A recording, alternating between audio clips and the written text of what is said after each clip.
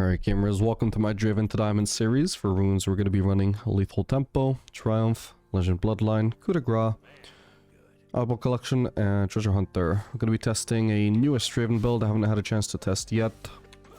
Which is going to be Essence River into Ravenous Hydra, which looks pretty interesting. Looks fun for sure.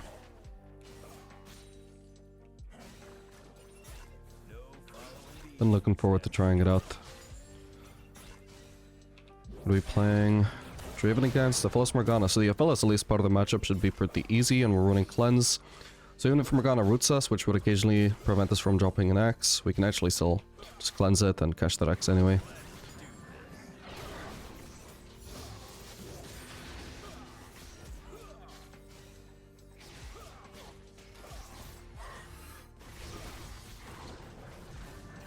I'll drop both axes there. I thought I got them both. Oh well. Was a decent enough trade.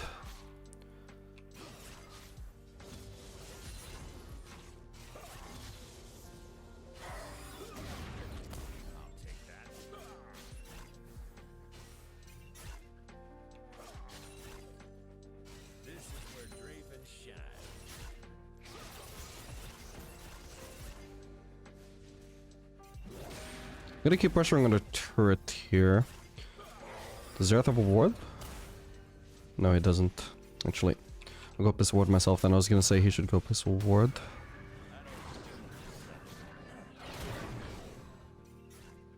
There we go. Yeah, I just noticed he used it in the brush. She has way overextended there. I won't bother cleansing this. I don't think I'd be able to reach her for the kill anyway. At least not without flashing.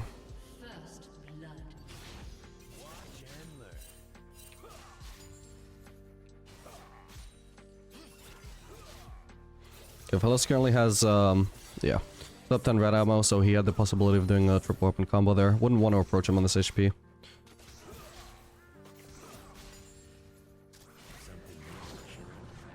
We'll wait for Zerath to do his thing. He can poke them down from a distance.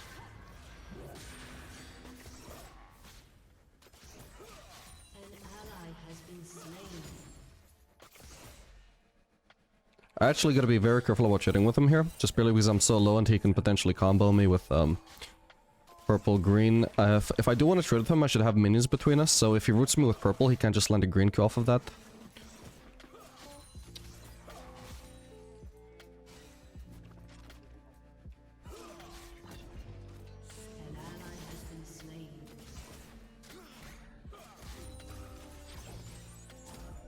Okay, he's got no green Q now, so it shouldn't matter.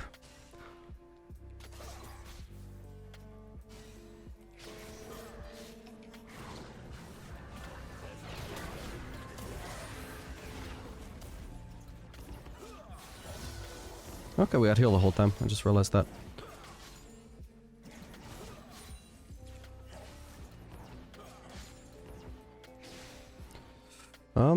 I would actually consider basing here, except the Aphelios just happens to have blue right now. Okay, we got Kayn providing vision in the river, so I can reset my axes instead of dropping them and warding. Zerath also just warded for me. Perfect. We could have some more vision, but I think we're safe here. Whereas pre-level 6 ganks aren't amazing, I don't think. We see her in the river right now, so we know she's bot side. Need to be careful here about taking too much splash damage from Aphelios.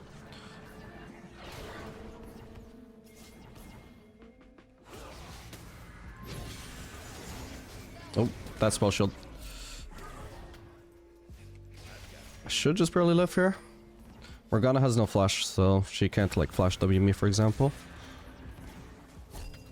Oh, she got barrier. Considering flash queuing her. Oh man. I could literally die to a minion here. I need to zoom past this wave, make sure I don't get hit by this cannon, which would have a decent shot at killing me. We'll probably just soak up this wave and then recall.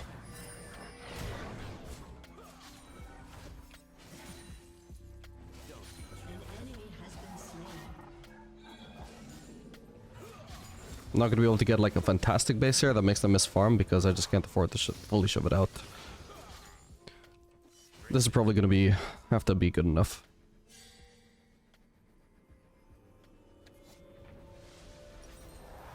Alright, and just to make sure that our laning phase is as strong as possible. So we're going to be rushing the Essence Reaver and doing Ravenous Hydra second. But something that is really underrated on Draven, in my opinion, is just rushing Vamp Scepter because he synergizes so amazingly with it. The more points you put in Q, the more damage it's going to get, and the more you're going to be lifestealing just from hitting minions. To the degree that very quickly you just get like an insane amount of healing that they can't like poke you down at all. All of Morgana's poke will suddenly become extremely irrelevant. I shouldn't have missed so much CS here, but oh well. We just adjust to it. Oh, by adjust, I mean we just cope. We just cope. Except the fact that we lost CS to our support.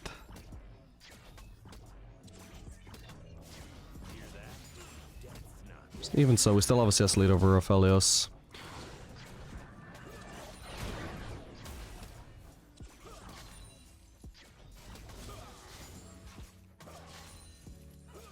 Now this means I can take more trades against Morgana and not have to worry too much about the HP that I lose from that, because either way I'll just sustain it up.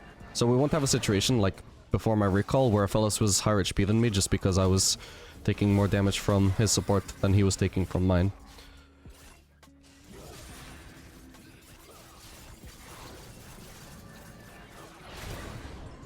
Also don't have to worry about minion aggro. Oh god.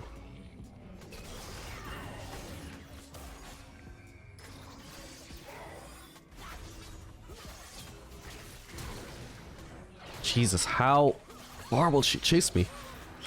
Okay, I got her. Holy crap. That was a big cash out as well. Jesus. Okay, super useful that I was full HP from the Vamp Scepter then, isn't it? Oh, wow. I assume that just came up.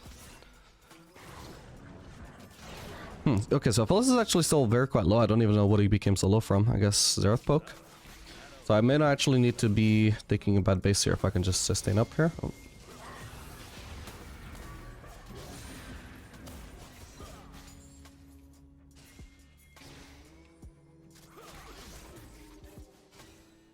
Here comes Kayn. I've nearly got mana for ult, so I'm going to try and hold on to that mana.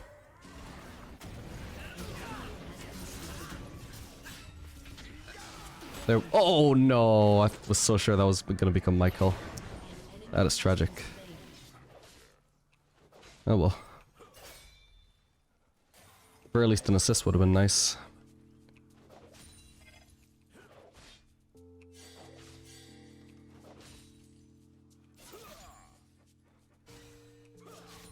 Yeah, so we're healing 22 HP per auto, and it's gonna become just higher and higher and higher. Would have been nice to get that plating, but I've already started my recall. I can't be bothered ending it.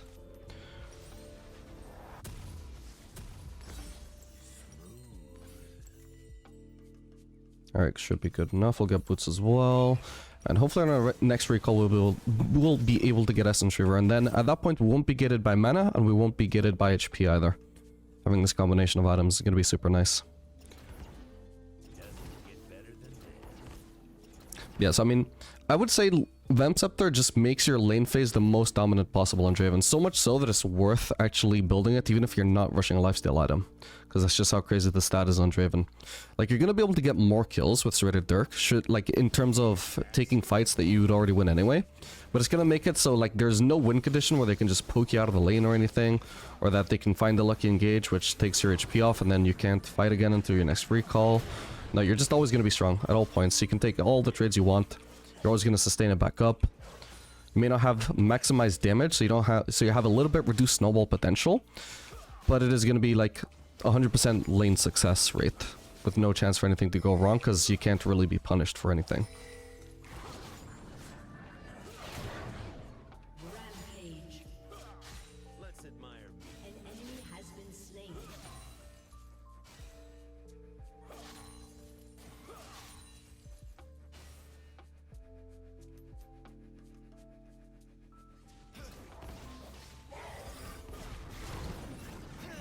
See, all this damage it does to me kind of irrelevant. If I just end up healing it all up anyway, which I will. 28 healing, 28 healing, 28 healing, 28 healing. We get to almost back to full HP from this, so I just don't have to care at all what damage I could take. Yeah, we're pretty much full HP again. He has red and he can't even compete with this. If I take a third shot, I have to care. Oof, okay, we forced the flash there. Ooh, Xerath should have been able to throw a Q at him. It actually hit him. Whatever. Don't quite get the kill. And you see, we might have had that kill with Rated Dirk, right? But... it's just, I mean, I don't know why Morgana's in the lane, so I mean, it obviously doesn't matter if I take a little bit of damage if we're just gonna be laning 2v1 anyway. But although you like lose some snowball potential without this Rated Dirk, or you know, just building full damage either way, I guess with this build you'd be doing Caulfields, right? But yeah, I mean, I'd say it's hella worth it, especially if you're a more beginner Draven player. We're too focused on catching all the axes to be like 100% perfectly executing every trade and avoiding all damage.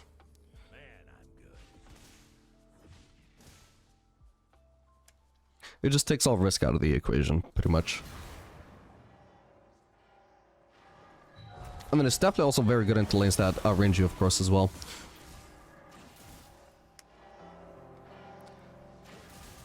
Because it just helps you bide your time to find those fights where you're gonna excel. Because otherwise, in like short trades, you're barely gonna be able to reach them. You won't do too much damage of your own, and you just need to make sure your HP is always remaining high.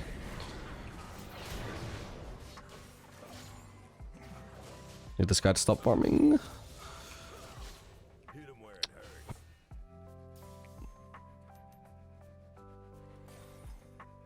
Can reset Q here. So the fantastic advantage of having, for example,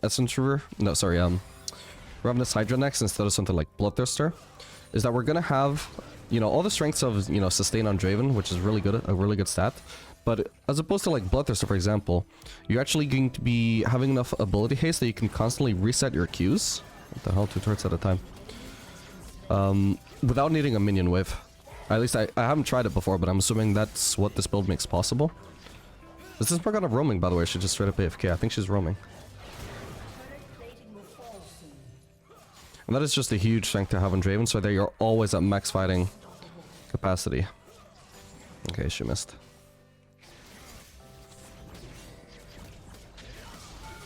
This time he's dead.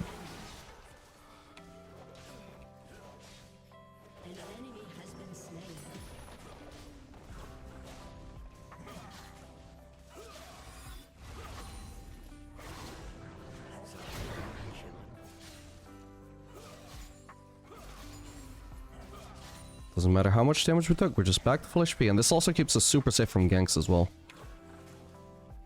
Alright, nice one. How much gold do we need overall for this thing? 600 more gold. It's definitely worth basing.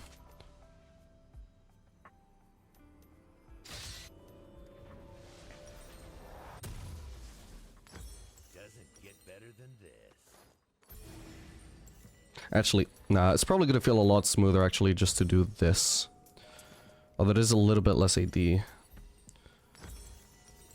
Let's just do this, that way we're spending all of our gold at once. And we're gonna need 1300 gold for the Ravenous Hydra.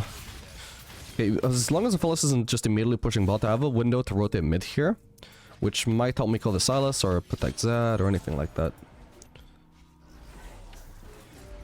Or just join a fight. And hopefully win it. Cool.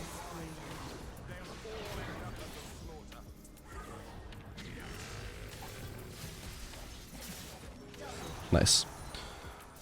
Okay, so let's check what my CDR is like at the moment. Probably can't fully reset my axes just yet. Oh yes, because I didn't actually build my Caulfields, of course. So I wouldn't expect to be able to do that. But this timeout should also be really nice for wave clear, as well as, you know, having the Ravenous Hydra.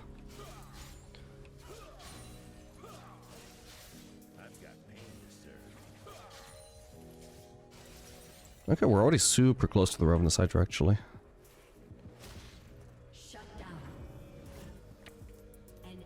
I won't bother resetting maxes here, because I'm not sure I reached that wave in time. Anyway.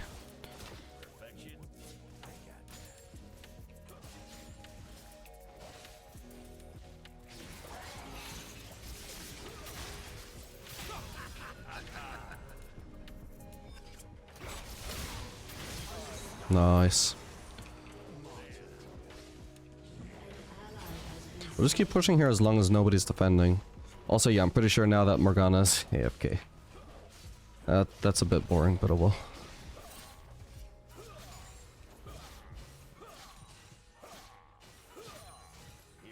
Doesn't suck as much for me as it sucks for Aphelios. Oh, look at that super smooth wave clear. Alright, let's get out of here. We've got more than enough gold now. Somebody's actually defending the turret, so we're not pressured to stay here to get the most out of their absence. Okay, cool. And I'll probably just do a lethality build. With this build, it's most popular to do Infinity Edge third, but I see no reason why you can't just do lethality items, which I think generally are typically better on Draven anyway. I think crit is a little bit overrated, just in the sense that his axes don't actually skill with crit. This 233 extra damage that you see here does not get like any higher when you build crit, but it does get higher when you build lethality. Crit is still a pretty good stat on Draven, obviously, and if you can build lethality and crit, then that's huge. Oh. Hang on. Maybe I should have played that more aggressively. I thought he would be more scary. Oh, he is AP. He might be somewhat scary.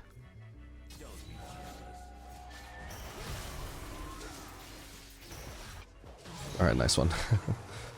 Did slightly miss on my axis there, but I will. And we're still full HP. Granted, he barely touched us. Alright, after this wave, I'll be able to check whether I have enough CDR to keep my axis permanently up or not.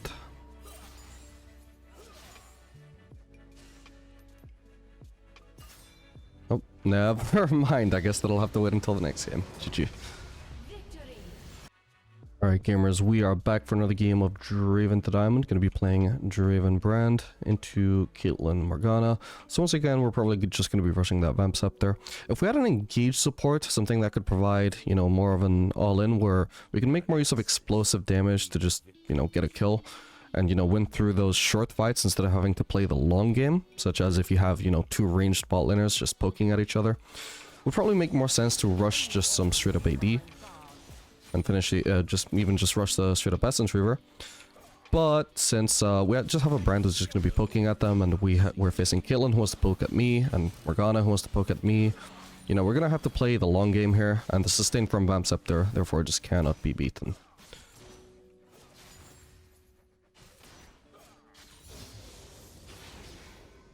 Now this is how to move. I don't think they hit level 2 here, even if I mean, it does. Oh, okay, I'm gonna have to cleanse there. Ooh, first blood just barely didn't go to me. Oh well. Maybe call Caitlyn though. Does she still have heal? She does. Okay, so I can't be baited by that.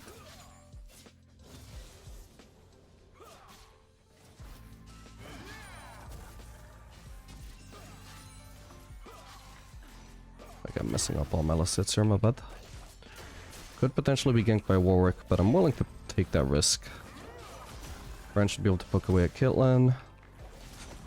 Oh, she had longsword 3 pots. She's gonna sustain a lot. I'm just gonna base, I think. We can get at least double longsword here.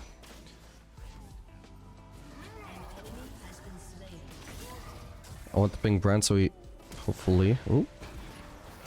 I cancel my base here because I should be able to maybe get Caitlyn here. Oh god, she's a level up on me though. I think I'm screwed actually.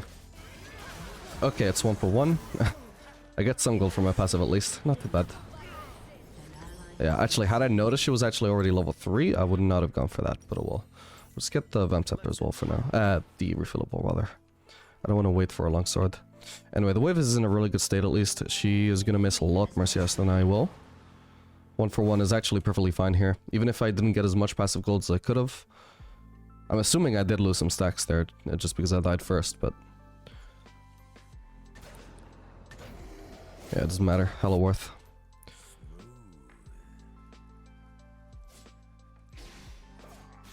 Regardless of whatever happened to Brand.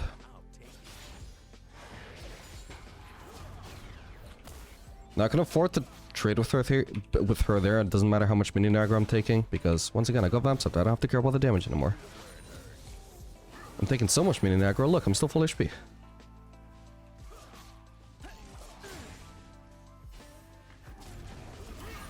There's just minimal room for error. So long as I can't be like all in one shot, then I just cannot lose this lane.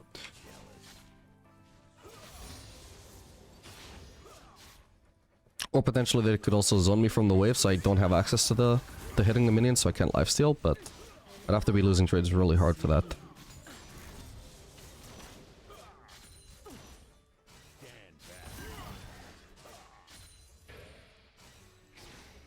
If I eat a Caitlyn EQ here, I don't really care.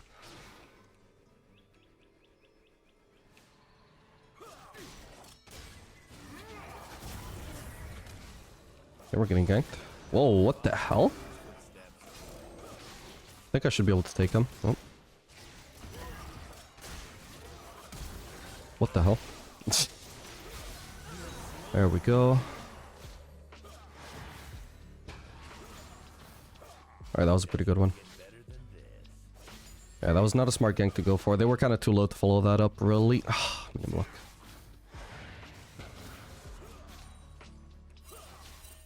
Trying to crash this as fast as I can. Crazy how it's when I want my mage supports to be doing using their AoE abilities for wave clear, that's when they don't actually want to AoE the wave because they're not going to be getting the farm. Okay, we baited the ignite, I'll take that. We're getting ganked again here though.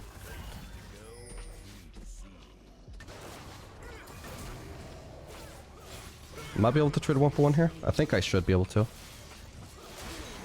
Maybe even more. Oh, hello Shen, thank you very much for that.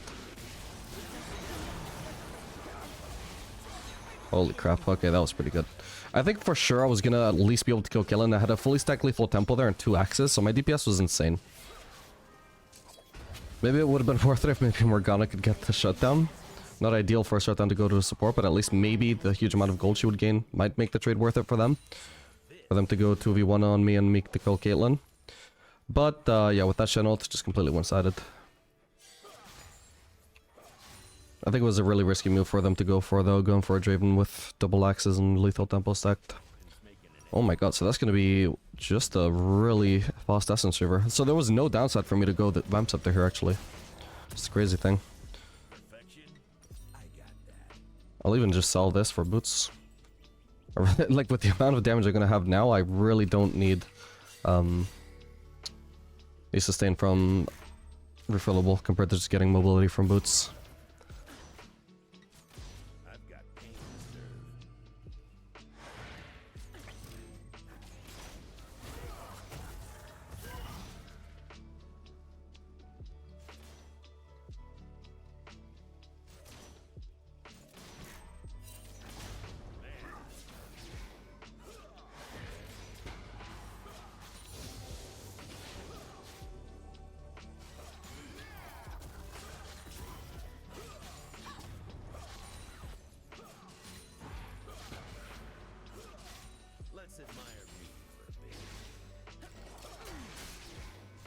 Oof, can't quite get the kill there unless...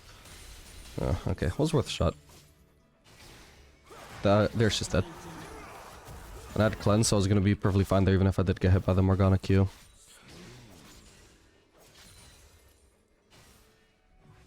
We should be able to dive here. I'm gonna play it a little bit carefully and not dive unless Brand takes aggro. Because I do have a huge shutdown, it's not worth to trade 1-for-1 here. Oh, shit. That should be the call. Nice, especially because it was a crit. I think the Essence River alone would have been enough though. But yeah, I gotta be a little bit careful when I got a fucking 950 gold shutdown on me, as I had there. Don't want to take too aggressive risks, but if Brand takes aggro, and if we, especially if we manage to like zone her away from the turret, as we did, then there's no risk for that to go bad. Even if a work shows up there, I'm sure we just kill him, so. As Draven, we're pretty much just the strongest early game champion in the game, so long as we have PL. Like, a Draven 1v1 against like melee champions may not be like the strongest like duelist in the game, for example, but so long as you have at least anybody peeling for you, you do have the probably the highest damage in the game this early on. So you can just destroy any fight.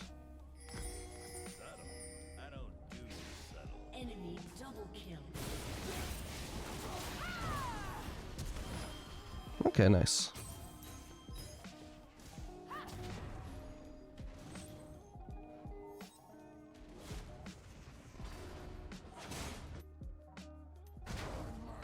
Maybe I should have gone mid actually.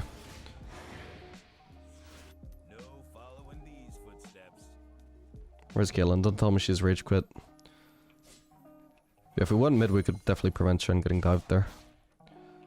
Then again, we'd also miss out on this guaranteed massive bolt and whiff. Okay, nice. All's well that ends well, apparently.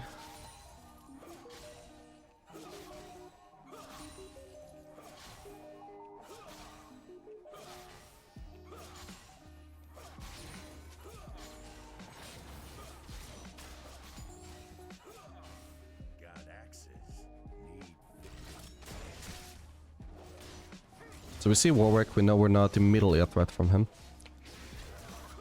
Just need to get away from the turret aggro range. Alright, hopefully she's dead there because I can't overcommit for this. Oof. Oh, I meant to hit her. There we go. Need to keep running away in case Warwick comes because I could actually be potentially killable here. Where was Warwick? I need to keep running. I got enough for Ravenous Hydra now. There he is.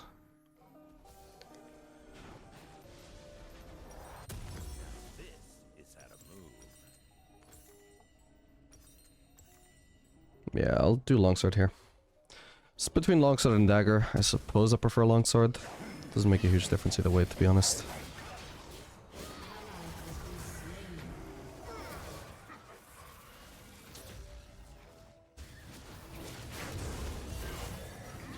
Actually, I can be walking here, I don't know why I'm not. Okay. No need, but just in case. Okay, actually, I'm not gonna hit this, just purely because I want to test my CDR. Okay, so at level 8 at least, that's not enough ability haste yet. At level 9 though, my Q cooldown goes down once again. That might be enough at that point. It goes down to 5.52. Should be enough. I believe the time that the axes stay in your hand is 6 seconds, so you have 0.5 seconds to reset your axes. Then if I do use lethality, which I think is what is best, then you have an even like bigger window just to make it even like easier. Any damage I take, again, just does not matter. Look at this. All her damage is irrelevant.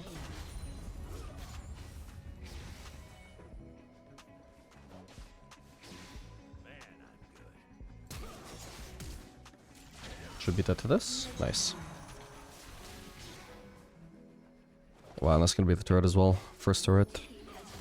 They almost took first turret on mid lane, but not quite.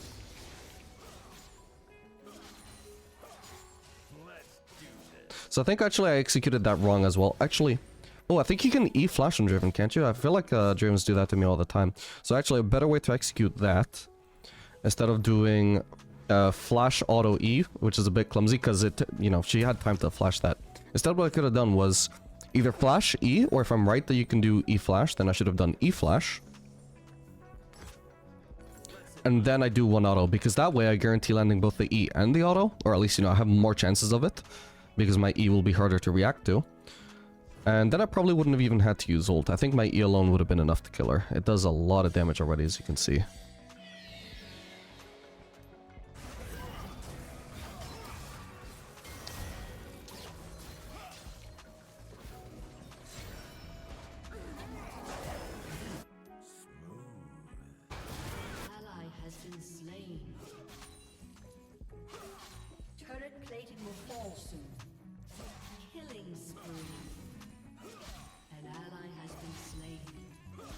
Gonna push this out and then rotate mid. Or I can also shove another wave here. I'm pretty safe overall, I think.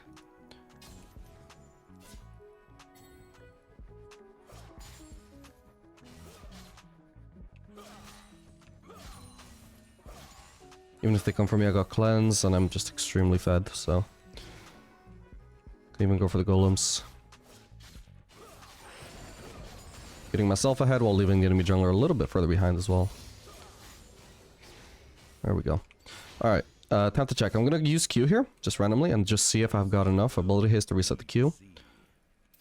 I do. It's a very tight window though, which I don't like, but if we build more lethality, then that'll become super easy. Actually, it's not even that tight. I did that pretty easily. You just need to spam Q enough. Okay, my ult wouldn't quite kill him there, I don't think.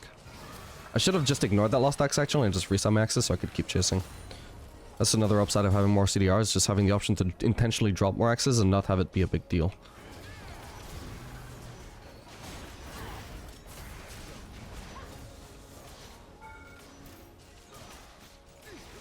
Oop. Okay, not quite gonna be a kill, my bad. Ooh, that wave is wiped out though.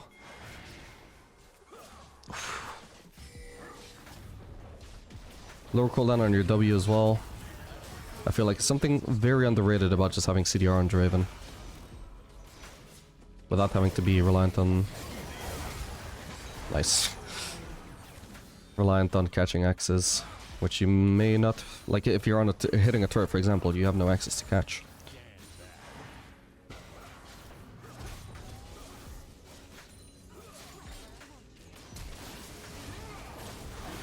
Nice one. You should be fine there.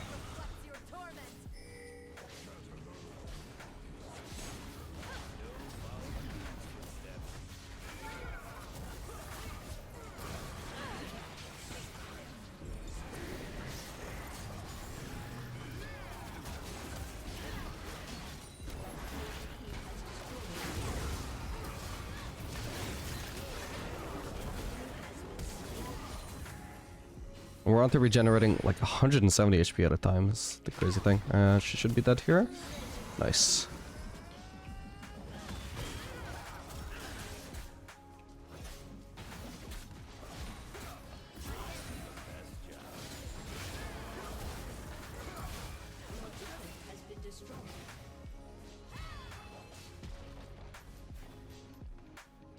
Okay, this wave is gonna take a while to even hit that turret. I say we just go for the Drake.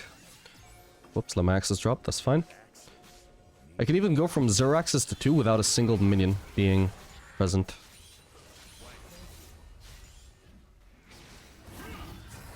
If I needed to, but there was the raptors there to set them up anyway, but... Okay, nice. And now I can either go for Duskblade or Yomu's. Yomu's is the more popular lethality item on Draven. And it may just straight up be better. It does give it a lot of AD. You can use the active to just run people down. On the other hand, I will probably be a better team fighter if I go Duskblade. But honestly, I don't think you can go wrong with either one. Duskblade will also massively increase your axis damage onto low HP targets. Which I think like pretty much compensates for how much more AD you gain from Yomu's. I'll do Duskblade. It's my own personal preference. Do they have much armor now? They have Sunfire on this guy. This guy's also building armor, so I'm gonna do Lost Whisper. Otherwise, when I'm this fed, I could definitely just go for Collector. Even if I'm not really fed, like so long as they're not building armor, Collector should be fine. But we'll prioritize the Lord Dominic's first, and then probably do either Collector or Fire Cannon final item. I wouldn't bother with Bloodthirster, I don't think, because we already have more than enough sustain. I feel like. Feels overkill to be building Bloodthirster on top of the Ravenous Hydra. Shield Blow could be an option though if you actually want the anti-burst.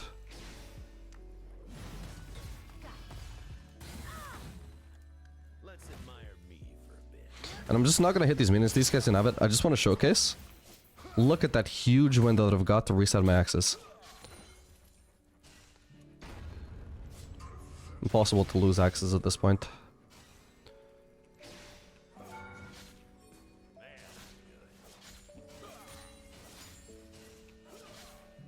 And when you're this fed on Draven, the world is your playground. You can take all the damage of the world, doesn't matter, we're gonna sustain it. We 1v1, almost anyone. I don't even care if this Mordekaiser has... Oh, let me see if I can do this. Okay, you can do it. Oh, he made me draw my axes. Ah, and I got mini blocked away from the last one, whatever. I can reset them easily. Yeah, so the E-Flash does work, so that is really sick because it is super hard to react to.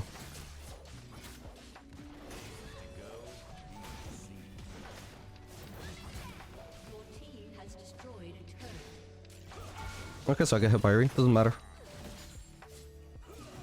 We're back to full HP.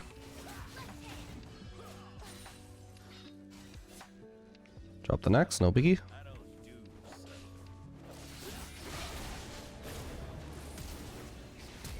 Should be able to get her, unless... Ooh, she went to the side, okay. Got her. So I didn't even need to like path that way to take more throw shots to catch that axe, because again, I got so much CDR. We don't have to tunnel too much on catching the axes, which I feel also makes this build way more beginner friendly as well. Draven is extremely hard up until you've like got a lot of experience on him, or if you just have really crazy, naturally good mechanics. Personally, I do not. I would need a lot of practice on Draven to actually become very comfortable on him.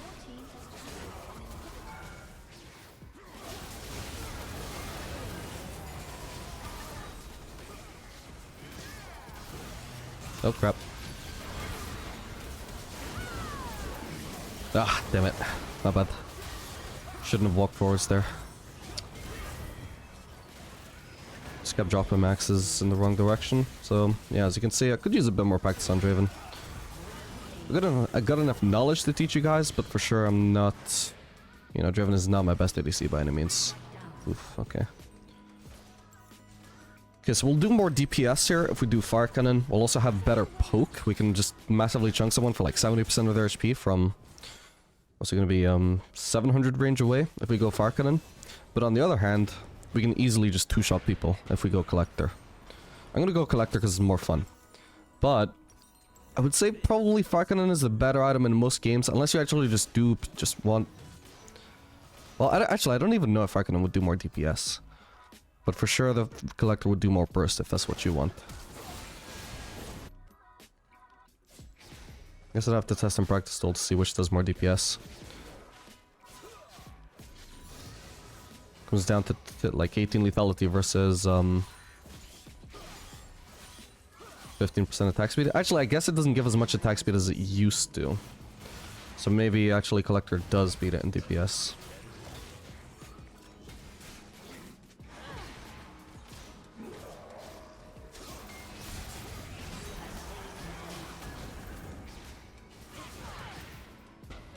I had my E there to hopefully react in time to the Warwick ult in case he wanted to ult me there.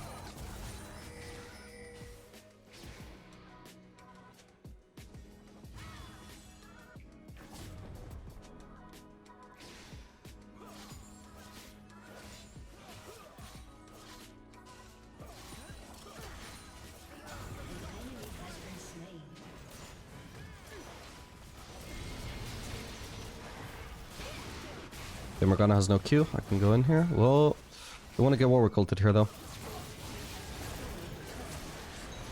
Got her. Could do with life stealing. I'm gonna try and path away from Warwick. I want to get ulted before I'm healthy. We got some frontline here so we can hit him just fine.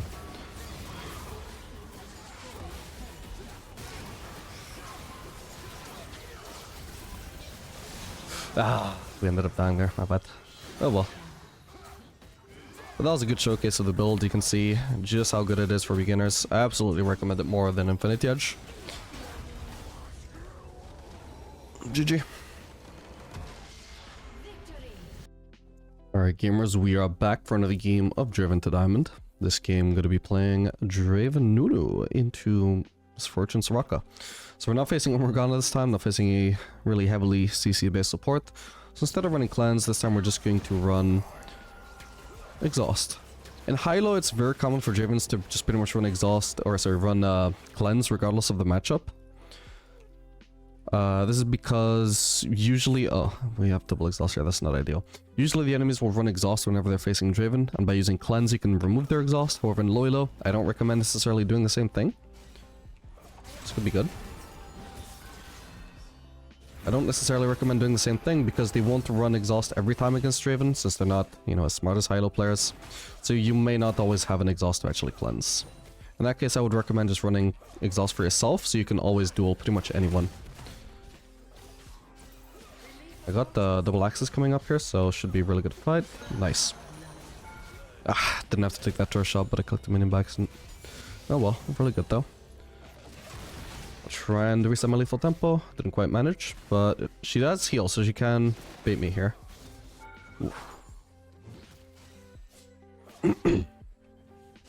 Still has heal. Oof. I'm just scared to step past there because I wasn't sure if the minions would just start focusing me or not. Alright, that's gonna be no dead. You know what? Good enough. No biggie, buddy. Was still decent.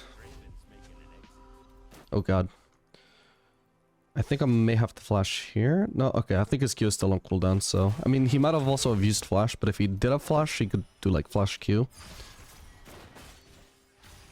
Alright, I'm gonna miss wave here. It is what it is. I don't want to delay my base just to soak up that wave, and I may get zoned from the wave anyway. If they're smart enough to keep pushing. It maybe didn't even manage to crash this anyway, though. Ooh. Could have done without dragging the minions under turret, but whatever. Yeah, it's still fairly decent. They didn't get a proper crash, they needed to shove it faster or shove the second wave as well.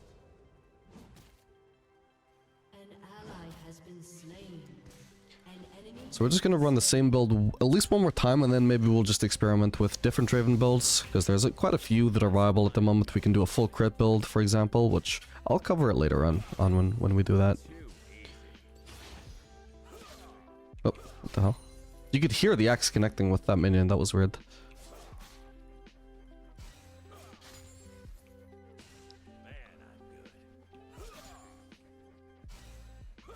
Or maybe it was just the sound of the axe leaving my hand, but either way, it was the sound that made me secure in the fact that the axe was thrown. Alright, that should be a kill. Nice one, no, that was a great engage, actually. Ah, can't quite get her, okay. Honestly, I don't think I even needed to consume this potion or even just buy it. I actually have plenty of sustain with Vamps up there anyway. We're playing one of the least reliant ADCs on potions, so long as we're rushing Vamps up there anyway. Even Sana can't match the Draven Q sustain if you have Vamps up there.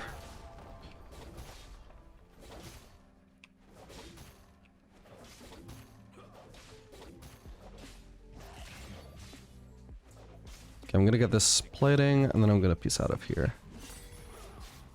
Let's get this melee as well while I'm here. But it's not important.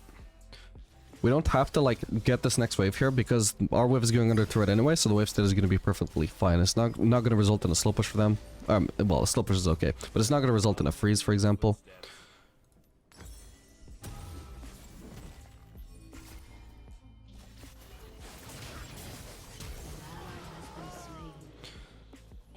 One other thing that is viable, by the way, is I don't think you have to do Ravenous Hydra second. I doubt that is, like, completely obligatory. You could also just sit on the Vamp Scepter for ages and just do Essence River into your Lethality Mythic. If you want to do Lethality as your Mythic, which is what I recommend and also prefer myself.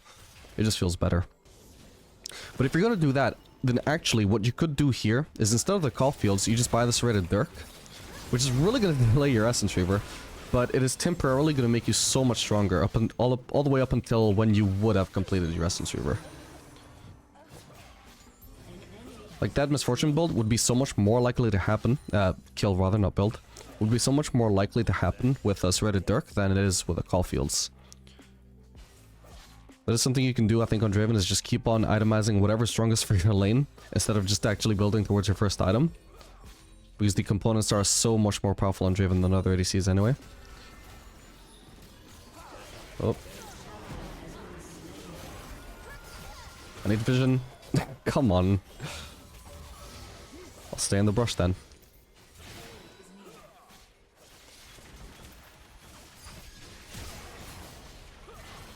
Come on. You're kidding me. I can turn on Misfortune, I guess. Oh, I dropped the axe. Okay, Nuna's on the way. Got him. Okay. That was very clumsy, but oh well. It paid off. Okay, this wave is definitely pushing towards them. I would like to shove it in here.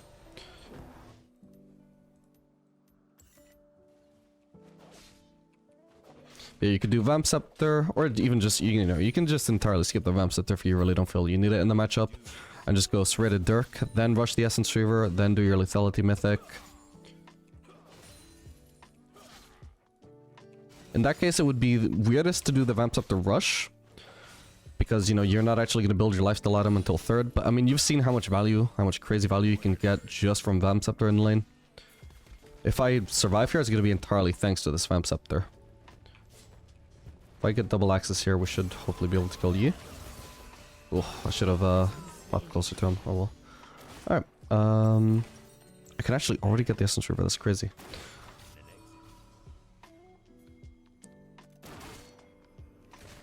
Or maybe we just go for Yasuo again. Alright, Misfortune.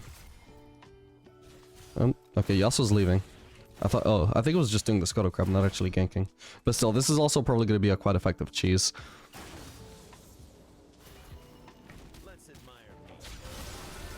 Just gonna prioritize my ult over my axes there. Ooh. Nice one. Yeah, because if I land both ultimate hits, which I felt was likely with the Nunu CC, then it's just straight up more damage than doing the axe anyway, I suppose. Actually, I'm not 100% sure about that 108 damage per axe hit. We can get a lot of axe hits. And how much is my ult both ways?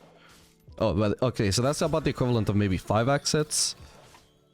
So yeah, assuming I can guarantee to hit it both ways, and the Misfortune is, you know, really squishy, then I suppose it's better to use the ult. Okay, we still need to crash this wave. I don't know if we can actually dive her. No, we absolutely can't. Okay, at least the wave is gone now.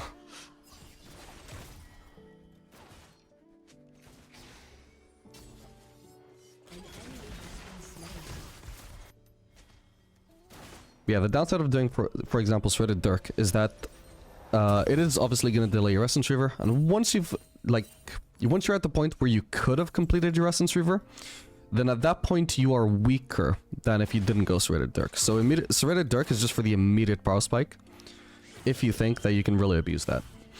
Otherwise, if you just want, like, the better scaling, and by scaling I mean literally, like, scaling in terms of, like, 5 minutes from now, or even less, then you can just skip the Shredded Dirk and just go straight for the Essence Reaver.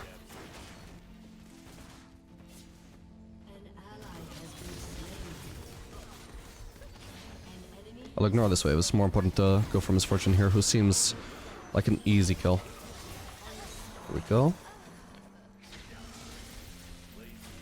Ah, wasn't enough for the kill. If I had my passive stacked up, it might have been enough, but we just killed Misfortune, so we had literally 0 stacks. Ooh, close one.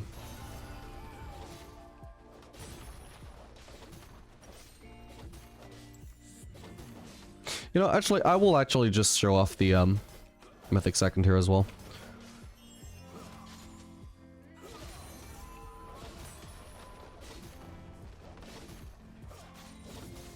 Like I said, there's no reason why you have to do Ravenous Hydra second at him. It can easily be just as good as third.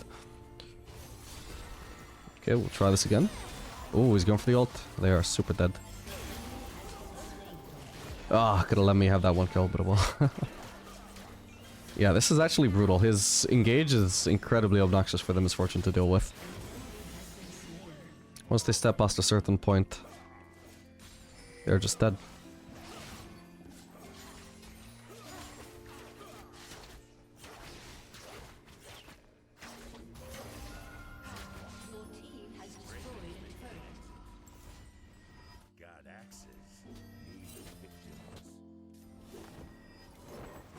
Sure, we can go for the Drake. And we'll also just show off the Yomus this time, since you already saw Dustblade.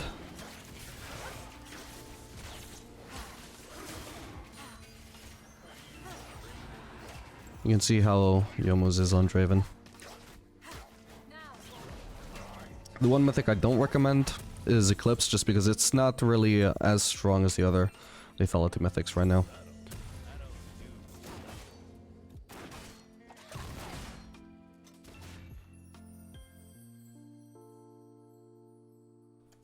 Just straight up does not do as much damage or offer as much utility.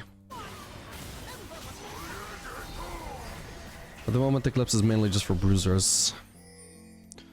Whereas on Draven, you definitely just want whatever is going to give you the most damage, really. It was decent back when I actually gave Sustain, though, because obviously, you know, Sustain on Draven, amazing. But now that it's just giving CDR, you know, it's okay on Draven, obviously. We're building a lot of CDR with this. 3 CDR items in a row, in fact. That's right.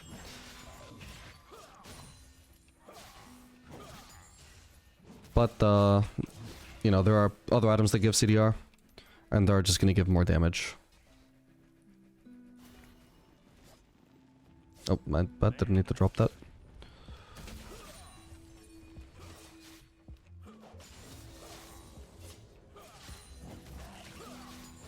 Ooh, okay. We can just keep pushing here. There should be somebody defending. If there was somebody here defending and we couldn't just dive them or anything, or pressure them, then I would just rotate mid, but we're just an absolute menace right now. Nobody can stop us. Or at the very least, nobody is stopping us. And at least until somebody tries to respond here, I am not going to stop pushing. Although I will have to stop at that turret because that is way too easy for the enemies to defend. And rotate to defend as well. It's so close to the base. So we just get a free turret here. It's worth 650 gold, I believe, or 600. Either one. They're not defending this yet, but I'm gonna have to assume that they're gonna start defending pretty soon, so... I'll just go ahead and base right now.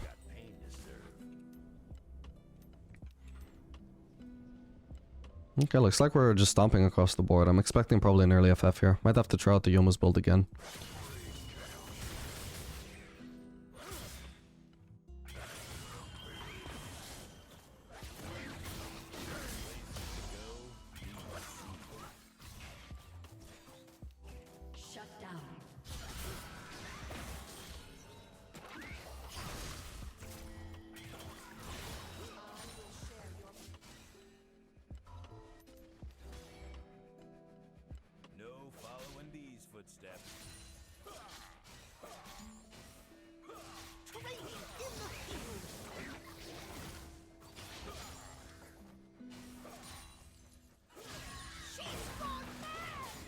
Okay.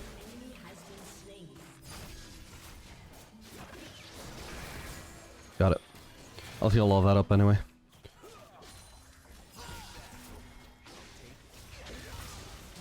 Okay, that was an execute. That gave me so much gold actually. That was 350 gold from my passive. I actually didn't check my stacks there. I thought I would have to land a double hit on Soraka, but obviously the more passive stacks you have, the bigger the execute on your ultimate can be. I've literally seen Draven ult just like one-shot people from half HP before. Okay, that's gonna be the expected FF. GG.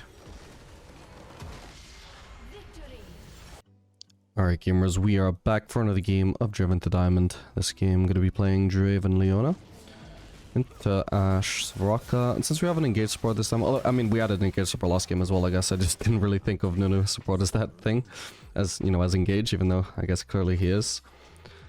But yeah, we clearly have an engaged support this time. So maybe we'll go without the Vamp Scepter rush this time and see how that goes. It is after all the standard for most Draven players not to rush Vamp Scepter, just something I've noticed at least one high-low Draven player doing and thought it was really good after trying it myself. I can't even remember now who was doing it. Might have been Pointstar Zillion. Might have been somebody else, who knows.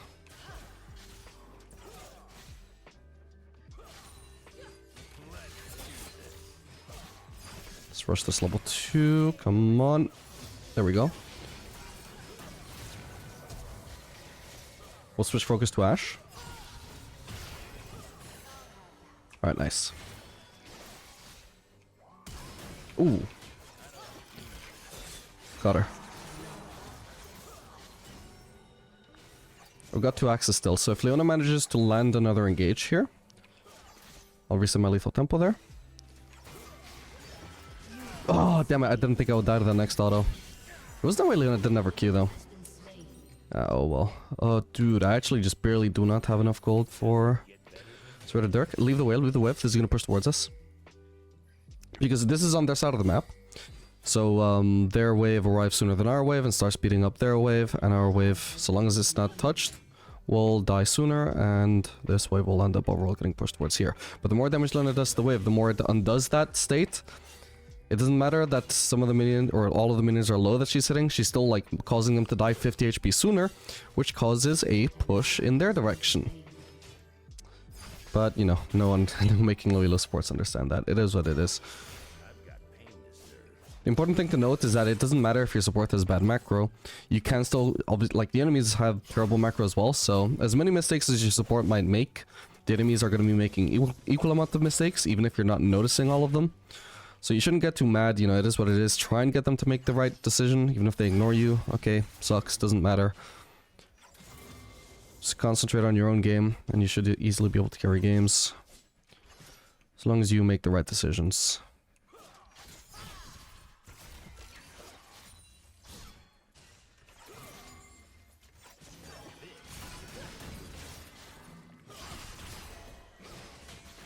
Switch focus to Ashe, I guess. I'm not level 3, Ashe is. There we go. Yeah, but you can see, even with an engage support, I could really do with some sustain now, because I just committed so much of my HP to damage Soraka. And now Ashe is just full HP, and I'm sitting on this HP. When I could have so easily recovered so much of this if I rushed Vamp Scepter.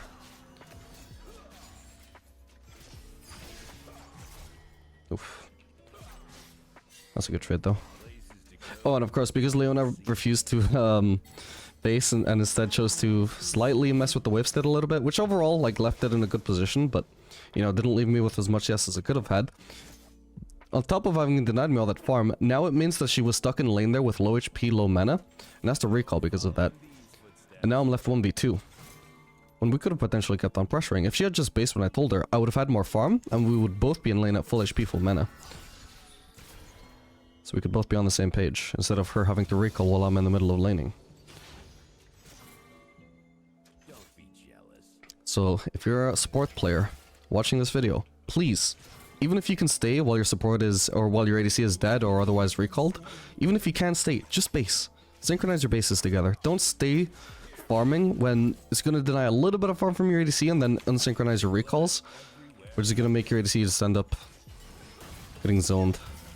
This could be good though. Got her. Huge. Might have mana another. Oh, fuck me. Hang on. Nice one. Alright, I'm not chasing that.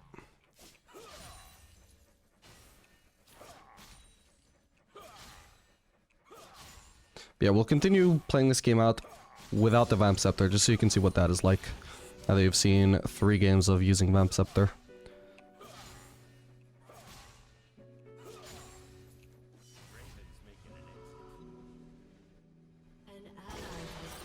Oh man. That's sad, but I'm definitely not going to cancel, or, you know, not push in the wave. Just to go on a really long chase that may just end up in nothing happening. At least this way I get to crash my wave. I guess we'll do this and this. We're rushing this Rated Dirk, just to have a stronger laning phase than if we were rushing the Caulfield's Hammer. But overall, we are still going for the Essence Reaver, so we'll go for that Sheen.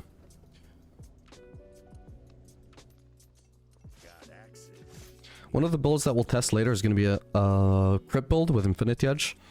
But I don't like doing... We're going to basically do that with Collector instead of Essence Reaver. I don't like doing... Like, or at least one slight reason why Essence Reaver builds lend themselves better towards lethality builds rather than Infinity Edge builds is because Essence Reaver is giving you a little bit of CDR, which puts you like half of the way towards having infinite Q uptime without needing to interact with minion waves.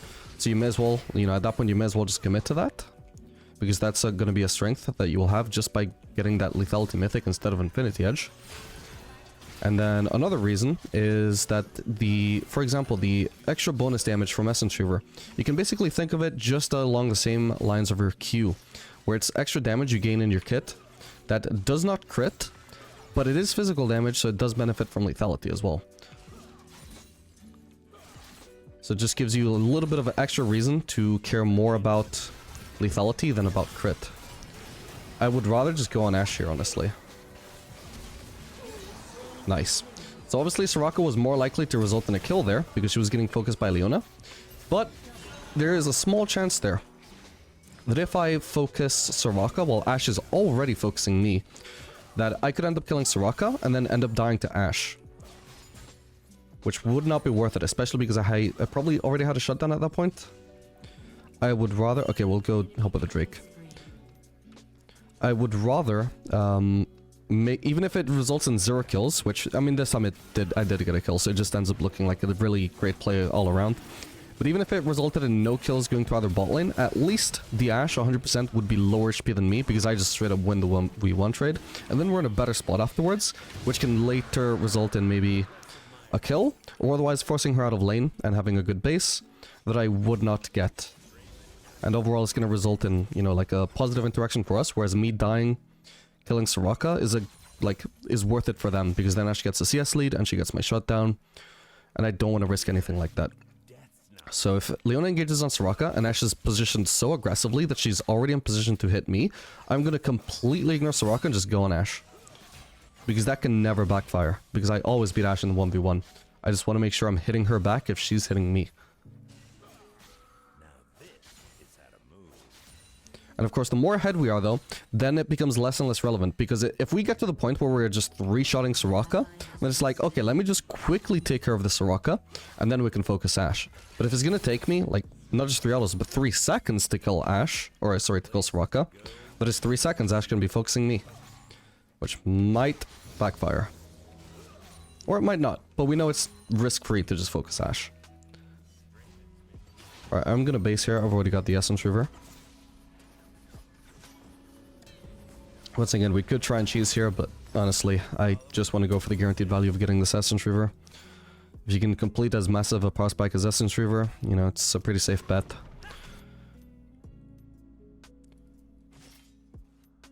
Although cheesing may result in a good outcome, you know, you might also just be wasting your time. And I don't want to waste time in leading such a big power spike. Oh, that was cleanly played. Can he actually win it? I think he could have. Oh well.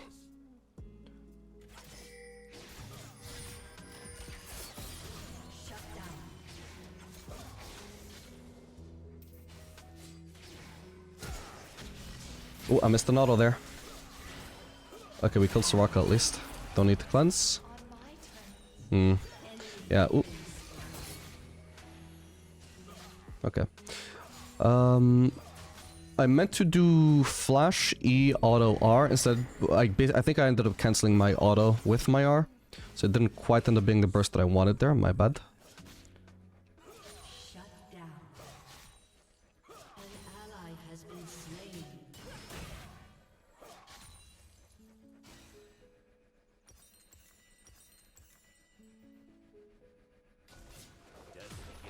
Nice solo plating.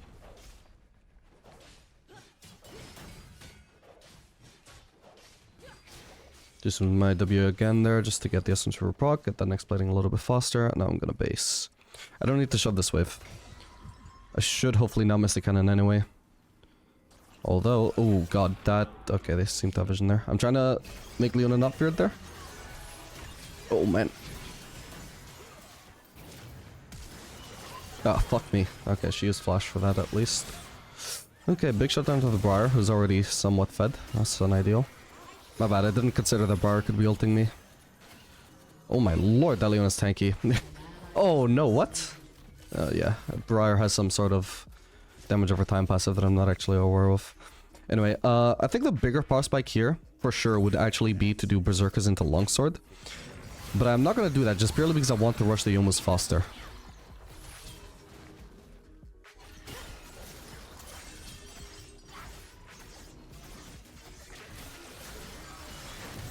Got her. Let's go. Took my gold right back.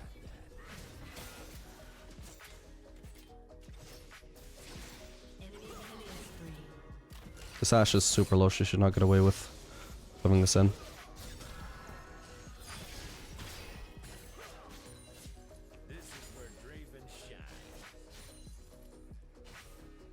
So yeah, with these Berserk, or with this Caulfields, I have a smaller power spike. If I'd just gone for Berserkers and Longsword, but it is also going to contribute to a faster Yomus, which is going to be a better power spike eventually than having gone for those Berserkers. Ooh, my bad. Taking a lot of damage here though, sucks.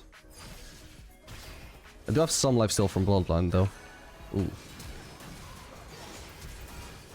Ooh. Oh my god. No, I didn't mean to take the aggro. Ah, I got one shot by the turret. Fuck. I was hoping Leona would have still been under turret by the time I had hit her. I shouldn't have taken that risk, honestly. Way too big a risk. Oh well.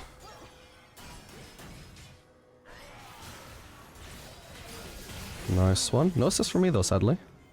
Feels weird.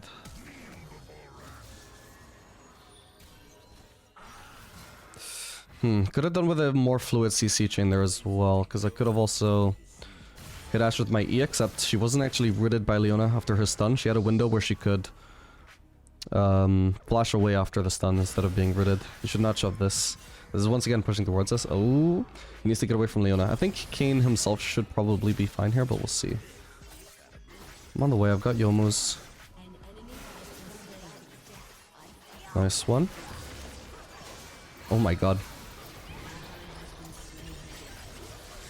Ah, damn. Shame I couldn't save her. Maybe I could have. If I did, I misplayed it. But I didn't have time to review that. Oh, my bad. Okay, we should... With blue buff, we absolutely have enough CDR that we can constantly reset our Q. Actually, no, not yet. It's at level 9. You would need probably a lot more CDR than this at level 8 to have permanent Q uptime. Your turret has been destroyed. Enemy rampage. Your turret has been destroyed. Ooh, I predicted the wrong direction. Yeah. Oh my god.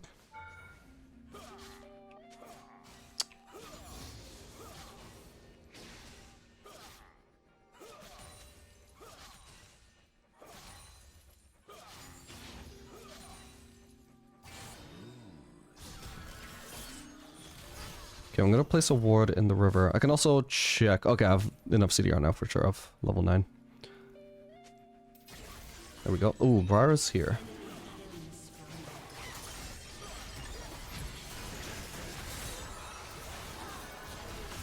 That's... wow, triple kill. Jeez, you see that damage? Crazy. Yeah, sure, let's just do the Drake, I guess. Nobody's gonna be around to stop us. Maybe their mid laner? Who is it? Ooh, Zed. Potentially we also just one-shot him, though. Through the Leona CC.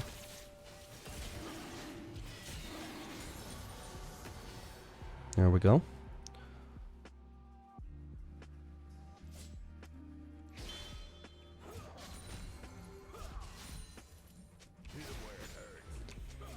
That is gonna be Zed. Should hide out of vision. Ah, hang on. Got him. Huge shutdown. Okay. I could have actually activated Yomu's as well, my bad. I could have dodged his Q. I just couldn't move fast enough without Yomu's. Could go for this, but I'm just gonna base. I have so much gold spent. We can actually just straight up rush the Ravenous Hydra already, which is kind of crazy. And now we absolutely have more than enough CDR to have that permanent Q uptime. With just such a long window you can see there to activate Q before the axe actually runs out. So we're just going to arrive into lane here with 2 axes ready. Which avoids that awkward period where you're not really at full fighting effectiveness, where you may not actually be able to zone the enemies out of lane when usually you would be able to. Oops, I missed an axe. That's fine, we're still on 2 axes.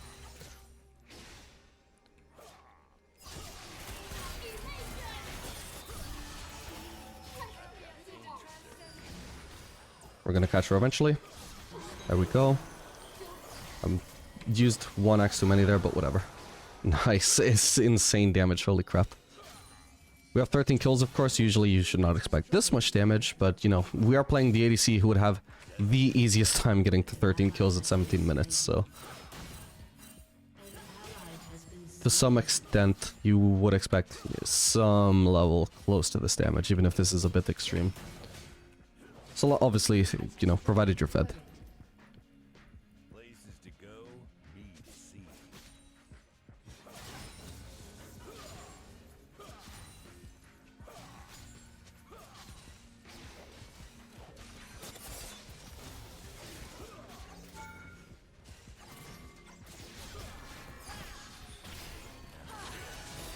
I think she's dead there. Nice. Yeah, so that's actually an easy hit to go for because you can see she was standing right next to the wall. So I know she can't juke downwards, so all I have to do is aim that slightly upwards, and there's no chance that misses. She just positioned very badly there. When you're against skill shot champions, is this coming bot? It is? Ooh, okay. I give myself just a little bit of room to dodge there, I guess. But she should have aimed it, like if she'd aimed it further, like down there, for example, it might not have been dodgeable. Depends how close I was to being able to dodge upwards. But, for example, that's why when I aimed it towards Ashe, I aimed it in a way where it's a little bit upwards. So she has to move really far upwards if she wants to dodge. But there is also, like, no room for her to dodge downwards, which Varus did leave towards me. Like, I did have that room to move downwards. Which is straight up a mistake from her. Okay. Oh. That is just not smart. And she's dead. we still have 2 axes, even though I dropped one.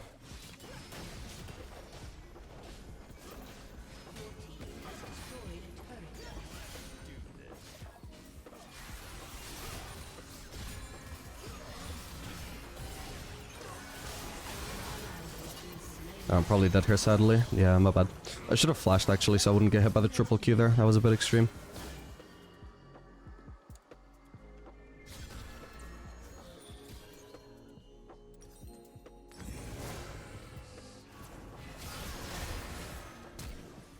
Gonna have 5 items now, though.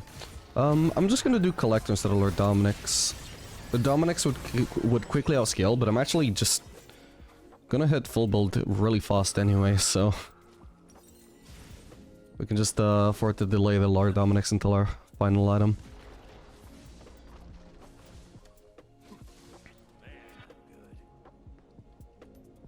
I guess we'll hold on to Doran's Blade for now until we can get Lost Whisper.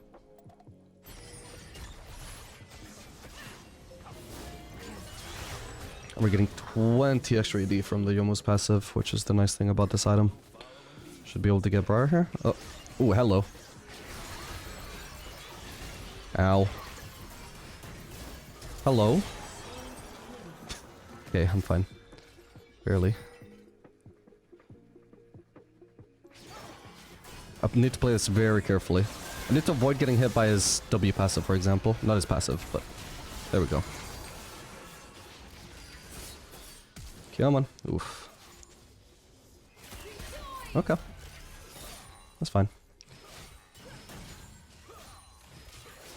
Don't be jealous.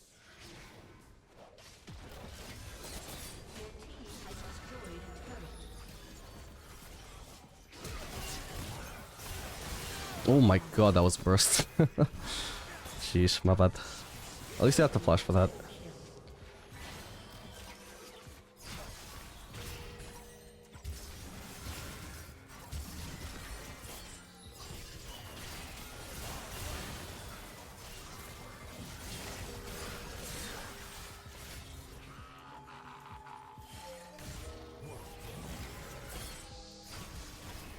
I'm so used to seeing lethality Rust, I was expecting much more damage out of that Kayn ult.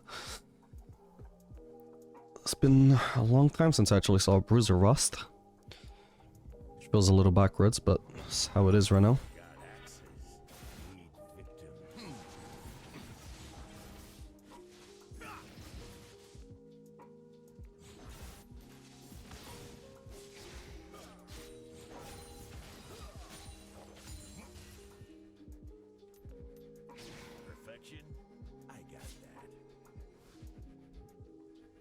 Maybe path over to this set. Okay, I'll path through here.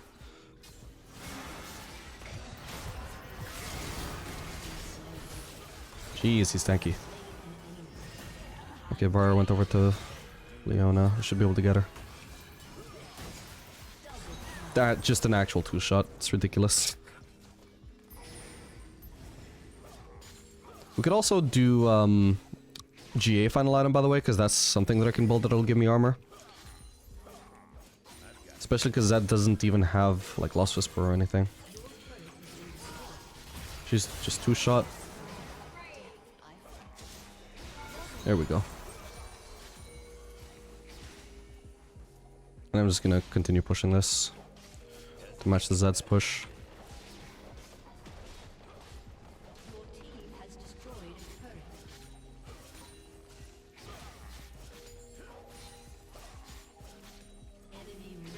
Another trick I should probably mention, by the way, is of course the triple axes. If I throw one... Oh, hang on. Yeah, it's kind of hard to notice unless you slow it down, but I was juggling 3 axes there. So if you throw the first axe and then press Q, because you're going to have 1 axe in the air, like it's technically an axe you have in rotation, but it's not counting like as part of your counter because you're not holding it.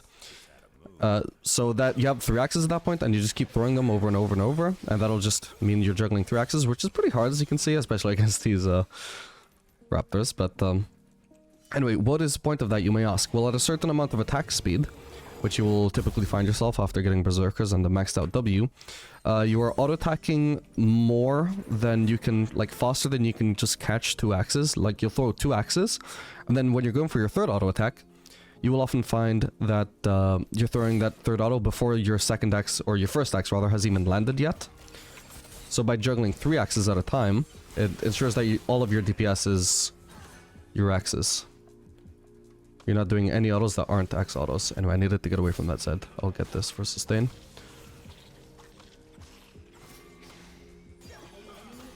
Yeah, that was actually just 1 auto, holy shit.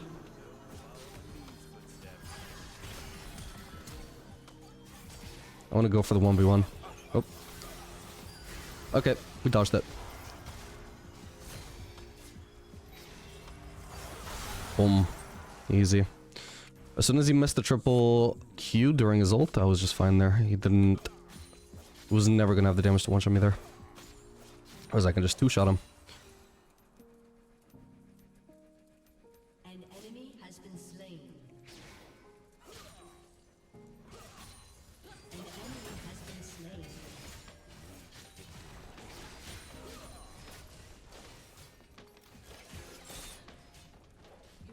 Your team You may also find yourself being able to utilize the triple axes even without using W if you happen to have fire cannon. I think that should probably be enough. Oh, actually, no, fire cannon, again, it actually only gives 15% movement speed these days, so maybe not anymore, I'm not sure. This could be a call? Not quite.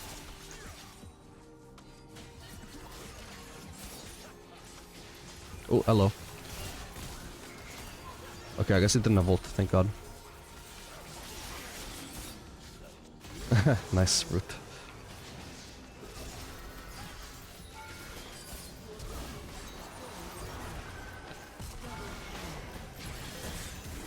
I'll switch focus to Ashe. Whoa. Damn it.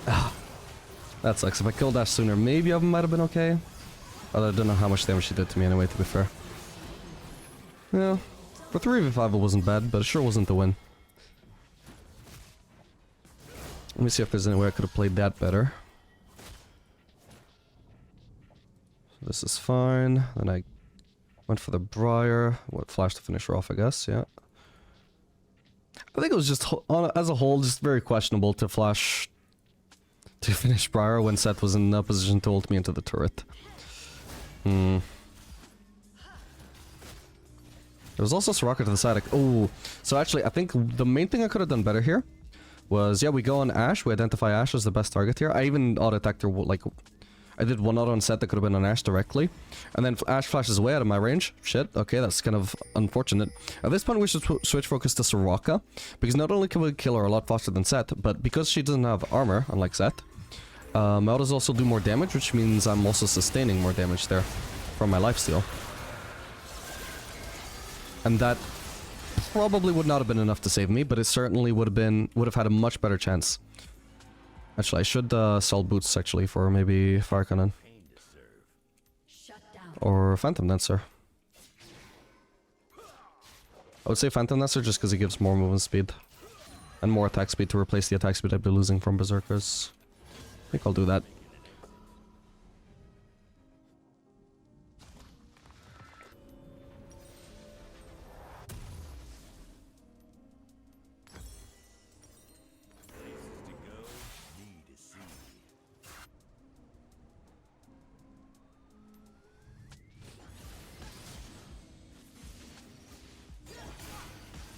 I think I might also be getting to the stage where it could potentially be better to actually swap out Ravenous Hydra for Bloodthirster, because at this point the wave clear is not really all that relevant. It's gonna be getting hard to stack it up and maintain the full AD. We also have 3 ability haste items right now, and 2 should be enough to just get those permanent axes. Nice. Plus we have more AD, so crit is more efficient at this point than it was before. Anyway, we have Drake up in 40, so we should push a lane that isn't mid. It's pointless to keep pushing mid when we already have everything, so let's go top, where we can quickly rotate to the Baron when that's ready.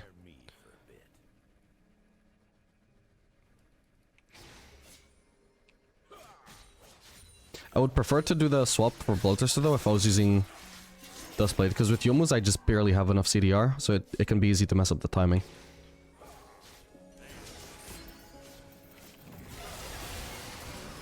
I'm probably gonna get comboed here. Damn it.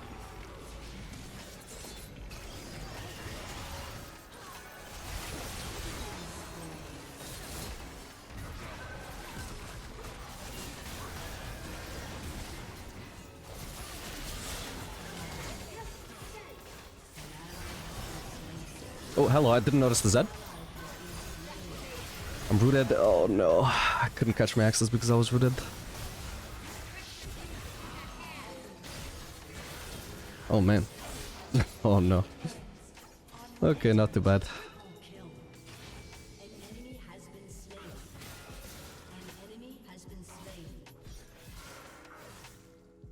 Oh yeah, I didn't notice the Zed comboing behind me. Yeah, that route was awkward. I should have been focusing Ashe instead of Soraka though, actually. She should have been in range.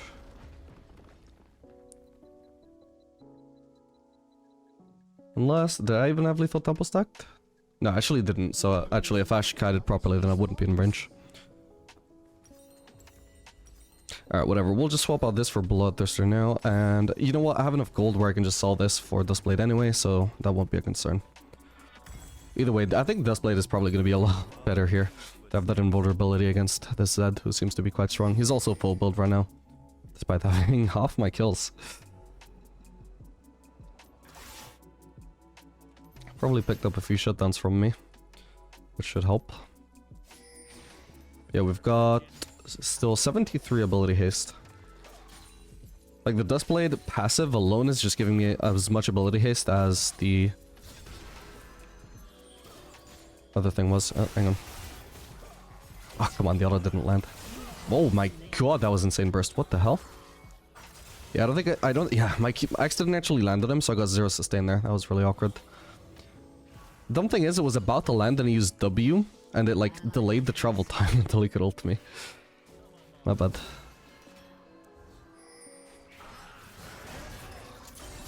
I clearly can't be fucking with this Zed unless I've got armor. Which I'm not gonna get. Unless... it's all something. Anyway, probably wasn't smart to fight away from the turret without me there. I'm gonna be up in 15, maybe we can save this game.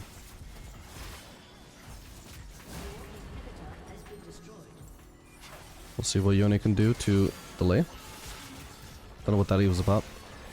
He's not landing his Q. Oh no, it's game over, I think. We'll see. They just need to ignore me though, and it should be GG. Oh my god, he just one-shot me. That's ridiculous. What a shame. GG. Alright, gamers, we are back for another game of Draven to Diamond. Just hammering away at the Lux. Okay, cool. That's a good start. She's not gonna have time to recall unless she wants to miss XP. Alright, we're going to be playing Draven Lulu into Misfortune Lux, and so this game we're going to try out one of the crit builds, the crit build that I think is best. So that's going to be an Infinity Edge build.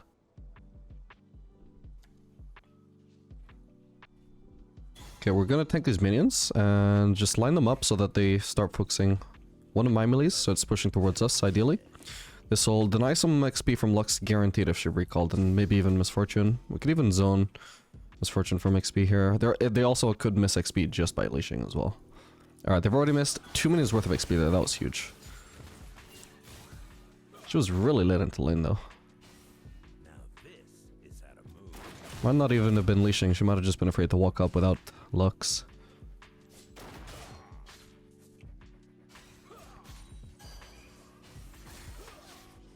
Nope.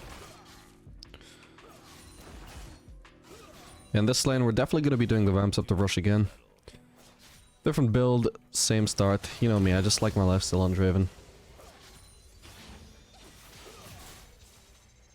Especially so because we're facing Lux,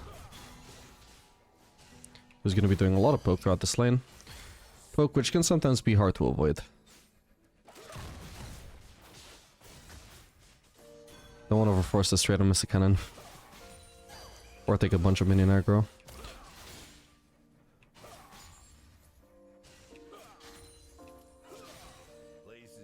Okay, nice. Probably also should have done cleanse this game, but oh well. least the exhaust is going to be pretty useful for the Yasuo.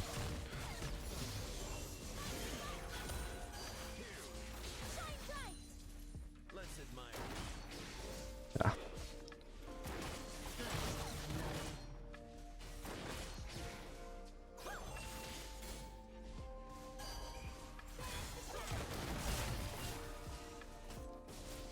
Alright, not a bad start to this lane. Just gonna place a ward, make sure we're safe to keep on pushing here.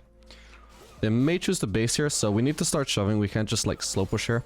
We need to get a fast crash in case they are basing. Which I think they are. They could also just be bluffing, they could just be sitting back and waiting for us to shove this in. It's a risk we have to take. At least we'll still be able to pressure them under turret with this bot lane. Okay, the next wave is a cannon wave. Even if they get into lane fast here, they won't be able to crash this too fast. So I think that gives us a window to just get this plating. There we go, wonderful.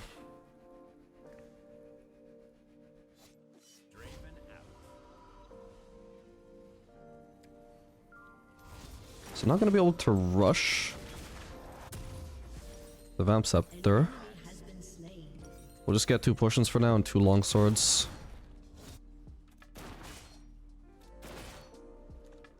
Vamp Scepter can come on our next base, that's perfectly fine.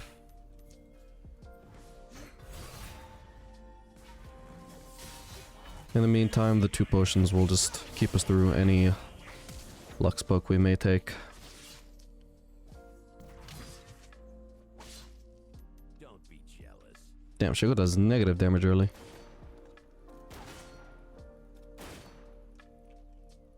At least they Aatrox.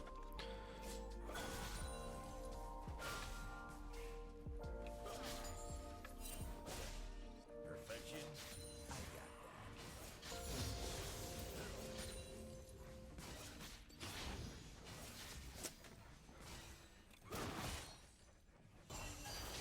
Oh, come on, Lux. Huh, surprisingly I take 0 damage to that thanks to the Lulu Guardian and her shield, which was pretty well timed. So we're just gonna aim for a slow push here. There's no point trying to crash this early. The entire time that we have the slow push going, we're pretty much zoning them from getting lost hits, because if Misfortune wants to walk up to lost hit there, yeah, she's gonna take a pretty bad trade like that. We always have the bigger waves, so on top of just having stronger early game champions, we just have the advantage either way.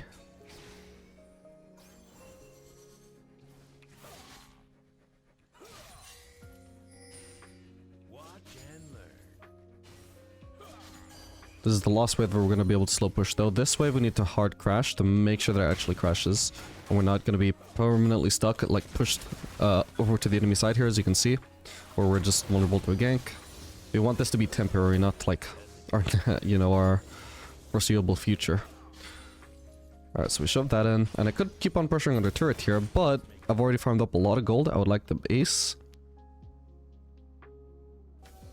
These guys want to do Drake, I'm not particularly interested. Subtle.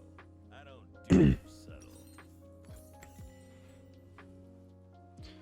Okay, so we get the Vamp Scepter and we get the Longsword. This Longsword is going to build into Collector. The build we're going to go for is going to be Collector, into Infinity Edge, into Bloodthirster.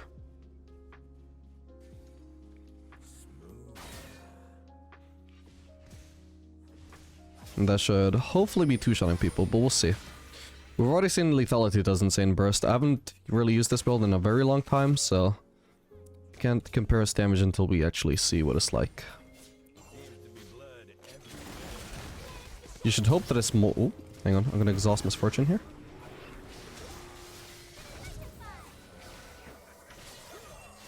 Ah, damn. Okay, not bad. Yeah, I should hope it's more damage, because otherwise, if it's similar damage, then it's like, what is the point of having similar damage, but no CDR and no mana restore from Essence Reaver, you know? We need this build to be visibly higher damage for me to think that it's actually as good as lethality.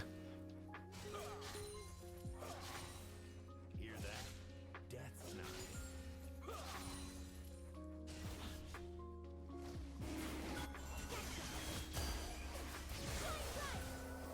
Wait, what? Oh, dude, my auto cancelled for some reason. I reset both of my axes. Nice axe.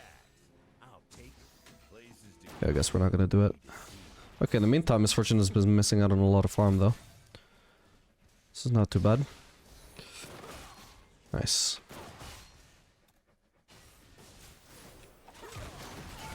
Ow. Good thing we got Vamps up there.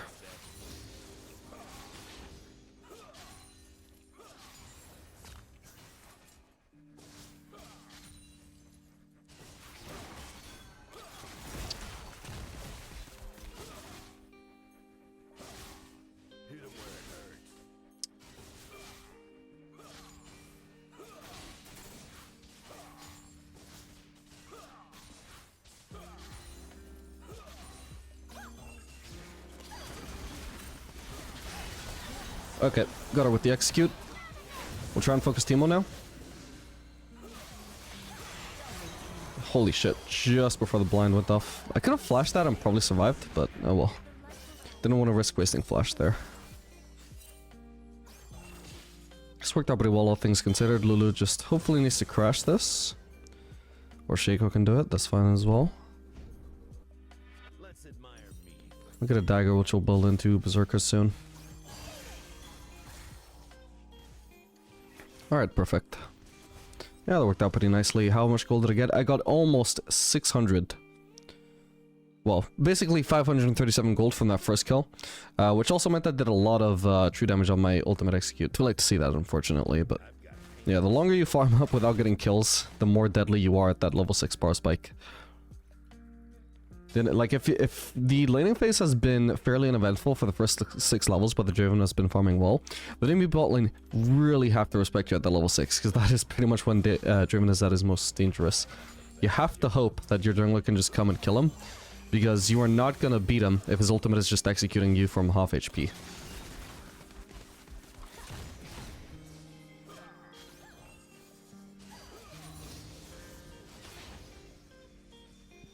Something need killing.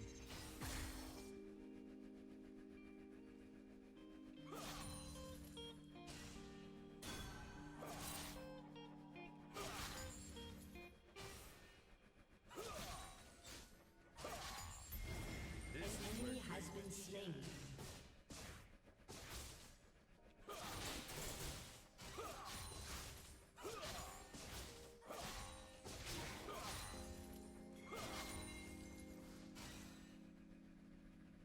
An ally has been slain.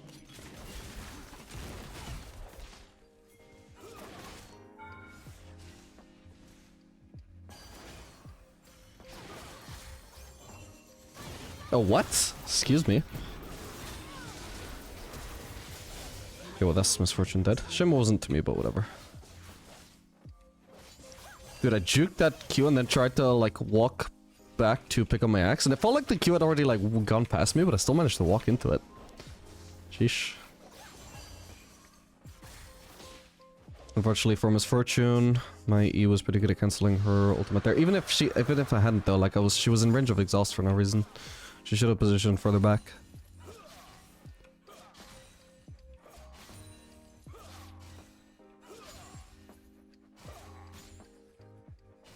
Watch and learn. Ow. Actually, I don't want to stay here. I just want to spend my gold because I got a lot of that.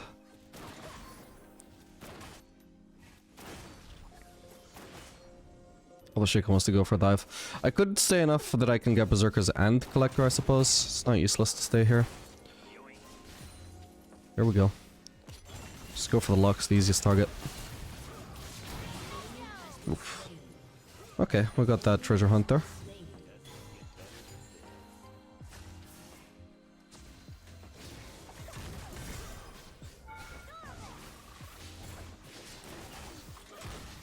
Nice. Sorry, Lulu. Yes, got the soul plating. I'm amazed that didn't actually hand anything to Shaco.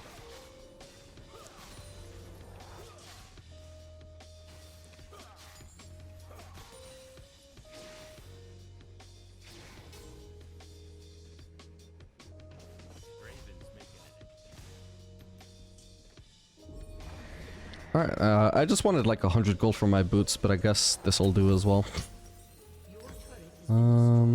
Actually, we'll just even delay Berserkers for now, because this BF sword going towards my Infinity Edge is going to be so much more valuable.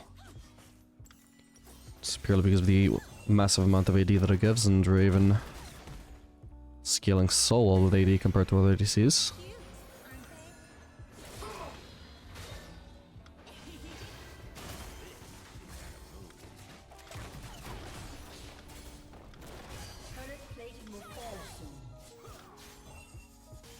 Oh, come on.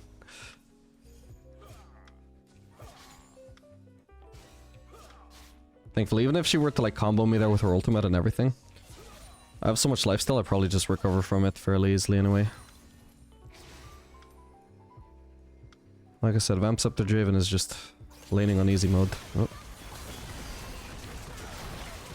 I could have cancelled that ultimate again sooner, my bad. Okay, that was 2 ultimates combined.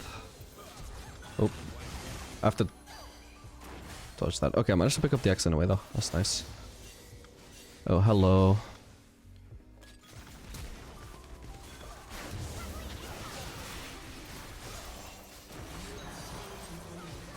Okay, not bad. I think Vamp Scepter did a lot there. Just to make me healthy enough to actually fight there. Alright, and are they both super low there, or is it just the Lux? Either way, I should be able to confidently walk up here. I've got Exhaust.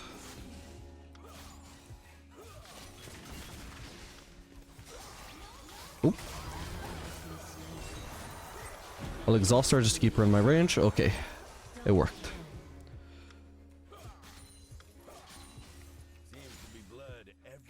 How much am I healing per auto right now? 62. And that's on non-crits. On a crit? 78. Yeah, it's just ridiculous. There we go. And I've just already... Wow, I can finish Infinity Edge and Berserkers here. That is absurd. We've picked up 1,000 gold from our passive alone.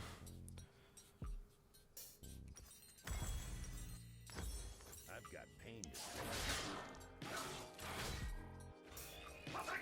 Yeah, I hope you guys are seeing just how valuable the Vamp Scepter is, because I don't think it's that common for Dravens to do unless they're actually rushing lifesteal at him, but I think it's so good. Like, usually I would think rushing lifesteal, if you're not gonna, like, actually rush a lifesteal at him, is super bad. But on Draven, it's just a whole different argument. Different conversation.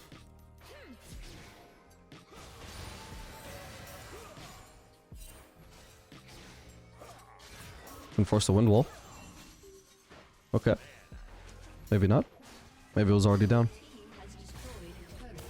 But yeah, the downside with this build is that I actually have not enough CDR to keep my permanent Q up time, so I am pretty reliant on stacking Q on minion waves and keeping it up through minions. We'll just rotate the ball in here so we can get an uncontested wave there. This wave is not really like pushed to our side, nor is it a really big wave, but I think it is in a pretty safe spot for me to farm. And if I don't push it in now, then it's going to get pushed further and further into the enemy side, and I'm not going to get opportunities to farm it in future until they shove it into us. So rather than waiting for that, we'll just shove it in directly. Can also try and steal this Grump now. Nice. We'll go for this Drake. This should be super easy now. Super fast.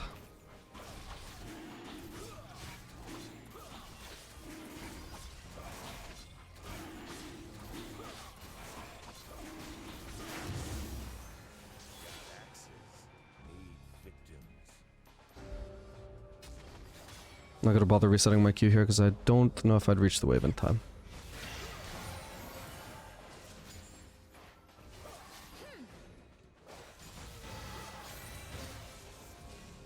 Could rotate top. Just checking the enemy raptors there as well. Oh, hello.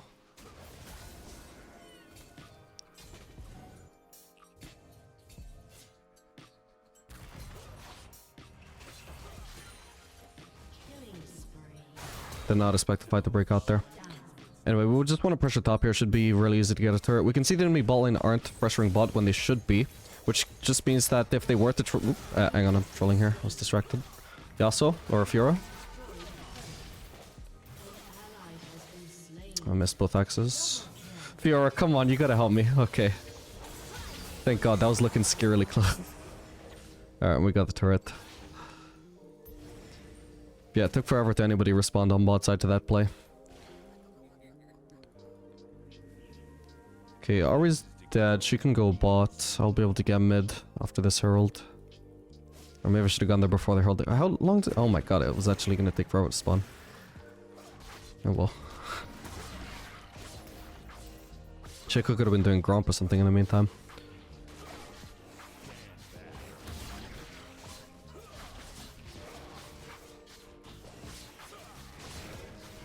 I think I'm juggling triple axes there. Oh, Hari did not go bot. Hari went to mid, means nobody is defending bot, and I'm way too far away from bot to farm it, which means I have nowhere to farm. Cool. That's just bad macro, but whatever. We don't go into low elo and expect our teammates to have good macro. Whether we are actually bronze, or whether we're a master of smurfing in bronze. I would like my support to not farm bot lane, but you know, I did kind of sign up for this.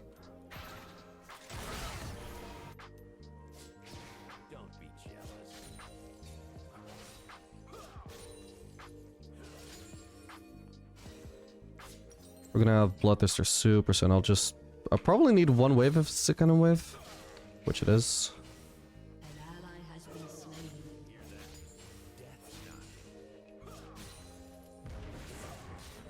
Okay, well 1000 damage crits are probably more damage than we were dealing with lethality, and that is for sure.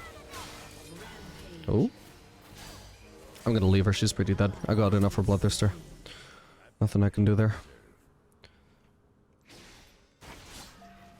Where did Ari die? Under turret. Huh.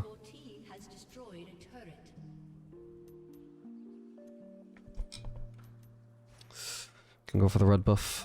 And I guess for raptors as well. And then if he also keeps pushing bot, I can go respond to that myself.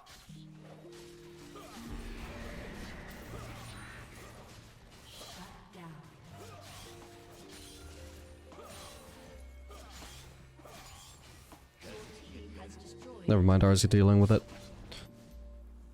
I can go for the Scuttle Crab, I guess.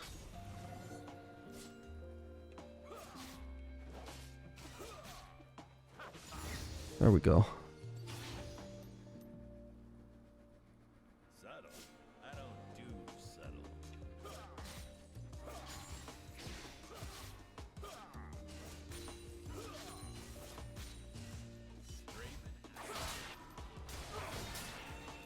Nah, there's not anything I really want to base for here. There's no point in resetting my Q. I'm just gonna save it because there's no wave to reset it off of.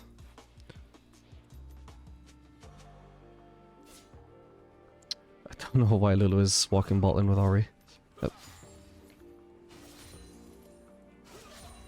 Okay, so here I would say our options are definitely between Lord Dominic's or Farcanon. Their team is not really building much armor. They have a little bit, but it's not that much. It's probably not going to get much higher in future either, so I think Farcanon is going to be a pretty solid choice here. So we can do those 1000 damage crits from 700 range away. Oh fuck, my axes run out. You should be dead there though. Yep, nice. Yeah, if you shoot your Draven axes into Yasuo wind wall, by the way, they just go into the void. They don't bounce back. That's a bit annoying. You have to be, you know, very patient to make sure you're not throwing axes into the wind wall and you're stepping around that or waiting for the wind wall to time out. Nope, not bad. Wait, Max. Yeah. Why is my ult not traveling back? There it is. Yeah, I got her. Jeez. Can we flank her? Oh, she's almost dead.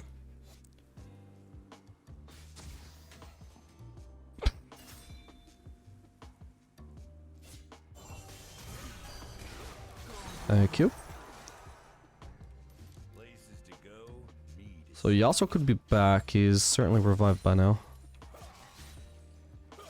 We life steal insanely fast though, even faster with this build than with lethality.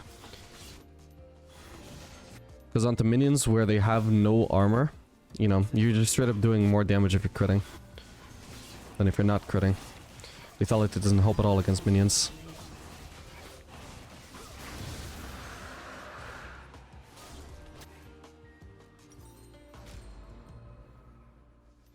Your turret has been destroyed.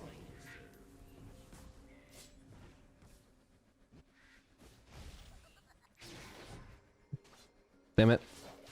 My tax. Time's out, my bad.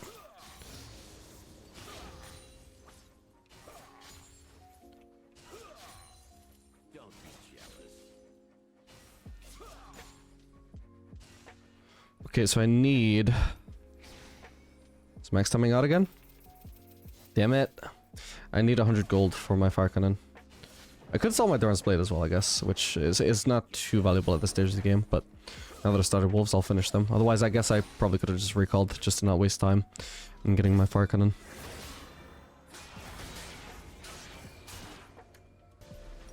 Because at the moment, I'm not looking to impact the map at all until I get that base off. So the faster I get the base off and get my item, the sooner I'll be impacting the map, the more impact I will have over the game.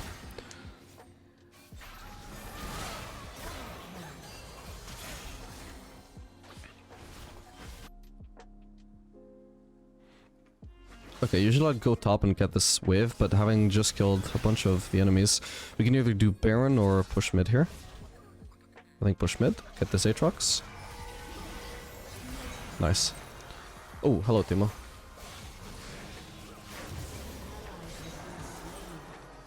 Oh, damn it, didn't see it. Okay, we're not gonna be able to push mid, I don't think. This is triple axes.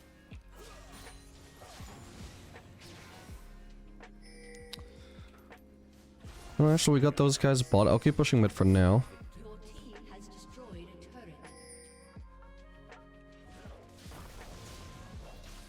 Oh, should have been able to dodge that, my bad. I'll get out of here, I don't want Yasuo dashing on me. I have the best job.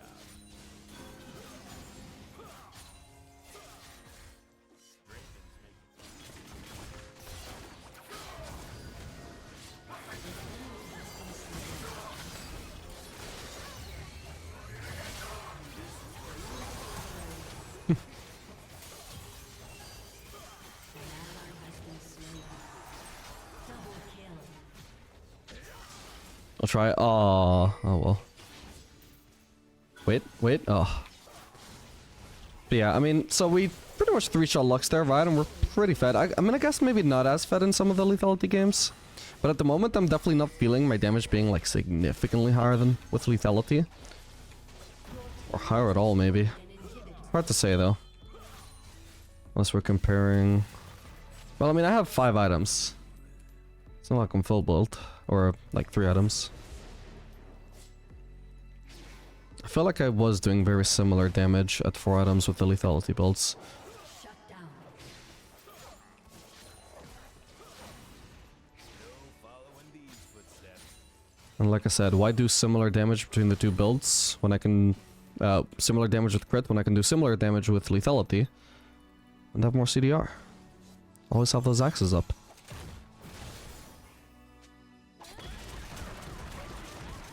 Close. Sorry. Didn't even mean to give her time to bait her flash. I literally just lost vision the moment I could auto. Draven out. Let's admire these a bit. Yeah. Okay.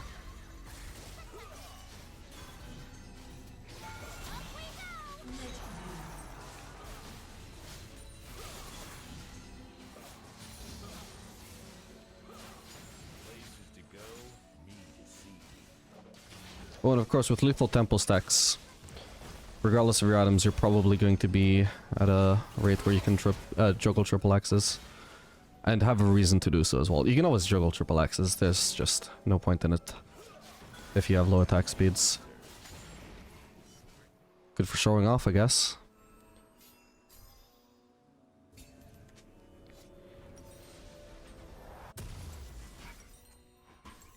Alright, so final item, I think we'll do maybe Lord Dominic's.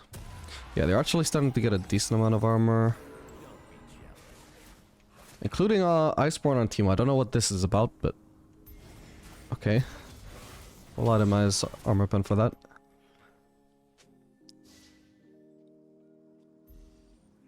Oh, I can do red buff.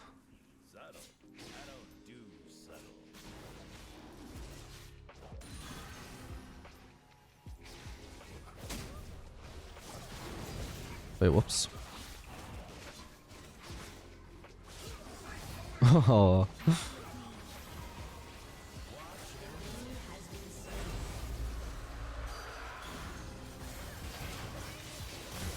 Nice. We should hopefully be able to end here, maybe? Nope, never mind. Oh, okay, yeah, that's good enough. Fair enough, GG. Alright, gamers, we are back for another game of Draven to Diamond. This game, I'm gonna be playing Draven Braum into Samira Taric, which is actually a very good bot lane. Little bit scary, but we'll see how we do. Good exhaust for the Samira, so we'll be able to reduce her burst, especially the level 6 burst, which is a little bit telegraphed with her ultimate, obviously. The moment she pops her ultimate, we can just exhaust. If she dashes in on us, we exhaust. She'll also be able to, however, drop at least 1x from us during fights if she just blocks one of my autos with her W. So, she got that positive interaction against the Draven.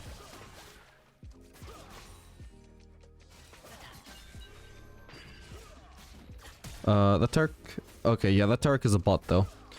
I was gonna go aggressive anyway at this moment, but, trust me, I'm not just abusing her now that I realized her support is a bot. Well, I can certainly abuse her now that her support is AFK. She might die to that? Yeah. So... Regardless of her support being AFK or not, I mean, that was a 1v1, right? I don't think Braum actually touched her there. Yeah, he straight up does not even have an assist. She could not take an extended fight against the Draven. I have more sustained damage than her, normally just through my axes, of course. I also have lethal tempo, which stacks up so much faster than Conqueror. And a Conqueror also doesn't do too much in a level 1. It's mainly for, like, you know, when you're unleashing your fully stacked Conqueror with your ultimate, where it's useful. You don't just gain a ton of DPS from it at level 1 like Draven does from lethal tempo.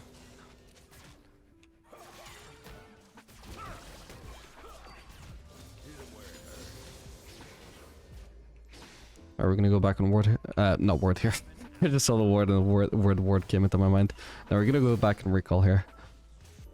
And, okay, what build are we... Oh, yeah. The build I want to try this game... I suppose is one that I could still do Vamp Scepter with it. It would be a little bit awkward, though. Because we're gonna be doing... Serrated Dirk into Trinity Force, which was a bit more popular, I don't know, like 5 patches ago or so, when Triforce was considered stronger. It's a little bit less popular now, but it's still Draven's second most popular mythic. And I think it, like, people dropped it too fast when it got changes, because it didn't even really get nerfed, it just got changed. The impact over most ADCs was, like, almost non-existent. So I think it's still good. Yeah, that support, Taric doesn't even have a support item. But yeah, the advantage over the Trinity Force build is purely just the fact that it's going to make you tanky. Suppose we can kill Taric. Nice. Not that it's hard. I don't feel good killing a bot, but there's no point going easy on him.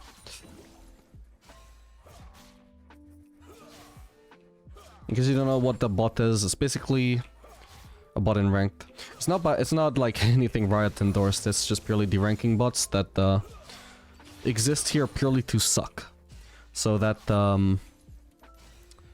they will derank just by sucking, and they will reach Iron 4, and then the owner of the account can sell it for however much Iron 4 accounts sell for these days. Used to be really lucrative actually, but so many people have started doing this that the prices went way down. So it's not like...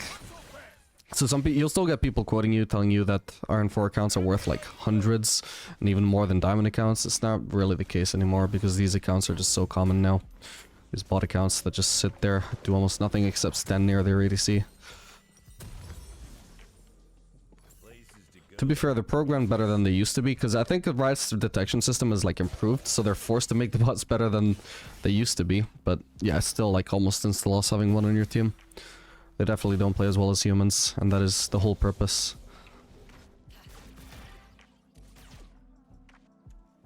Let's admire me for a bit. I do think they have become less popular though, or maybe just because I don't play much bronze these days. To be fair, that could be it.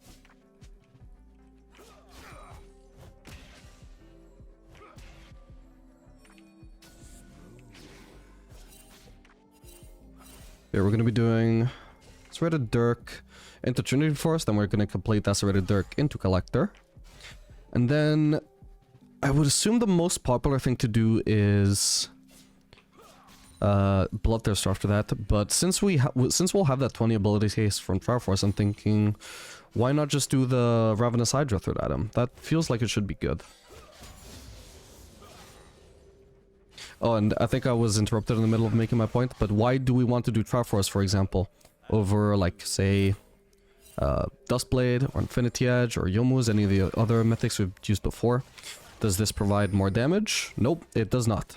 The only advantage, really, of going Triforce over other mythics is it still does respectable damage. While also providing you with 300 HP, so it just straight up makes you tankier, and usually that makes you able, for example, to 1v1 more champions. You may not provide as much DPS in team fights, but for example, you'd be much more likely to survive the Zed, like from, for example, that one loss we've had this video. Triforce would have helped a lot against him. And in general, if I want to 1v1 anybody, that HP is going to help a lot more than just maximizing my damage would.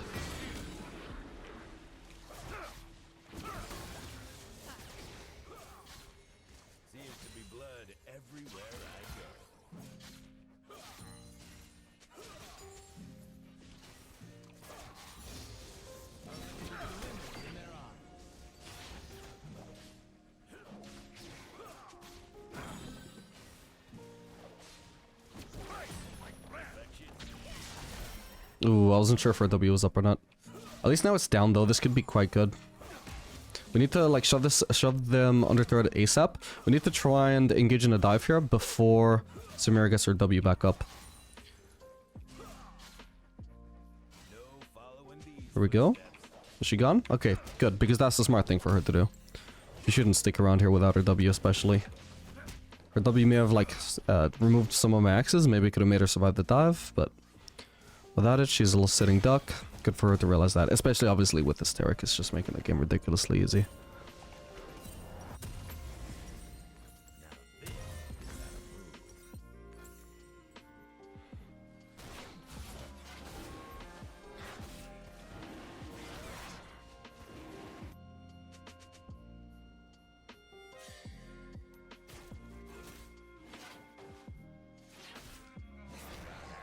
I'll start pathing towards it, but I don't want to give up a huge wave here.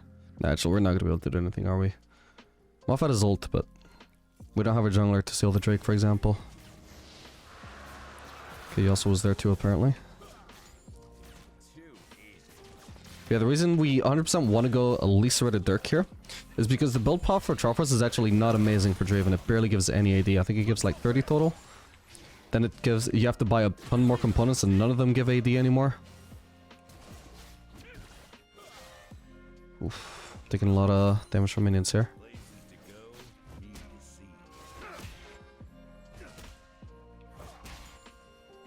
But yeah, you can see if I wanted to do Vamp Scepter, for example, like we usually do, you can see right now we would have run out of slots.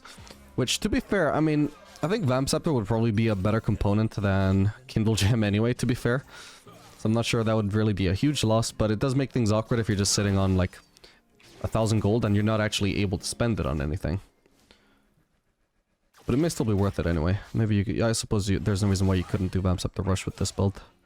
Vamp Scepter Rush into Serrated Dirk. I mean, you could do straight into Triforce if you just want that power spike fast, but I would rather do definitely into Serrated Dirk.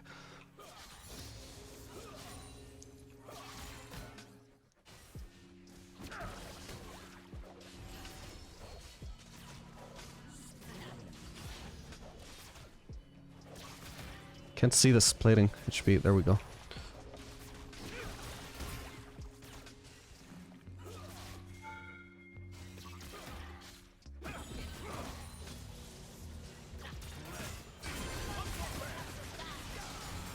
Ooh, she is a little bit lucky there, I feel like. Oh. Okay. Not bad, not bad. Could have been worse. An ally has been slain. I would say definitely 1-for-1 trade is not worth it when she's this behind, but you know what? She has a bot. I'm not gonna complain.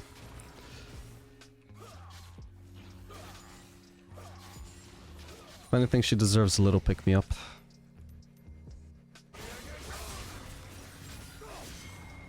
She's being very brave about it too. Oof. Maybe I should have walked mid as soon as I saw this action, actually. I think if I literally had been, if I had my brain turned on while I was watching that, I would have just started pathing towards mid just in case there was something I could do. If nothing else, we knew they were going to end up being pretty low, so even though I was sitting a lot of gold, I could just go mid and start pressuring already. Yeah, so currently getting 40 AD from Triforce, 33% attack speed, 300 health, and that 20 ability haste.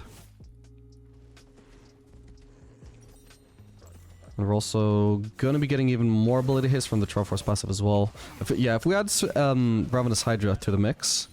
Oh, shit. If we add Ravenous Hydra to the mix, I'm sure we should have enough ability haste to get that permanent Q up time. See no reason not to do that. I'll try and see if there's any data for that as well. In terms of win rates in a sec, but I assume it's probably unpopular because I haven't noticed it before. This attack speed is so smooth though. God damn.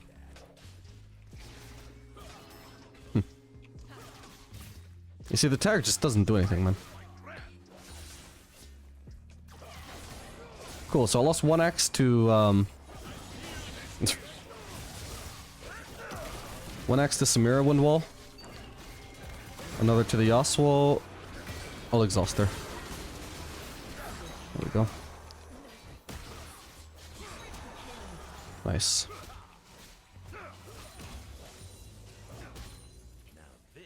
Okay, I'm not gonna lie, the attack speed really does make this feel like such a smooth mythic. I like this build.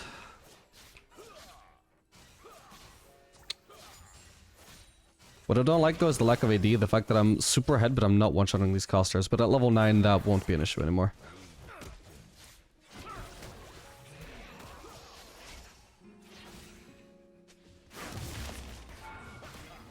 Hang on. I don't actually have ult, or, well, mana for ult, so I don't really have a chance of killing him there. I'm gonna have to back off here. And I have to path away from the mini wave, so I can't have Yasuo dashing onto me.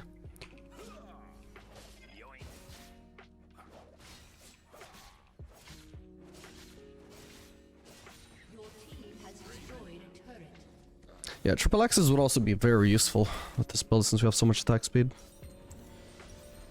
Hello. Okay, so we can either go for the collector now, or we can just go for the long run and just build this. I think I'm gonna, yeah, I'm gonna go for the long con and build this. It's gonna be definitely a much worse power spike for now than completing collector, but once I gather 800 more gold, then that will pay off, I hope. I would assume Ravenous Hydra should be a better item here than collector. Oh. Nice one.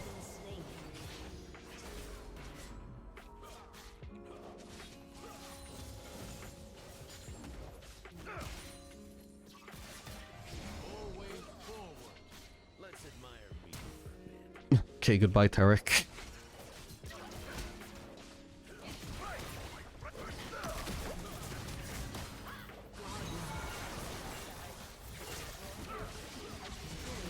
Got him. I probably should have waited to see if it would actually, like, get away before using ult, but whatever.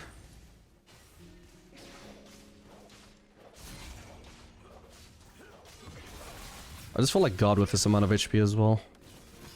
Alright, we can base already. I may just end up choosing to shove another wave, though. I think I will do that. Oh, come on. I should have actually... So, I should have not actually used my axe there. I should have just done a regular auto attack and just seen if I could bait the wind wall that way. Then I could get my axe, and then my axe wouldn't be removed.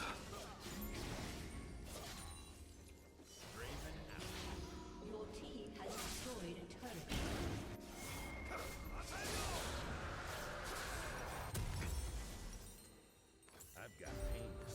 Alright, so... Oh, I got a blue buff, so this is a bad example. But... for now, at least, I do have about a 1-second window to use my Q and reset my axes without having to interact with minions. When the blue expires, that's going to be less. But I will continue gaining a little bit more ability haste throughout the game as I keep completing items, thanks to the ability haste from my Triforce mythic passive. An enemy has been slain.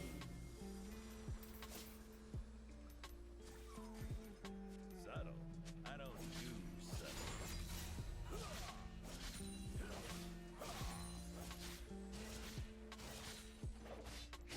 Whoops.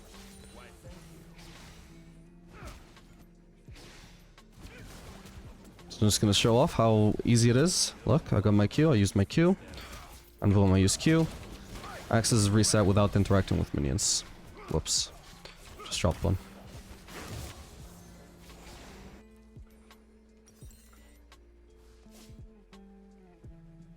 Blue buff about to run out, so after this wave we can show it again.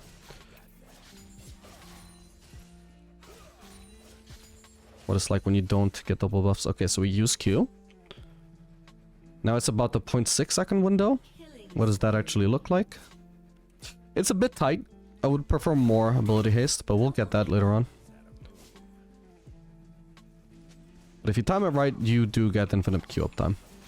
Most of the time you should be able to do it. There's no pressure to do it if you're not interacting with minions or champions or anything.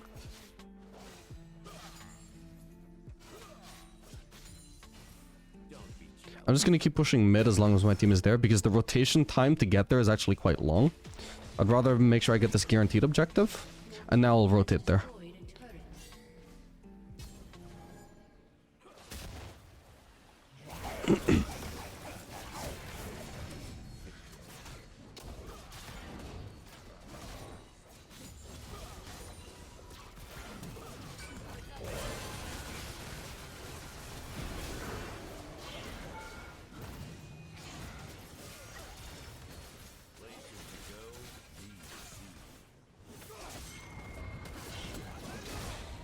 Oof. Have some axes because I was a bit distracted there. Alright, that was easy. I'll exhaust him, or I was going to if I could have gotten range. Hang on.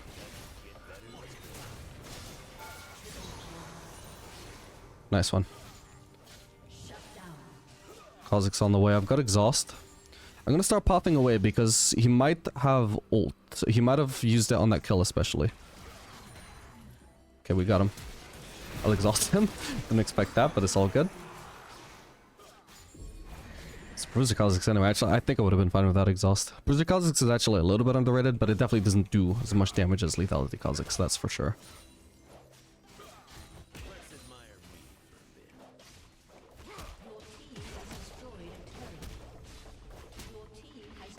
Alright, I think we can just go ahead and base now, maybe? Or... well, they all seem to be bot. I suppose we have to keep pushing here. Well, there is Akshan.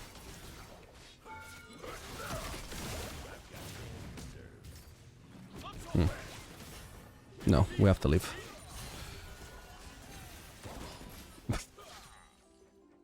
Just continue getting out of here.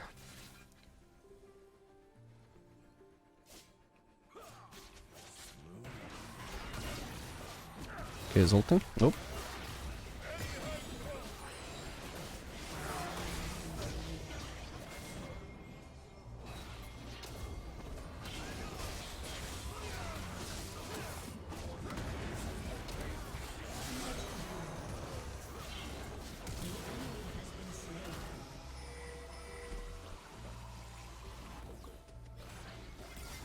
Yeah, between the sustain and the Triforce HP, it's just ridiculous. It is really hard to take me down.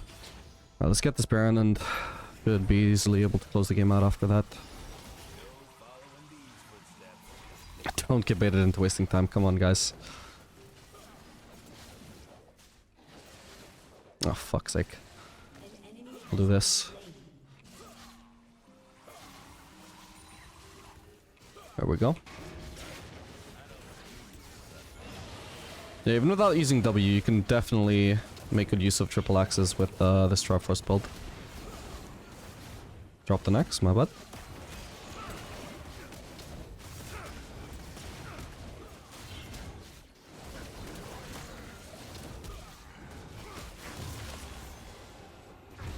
Cool.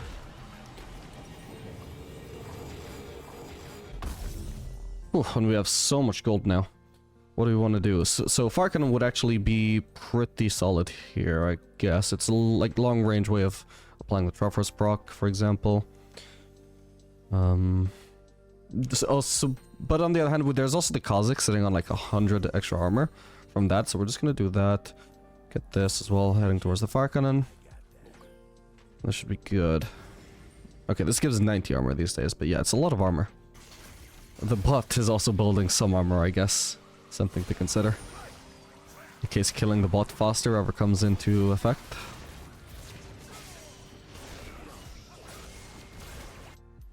Having to kill him, I mean.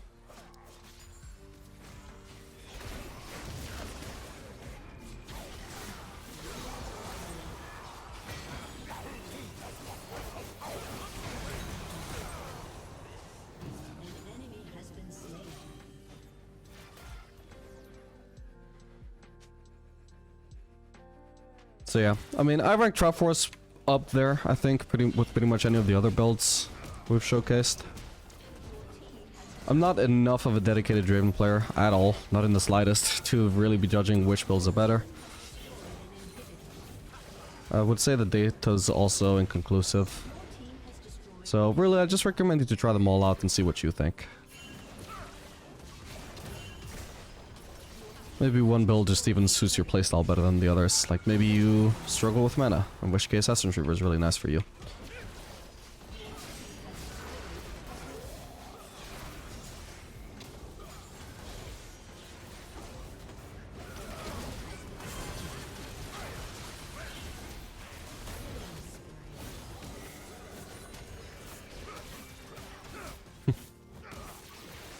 Alright, GG.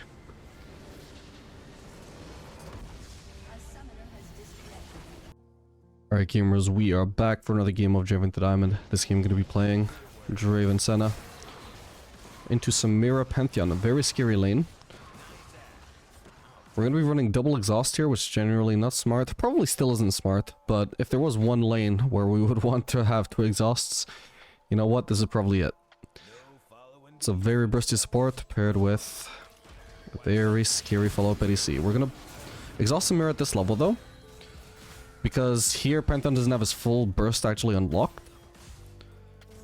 So like he's not actually going to burst us too hard, where Samira has better extended damage, so it makes more sense to exhaust her this early on. Okay, Senna's off to a very good start here actually in terms of dealing damage to them. I did some of my own damage early. Looks like we're off to a good start from that.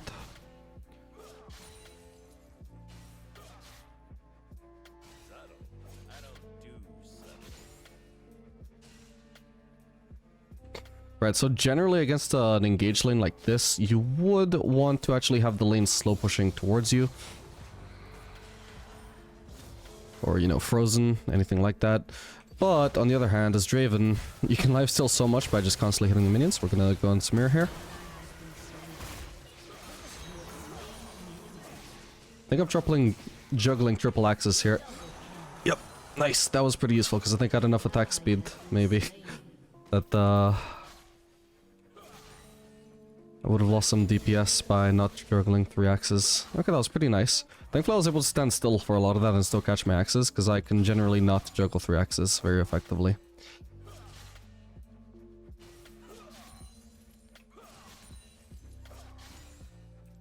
Alright, hopefully that is a proper crash, and I can just go ahead and base here. Alright, actually, I haven't even thought about what build I want to use this game. But what do I want to use? Let's see, that's going to be AP Shaco. So it's not too bursty. But we have Samira Pantheon on the enemy side, on the enemy bot lane, who are pretty bursty. So if I was to rush Triforce in this lane, for example, that would make me significantly tankier and much less susceptible to their bursts. So it might just be an idea here to rush the Triforce. In fact, even without the Serrated Dirk. Just skipping the Serrated Dirk, just going straight for the Triforce and rushing that 300 HP Triforce, and even just the 200 HP Kindle Gem as well would actually be quite useful. It helps, of course, that one of them entirely blocks damage and the other one will remove one of my axes on every fight. So my potential to do damage is going to be somewhat limited generally anyway.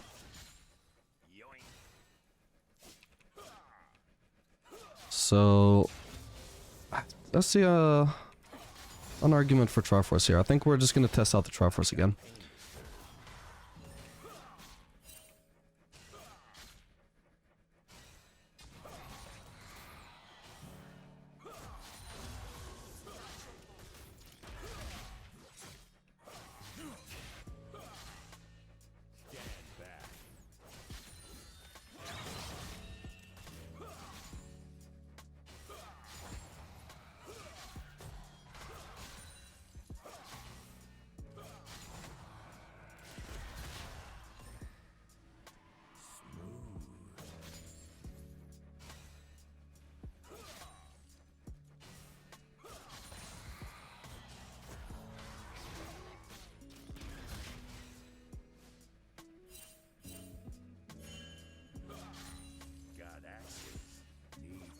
And so you can see, we have a matchup against a sort of engaged support, so they don't actually have high poke, but you can see that I do still like lose the occasional HP, even if a lot of it is just to like minion aggro, for example.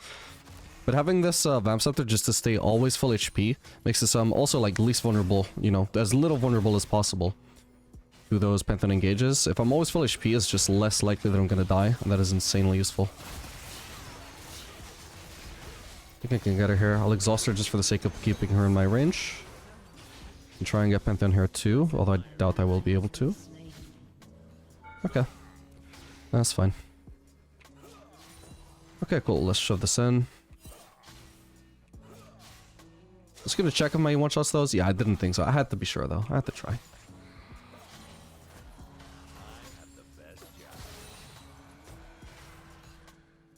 Alright, I'm gonna go ahead and base now.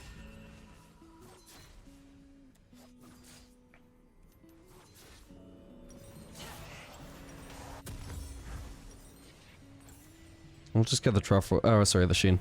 The lane is going pretty well, so I could go Gindle Gem if I really just wanted to be tankier here, but it's definitely if you're this ahead, for sure, there's no point even considering that.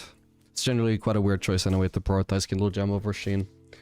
It's definitely something I would only do if I was desperate, I think. Or if I really thought that the way this lane is playing out, that there would be no point in offensive stats and every point in defensive stats, but I don't think that's how the lane is going. It helps that we have such a squishy support in Senna that Pantheon keeps like getting baited into engaging on her, but they can't really win a fight that isn't engaged like directly onto me. Because I just do far more DPS than Senna. They need to be worried about me. They need to shut me down in a fight. They can't engage on Senna and then have me free hitting Samira the whole time. Or free hitting Pantheon the whole time as Samira is too scared to go in because I'm not CC'd. I do need to place a ward.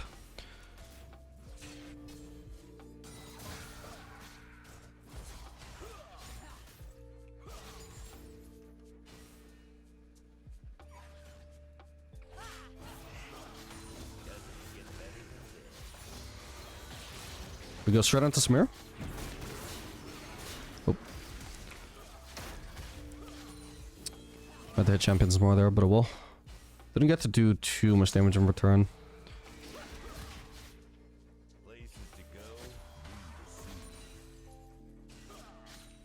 I'm gonna walk forwards. I don't want to make it too obvious to Shaco that I know he's there. I'm gonna lane like I'm just about to go aggressive on Samira any second. To waste the most of Shaco's time as possible. Now this is how to move. They're pretty far away, so I can even path near him right now. Senna needs to be very careful though.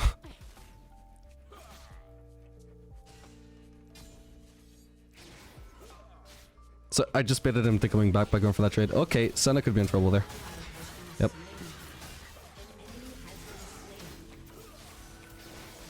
Got her. Now where's the Shaco? Okay, it's pretty far away. Nice one. So we just baited him to staying bot lane for like a full minute and then we still just kill Samira. Granted it was at the expense of Senna's death, but trading 1-for-1 with a Draven, not really worth it. I got like 200 extra gold there.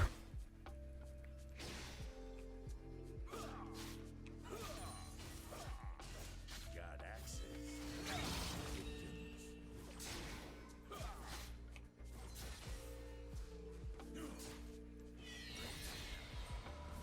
Okay, I can best for Triforce now.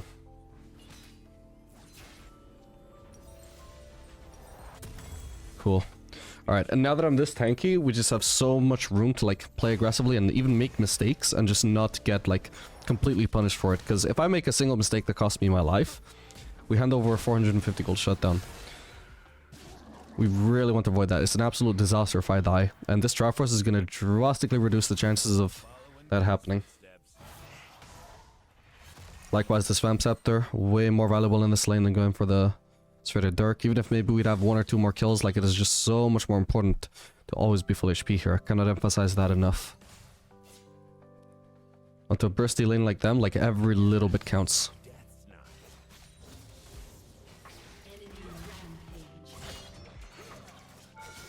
Yeah, that was kind of useless. So we took a bunch of damage there, even a Tertial maybe, but we're gonna be back to full HP in no time. Let's admire me a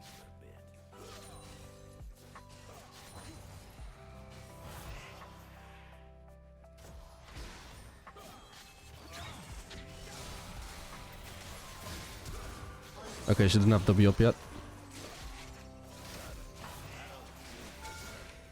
Oop, kind of missed that. Managed to avoid that other turret shot if Shaker shows up. We have exhaust. Oh god, that's a bit too many though.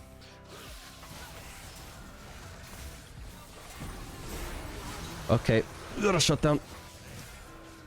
So did they, but I keep missing Shaco. Just try to... Wait, no way. Please, I don't have W. Oh my god, wait, that's only the clone, so I'm actually gonna get away here. What? He was so sure his clone would kill me. I think he just queued? No, okay, he just... went out of vision. Oh my god, it is insane I lived here. Anyway, at least if I had died there, oof. Could have potentially been a shutdown to Cassiopeia, which would not have been good, but even if I handed over a shutdown to Shaco there, that would have not been a disaster. Especially because he's only like 0-0, he was 0-0, right? So like, he's not like insanely fat, he's not an issue. When it comes to shutdowns in League, basically, hang on, we'll do this. Yeah, this is much better. When it comes to shutdowns in League, you really want to avoid handing over shutdowns to like the most fed person on the enemy team. Because that just gives them the ability to 1v9. If I handed over shutdown to Samira, for example, okay, pretty bad. Especially because she's our direct like lane counterpart, she's gonna get ahead and maybe have the tool to win the lane from that. But you know, a 2-4 Samira not gonna 1v9 the game. So long as we don't prevent her, like allow her to get even more fed from the lane, that would not be an issue. But this 4-1 Cassiopeia already has the potential to be an issue. Imagine a hand over 1,000 gold shutdown on top of that. That would be an absolute disaster. But a shutdown handed over to Shaco on the other hand though, you know, Shaco doesn't scale like insanely well. And then he's 0-0, so having 1,000 gold shutdown is like having 5 kills, I guess. No, sorry, not 5 kills, that would be ridiculous. More like 3 kills, I guess. Okay, so 3-0 Shaco. Is it ideal? No. Is it likely to single-handedly cost us a game? Not really. 3-0 Shaco is not going to 1v9 the game most of the time. Cassiopeia, on the other hand, that would have been a scary prospect.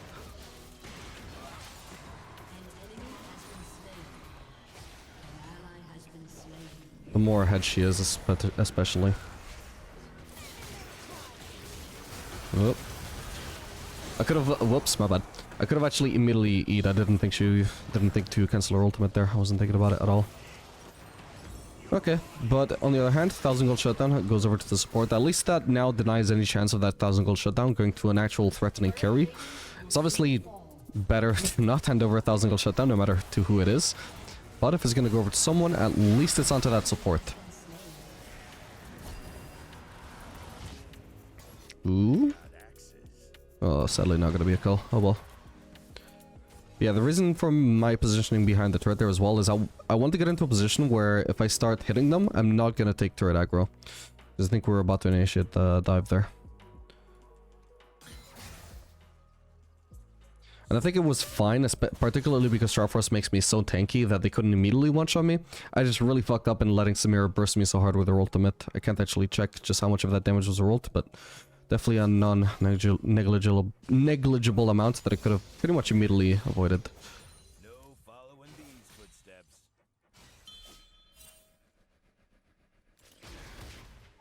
Oh, crap. Okay, I got healing. Got her. Please leave the wave. I don't just need that for farm, I need the healing. Swear to God. Q. It's like 90 healing per minion. That would be so... Such a handicap for Kratos to farm that. Oh. Nice. Your team has destroyed a turret.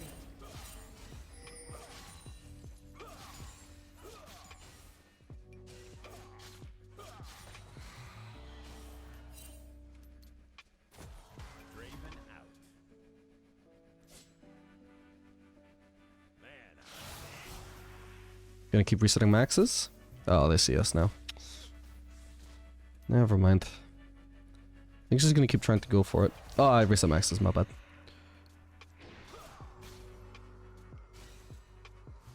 Okay, so we see Circle mid. We know we're not getting ganked by him at least.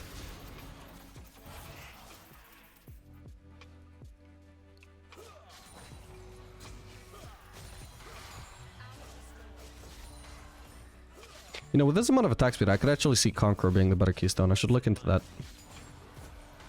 For now, I'm just gonna base though. Let's see if I can look into that now. An enemy has been slain. Actually, I'm gonna prioritize. It's Reddit Dark. I really do feel like I have just enough attack speed right now.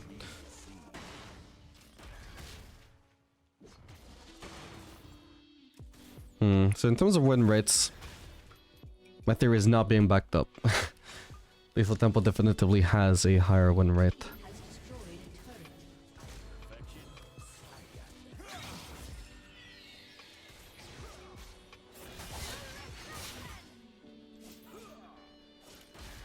Killing spree. Oh, I failed that E. Should live though, unless there's a Shaco that pops up on me here. Nice, okay, that was very clumsily executed. At least it wouldn't have been a disaster if I died. I do have, I mean, a smaller shutdown than I had before. For sure.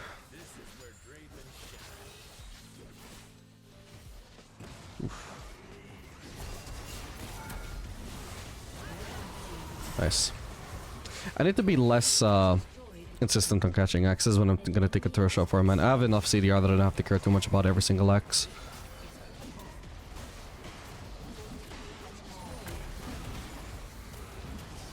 You can see this Triforce into Essentia, or sorry, Triforce into Revenant's Hydra build, just so much safer than other builds. I'm just constantly, I'm not only like really tanky when I'm full HP, but I'm also just constantly full HP. Oh. Damn.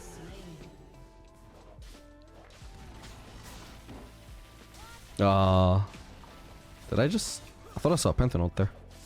Oh, I did see a Pantheon ult there.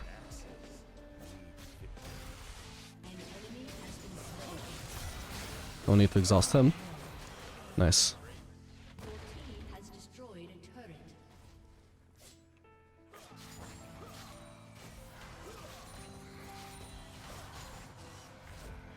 Alright, I am just gonna base here. They probably should be able to defend it, or maybe I'll just farm another whiff, because I'm greedy. But I'm not going for the inhib at the very least. Damn it. I think I'm in trouble here. Damn it. Yep, my bad. I wasn't expecting that flank. How big was the shutdown? Okay, 300. Not a disaster. At the very least, I think we can definitely delay the Berserkers. It doesn't feel as valuable as building more AD and crit here. Okay, one thing I can look into while I'm dead now, though, is what is the deal with Bloodthirster versus Hydra on Triforce builds, because Revenant's Hydra is definitely feeling a lot better to me here.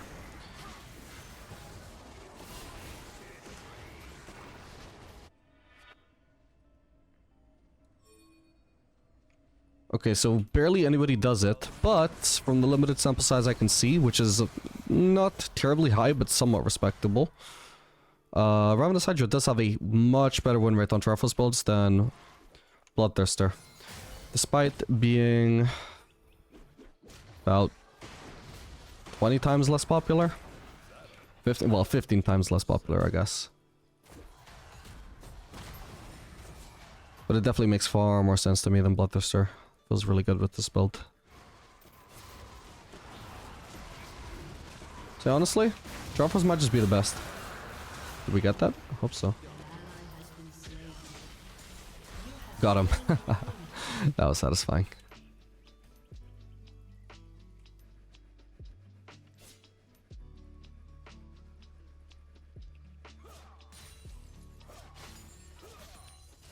Let's do this.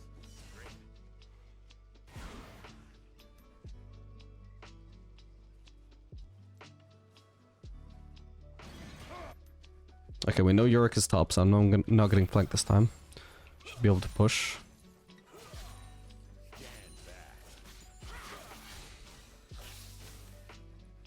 And maybe we just gank the Yorick this time. See how he likes it. Rampage.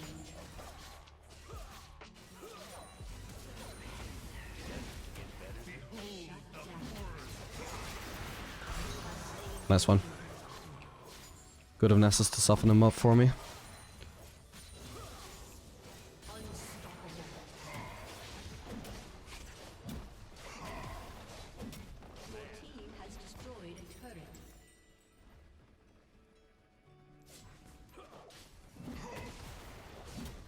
I wish I could talk more about macro, but in all these games I just keep getting such a massive lead. There's really not much to explain here except just run at enemies and kill them. Which, to be fair, is a lot of Draven's gameplay regardless of whether you get or not. Your team has destroyed an inhibitor.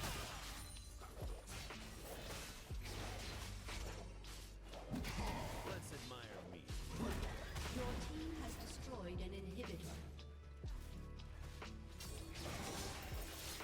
Oh, almost got him there. Oh, he actually just died to my red buff and collector. Cool.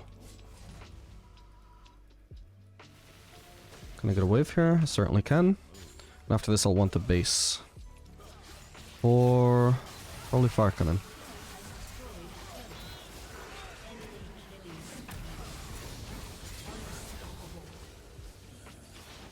An ally has been slain.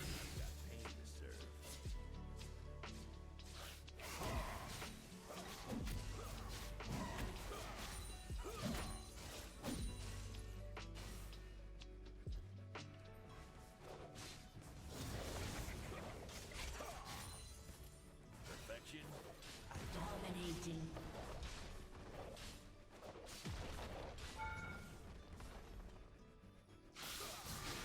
Crap. Okay, nice. What the hell?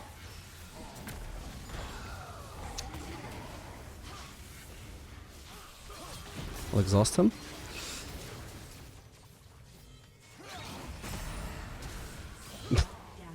Probably a bit off more than I could chew there, my bad. What item do we want now? Fire Cannon? So Ness is gonna be fine there. He has Divine Sunderer. Ah, but he didn't get the auto.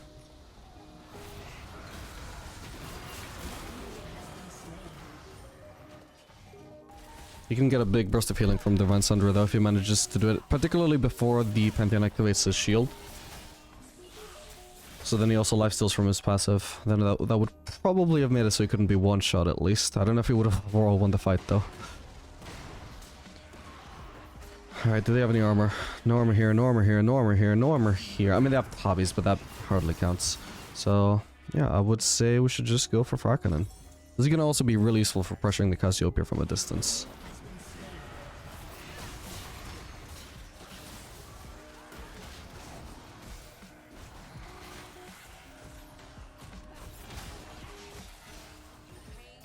For this particular game, if the game were to go longer, I could also consider doing QSS, so I could never be caught out by the Cassiopeia.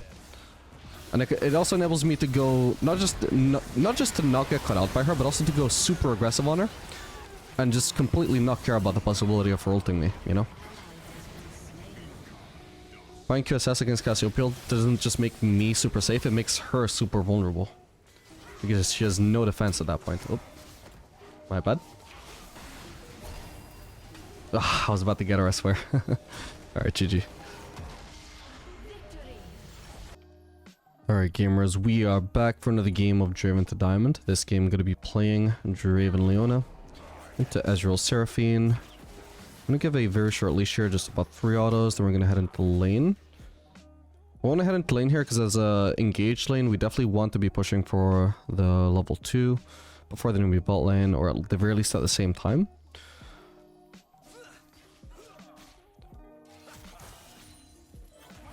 So I'm going to push as hard as I can. I don't even want to trade at all right now because it's very likely the trades would just basically end up being 1v2 as my Leona is not good in level 1 into ranged bot laners at least, so just going to push. And we're going to even risk over pushing here. See if this allows us to hit and engage. Okay, that's fine.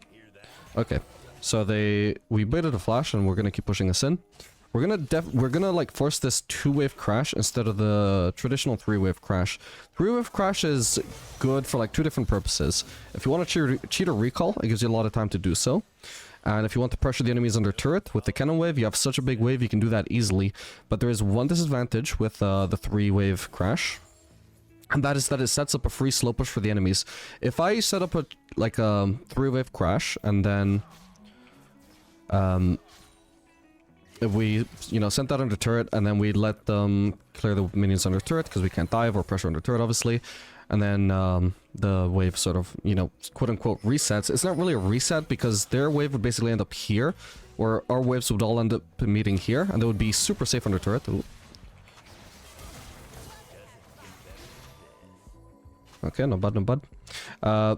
The waves would end up being like there, and they would just end up super safe under turret, and my Leona would just not be able to engage at all. So if we have an engaged support like Leona, on top of the fact that we want to push hard for level 2, so our wave is going to be naturally pushed anyway, we want to force that 2-wave crash instead of the 3-wave crash, so that on like the 4th wave plus, the wave is not in a spot like this, for example. This spot is pretty bad. We need to fix this. So we're going to be crashing this. How bad? Drop the next. We want to avoid this position as much as possible. And the reason why that always happens on a 3-wave crash is because... now we can stay longer. Because the cannon wave will survive for so long under turret that it buys so much time for your wave to walk all the way up through the lane and crash here instead of here or here. So this is like specifically for when you have like an engaged support, a melee support. It can be okay if you have like a Blitzcrank, but still, like you ideally only want to be doing that 3-wave crash. If your support is something ranged, or like if you are playing a pick that can actually pressure fairly easily under turret, because then you can harass them and push for the turret plating. But a Draven Leona lane just has to have the wave around here to be useful. Particularly the Leona. This Leona is taking so much damage to this Ezreal, what the hell? I think he knows you're there, buddy. Anyway, this game we also decided to test the Conqueror, by the way.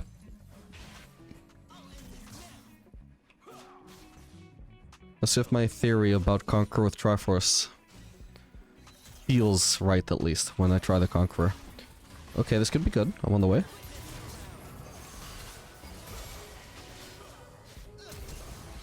Got her. I'll exhaust Ezreal. Probably should have done that sooner. My bad.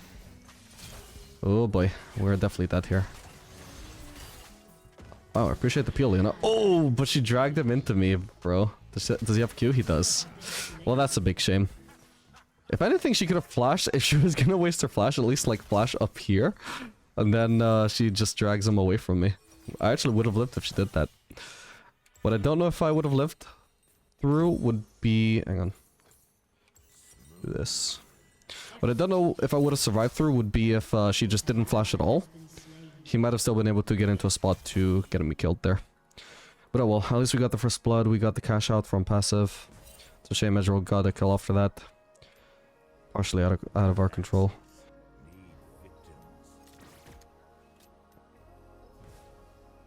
Yeah, you see, when Leona lands an engage, when the wave is pushed like as far to our turret as there, we have so much room to run down the enemy bot lane. Now imagine if she landed that same engage.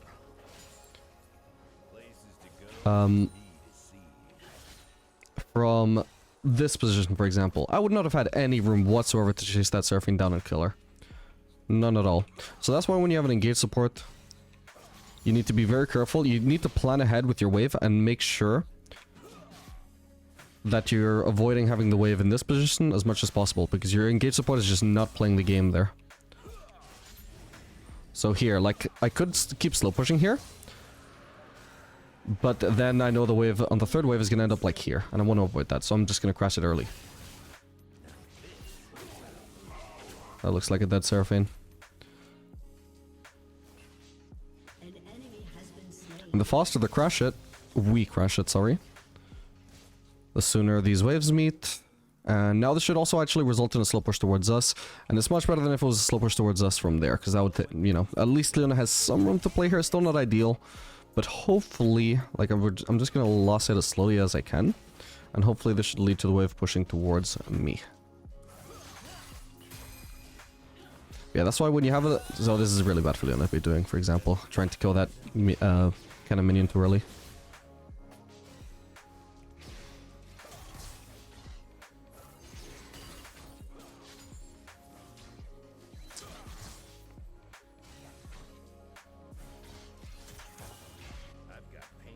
Okay, we have to force a reset.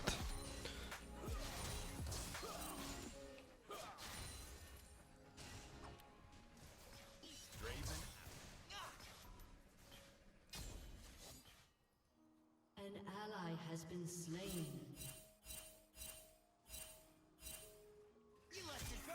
Nice.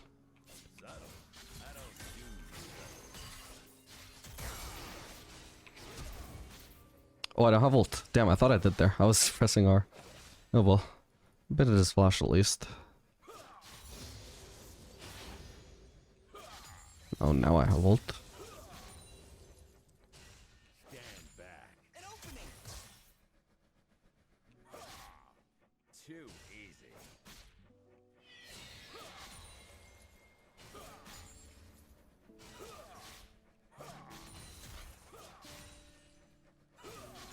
Let's admire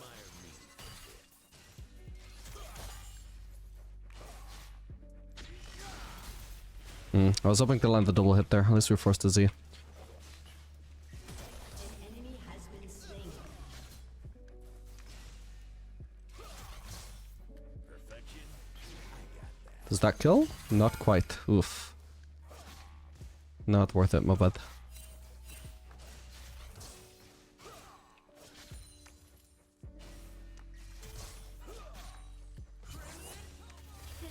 Do need to go place a ward. Cool.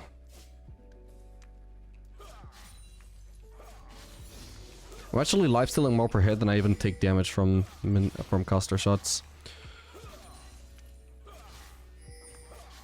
Don't be jealous.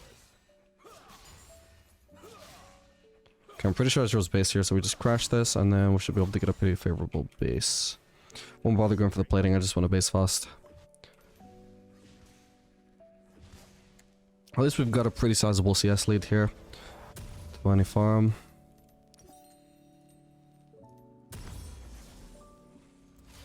And we're going for the Triforce build again, so grab this, and we have the Vamp Scepter, sorry, at this point. We hardly need this refillable. So we can just sell that to get boots, which will be significantly more useful.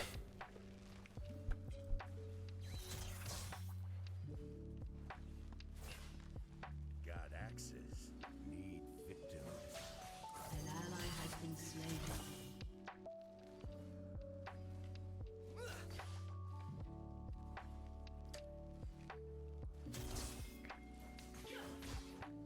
Anyway, the Seraphine seems to be trolling, by the way. So Leona's doing the last thing she wants to do here, although it is kind of awkward playing, like trying to punish a 1v2 Ezreal, because he is so ridiculously hard to actually engage on.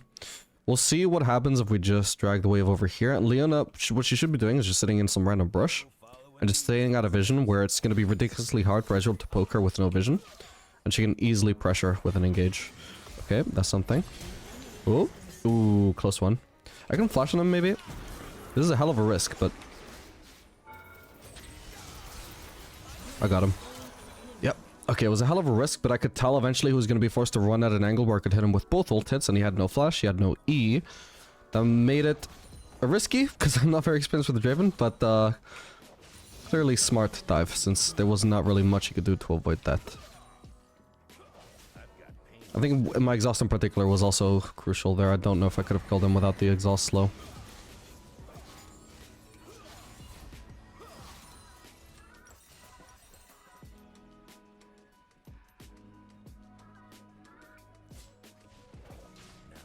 I think I'll get the plating and then base. Nice. But can this melee fuck off? I did nothing to deserve this, bro. Like, it ruins my wave state to have this dragged out, but I can't avoid it. Like, what? It just wasn't leaving me alone.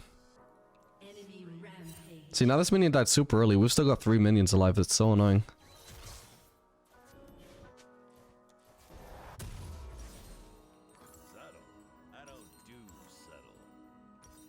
Alright, it's great. I'll finish the berserkers.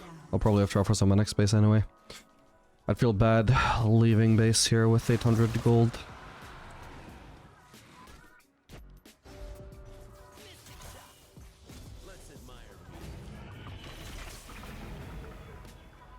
Okay, hello Makai.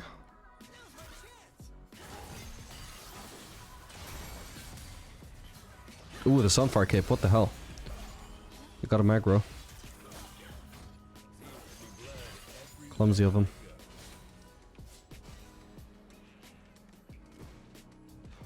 Okay, so freezing here is not really an option. What we're gonna do instead is try and set up a potential dive. If you can't have the wave like super pushed towards you, then this is gonna be the next best way to try and punish Ezreal. Again, this is hard. Not at all guaranteed. He's a very safe 1v2 champion, but we know he has no cleanse right now, for example, so we can just try and set up a dive. Which means crashing as fast as possible rather than leaving him to farm alone for ages. I've got aggro. She took too long. Oh my god, she is bursty. What the hell? She has 2 items. Oh my god. Jeez. Alright, that was a disaster. Maybe I should have pinged Ezreal in advance. I thought she was diving, but she was actually going for the plating, I think. Okay, looks like Ezreal is dead. Not bad. Ooh. Ooh.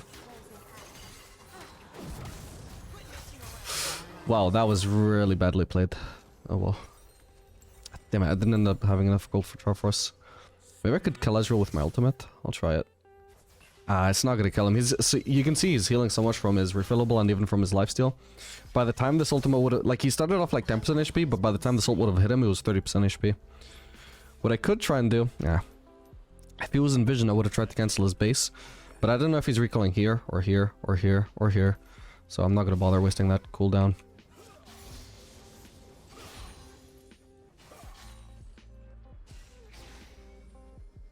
What I will do, though, is use it to shove this wave faster.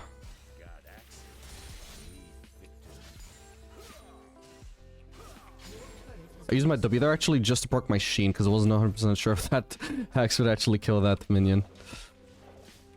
The last second W just enhances the auto a little bit. This Ezreal is actually ahead of me, by the way, guys. This is no joke.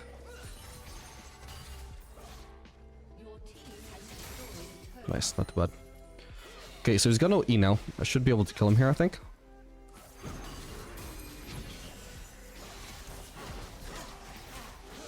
Ah, damn. Would have been nice to pick that up. Oh well. Yeah, I think I just barely had it, even 1v1. But no biggie. Maybe with a like really fast cleanse, he could have had a better chance of winning that. Even with his lead, because he basically has Trinity Force completion over me. Still, like, I'm still overall a much stronger 1v1 champion, so he's gotta be either really ahead or play it absolutely perfectly in order to win. I think it's close enough though, where if I had been hit by his Q previously instead of only his E, that would have actually screwed me in that fight. An ally has been slain.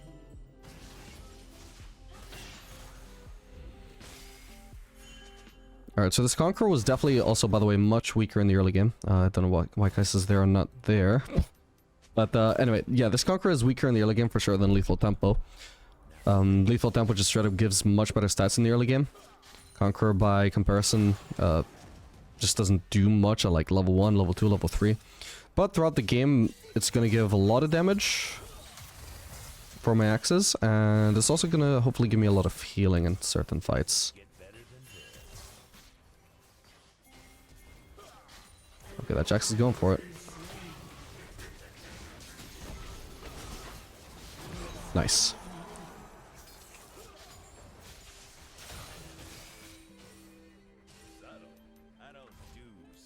And yeah, the lethal tempo attack speed just feels so overkill on this build.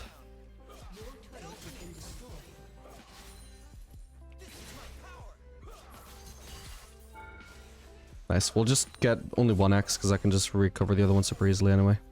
Don't want to take 2 turret shots there.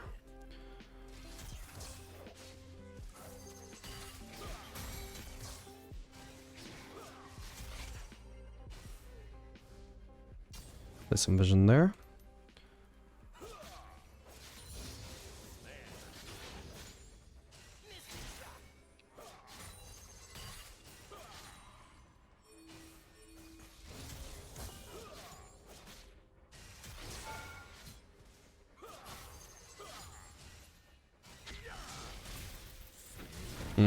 Did I manage to hit him both ways? I think I did actually. Nice. Unfortunately, because of Jax being here, I can't just flash on him and finish him.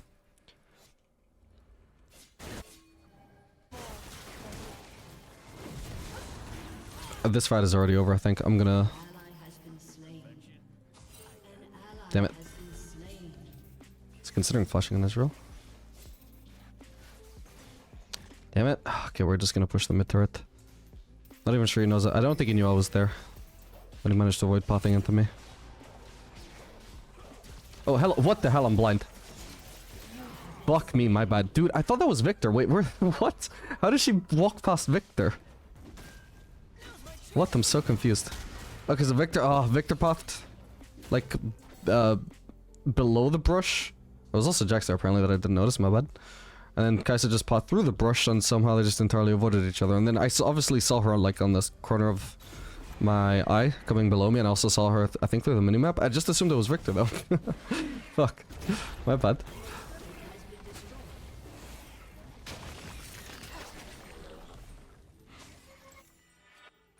Don't be jealous. That's awkward.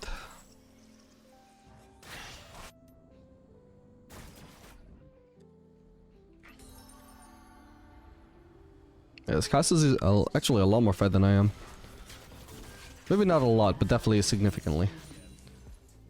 This could be good though. Oh.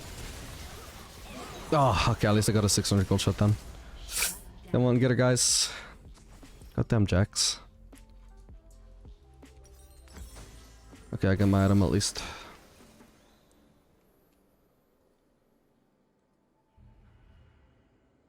Yeah, he was so low there. I was like, surely he's not gonna turret dive, and I'm safe to just ult her here. But nope, he wanted me. I don't think I should have flashed. I don't know. If I didn't flash though, I wouldn't have had the 600 gold shutdown. I think so. It paid off in hindsight, but I don't think it was the good call, the right call actually. I think it was far too likely I was gonna die there.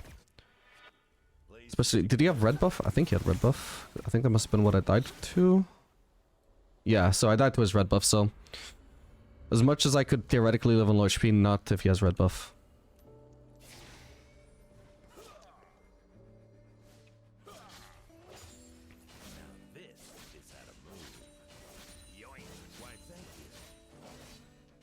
Ah. That's an auto, for example, where the triple axe struggle would have been valuable. But you can see that, like, the less your attack speed, even if you're at a point where theoretically you could benefit from it, sometimes it can actually take a while to get to that next auto, if you get what I'm saying. The higher your attack speed, the sooner you will come across that auto that isn't enhanced by your axe.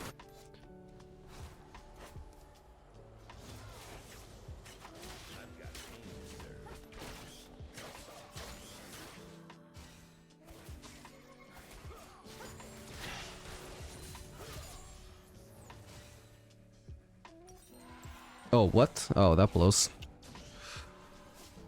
I don't do subtle.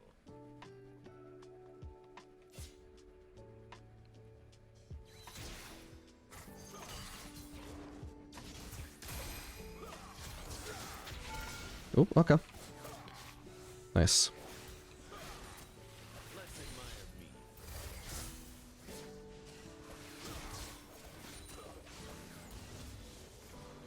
Okay, so Ezreal no flash. Just trying to keep my axes up. Maybe we want to rotate towards Kai'Sa here. This could be a kill. An ally has been slain.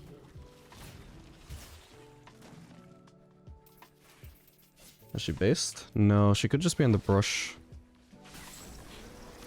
Okay, we're gonna flank.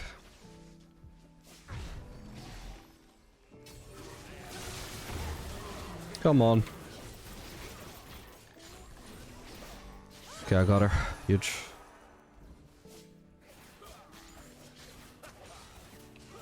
I'll go mid, I guess.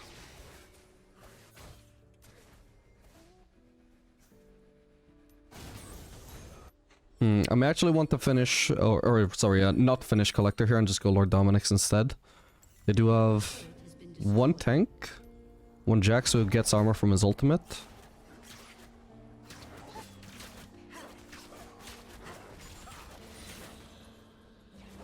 Does this team will have to follow me wherever I go, man? Like, why not keep pushing top, bro? I'm not gonna leave bot lane here. This should have been my wave. Teemo's wave should have been this top lane wave that he didn't need to overextend for.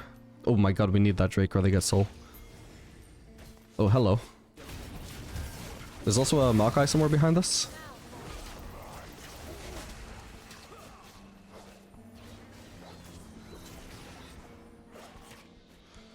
I think we're gonna have to give it, sadly.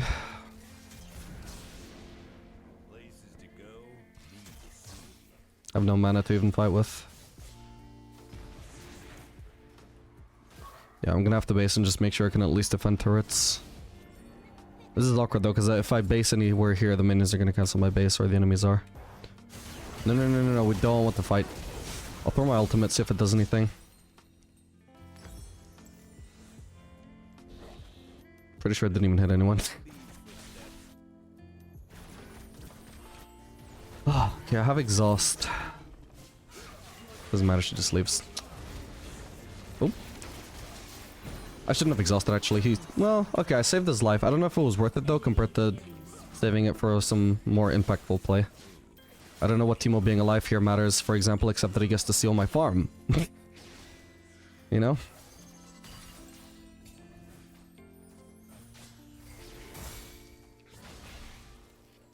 Teemo has so far done nothing in the past 20 seconds that was significantly more useful, for example, than just having him dead, you know?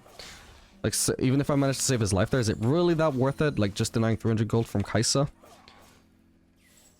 Compared to trying to, I don't know, win a team fight with that exhaust? It's the same kind of thought process I try and encourage with Flash as well. Like, sometimes even saving your own life with Flash is not as valuable as just saving it for a more impactful saving of your life. Like in a team fight, where you can hopefully carry and have high impact. Saving Teemo's life there was not really high impact. So probably not a great use of exhaust.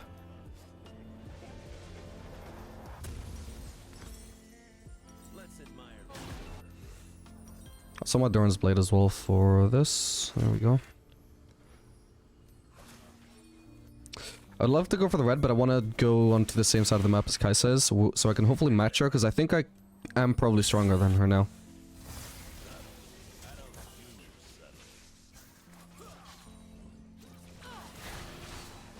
Oh, didn't see where Max went.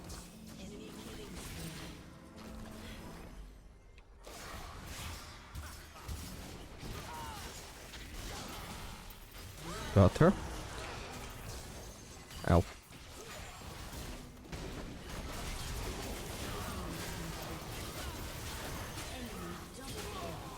Okay.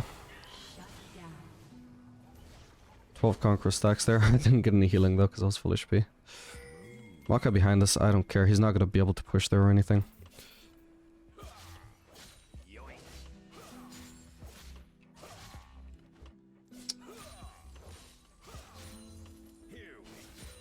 I just shove that, and now a base. Soon I'll be able to get Collector.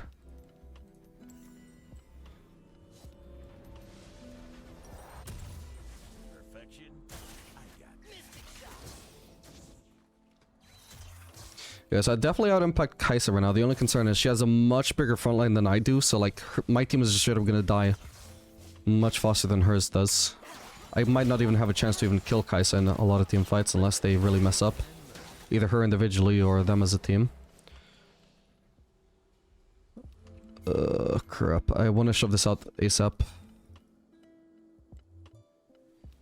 Because Baron is coming up very soon. This is my one window to get a small wave. Big wave, rather. I can probably use E actually just to clear the entire Costa line now that I think about it. I need to recall fast. I want to get this collector. Hopefully they aren't starting Baron. Hopefully. I'll get a pink ward. Maybe we can do something useful with this. Looks like they're not in the Baron. That's good.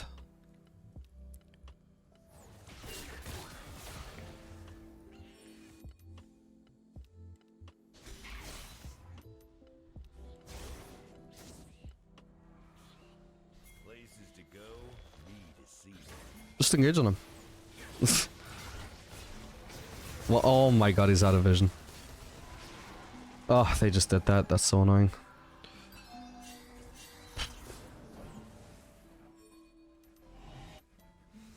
Oh well.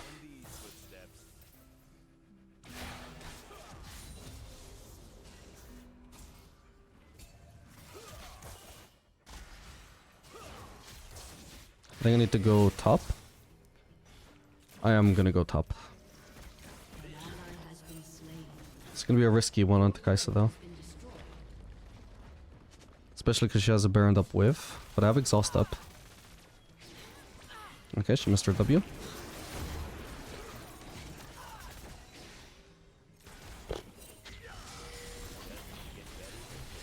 Yeah, so she is actually extremely strong with that Baron wave.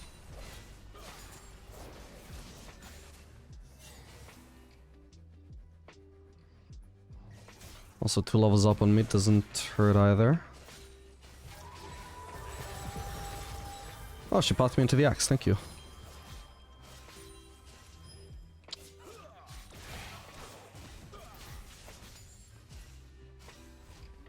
We need to get her this time. Come on, Leona. Oh my, axe is timed out, my bad. There we go. She got the turret though, sadly. This could be a good fight. Probably not though.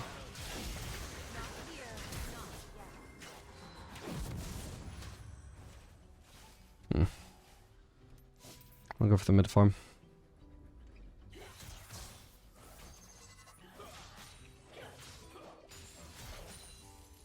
I've got pain to serve.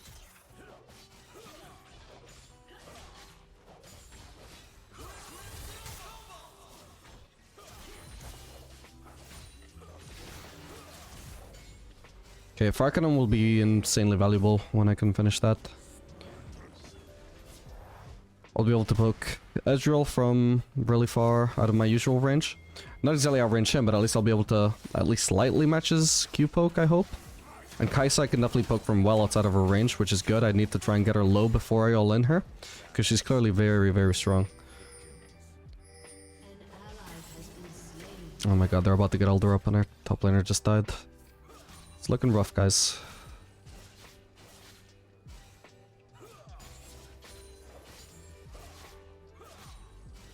Don't be jealous.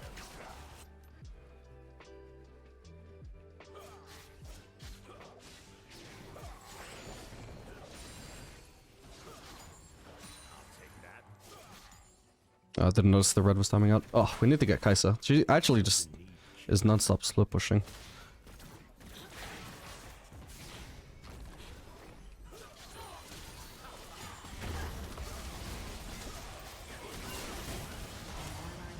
Okay. Oh my god, wait, the Elder. Holy crap, that could have killed me.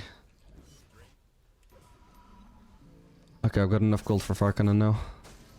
Oh, for fuck's sake, come on, I just wanted to finish my base. I should have just walked.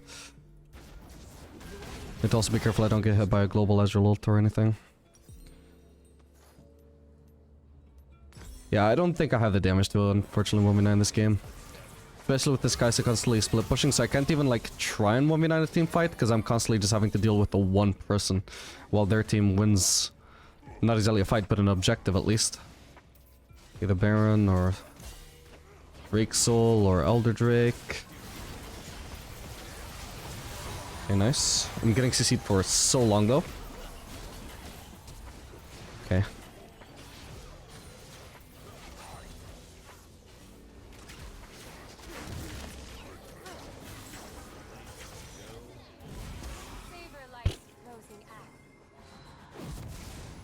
Okay, she lives. Thank God. Kai'Sa's just immediately back at it, by the way.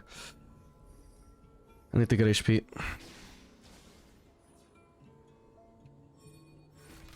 Doesn't get better than this. And an elixir.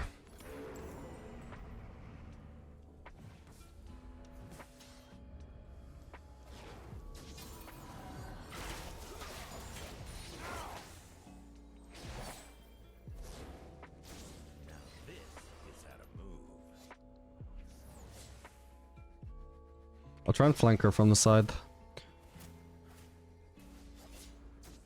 Okay, so we know those minions are out of the way. Maybe we can just catch her in a bush. Fuck, I swear to God if she's here. Oh, she is. I got exhaust up. Oh. Okay, she's gonna ult.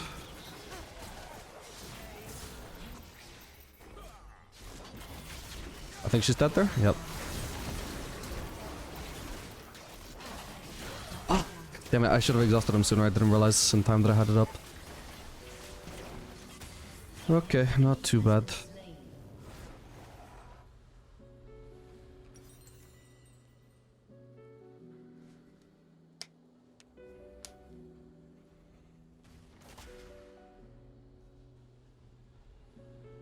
I wonder if it's worth selling Triforce now. Because I can definitely get a lot more damage out of Duskblade.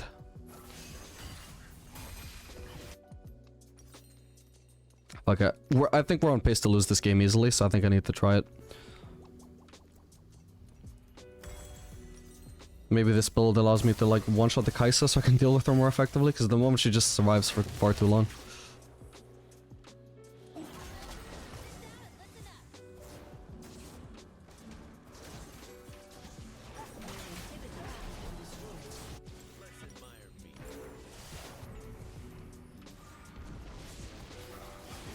This is looking good.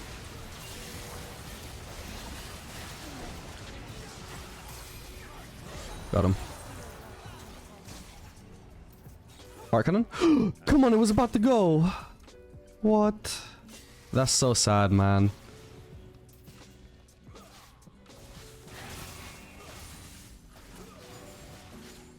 I did not cancel the auto, by the way. The auto just canceled itself. Shit, I'm dead. Fuck. My bad. Didn't think of that.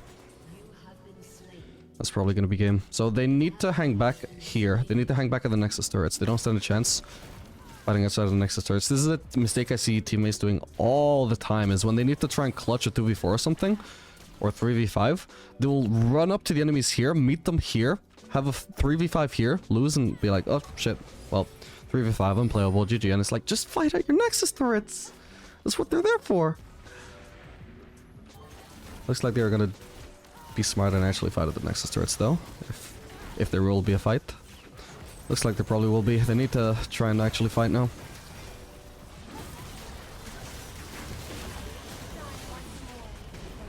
Yeah, I don't think they can hold on. Oh well. It was an interesting game. So, funnily enough, we actually got really screwed over by Seraphine trolling, because if you notice, this is the only game where I didn't get extremely fed. Why did I not get extremely fed? Because Seraphine left the lane. I couldn't kill Seraphine because she was not in my lane. Could I kill Ezreal? Occasionally, sure, but he's an extremely safe champion, so I couldn't kill him either. I actually failed to snowball on 1v9 this game because Seraphine just refused to lane against me. How frustrating is that? GG. Alright gamers, we are back for another game of Draven to Diamond, playing Draven Zyra into Caitlyn Sion. Hopefully gonna start off with a little bit of cheese here. Here we go, here we go. Whoa, what the hell is that ignite? There's a jungler Nocturne. Actually, I shouldn't be extending the fight this hard. Even if I win the trade, I'm missing out on XP here for no reason. Son didn't miss out on XP, so he's gonna be hitting level 2 early compared to the rest of us. Oop. Does she have heal? Oh god, she does. Okay, I got her anyway.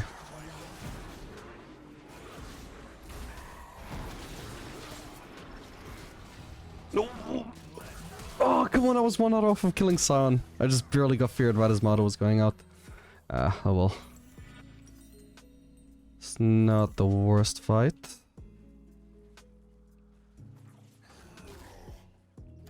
My flash was definitely troll though. Even if I ended up killing the Caitlyn, it was just terrible having no flash for that gank. It was pure luck that I got the kill. Because Caitlyn just trolled it as well.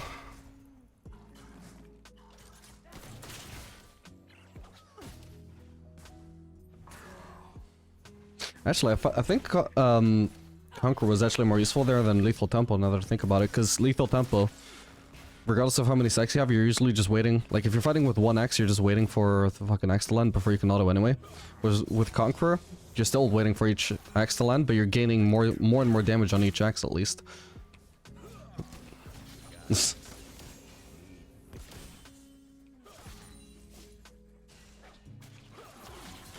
Ooh, that could be good. Can't quite kill though.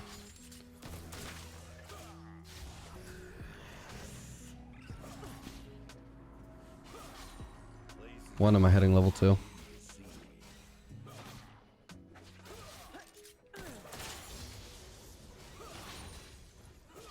There we go. I can just go and kill her, I think. Okay, she's dead. Ah, come on. No. Oh, I'm so dead. Fuck. I should have at least killed the Sion as well. My bad. Could have had a double for myself there. Oh well, try and leave that wave, please. Nice. We'll go for the Vamp Scepter, I guess. The boots. Not bad.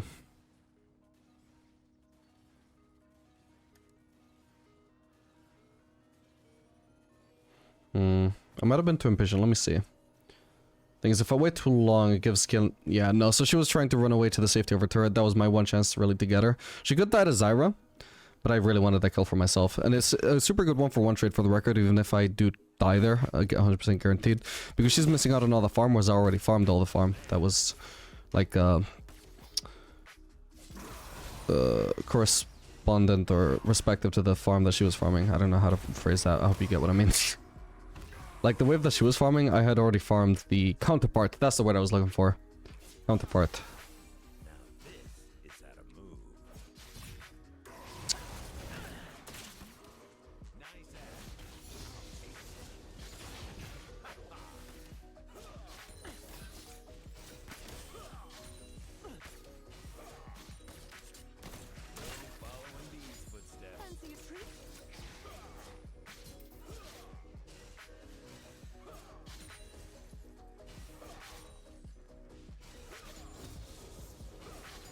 Sound could be in the bush.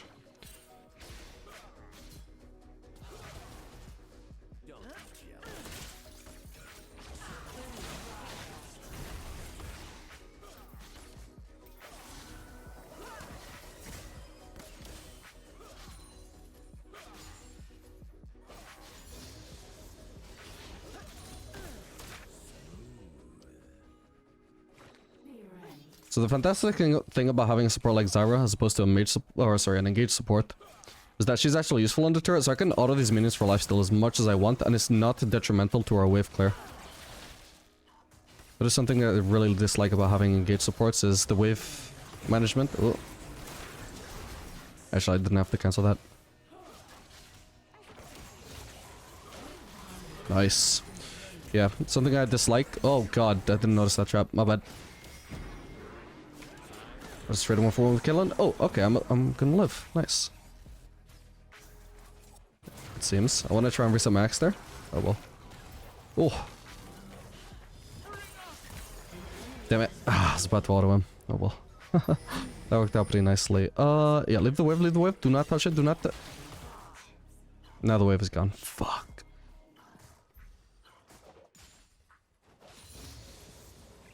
Oh, I can get this plating. Fuck it. Hopefully they can do the trick by themselves.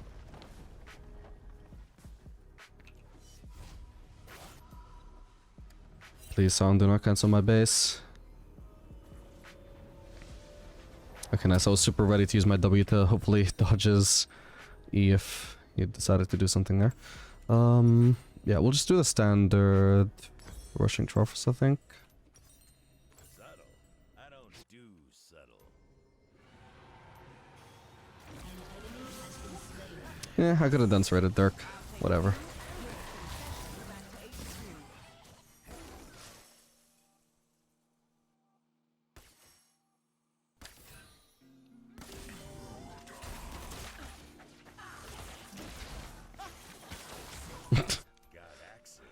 They're still prioritizing hitting that Scuttle Crab. Did they get it? They did. To their credit.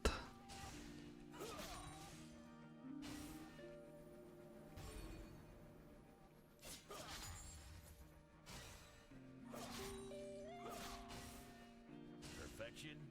I got that. Ow, what the hell?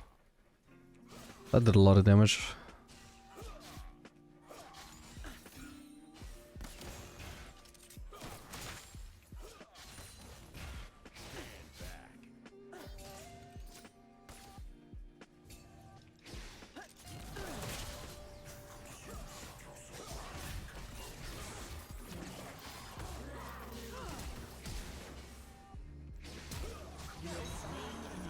Oh, missed the axe. I don't think I would have killed him anyway, to be fair, but... Mistake. Either way. We try and avoid those.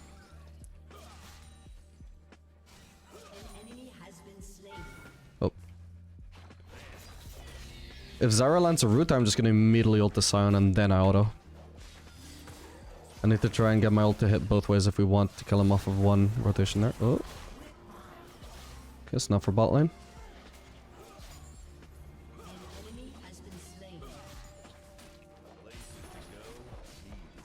Okay, I ideally don't want to base until I've got this Triforce.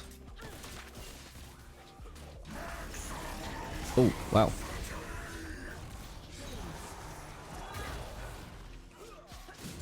Oh, Caitlyn.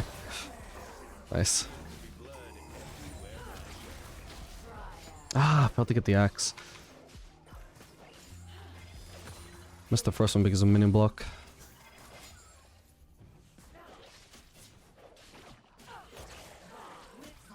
Alright, I got the plating. No, I'm out of here. I got my Triforce now anyway.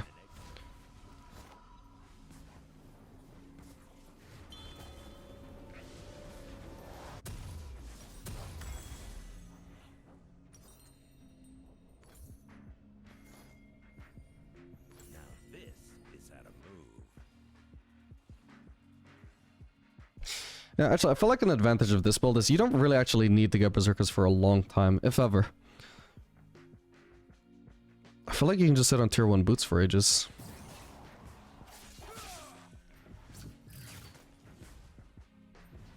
Don't be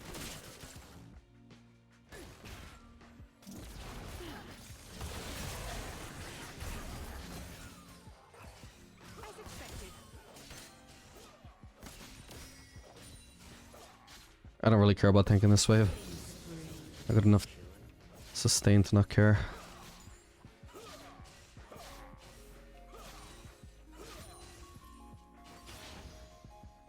Oh.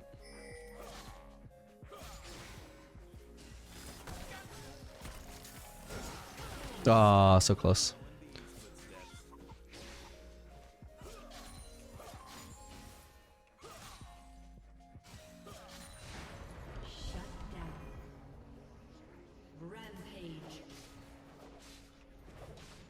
Should I rotate? I could maybe ult the Scion soon. Ah, no, I thought he was potting mid. Oh, I almost actually did get him. Yeah, he randomly switched up his pathing on me the moment I pressed R. Unfortunate. If he was committed to going mid though, I needed to pull that trigger fast in order to get him while he was still stuck like within this corridor, so we wouldn't have much room to dodge. We might be getting ganked here. I have exhaust. Oh god, there's a lot of people here. Oh god. Okay, I got that. Okay, nice, huge. I don't want to go too hard on Caitlyn here because she can EQ me. Okay, now she can only eat me, but I can't reach her anyway.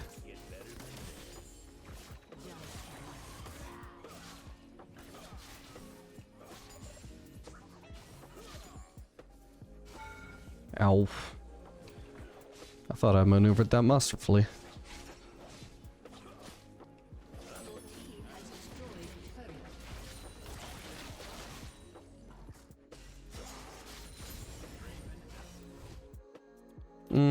Our jungler is nowhere near there. I'm just gonna base. I got no mana anyway. Okay, but I do have Ravenous Hydra. And yeah, I mean, this item completion from Ravenous Hydra is way more important than having Berserkers, man. Way more impactful when I've already got so much attack speed anyway. Oof. Ooh. Alright, you got her eventually. No way. Oh, what about the ult though? What do you know about the ult?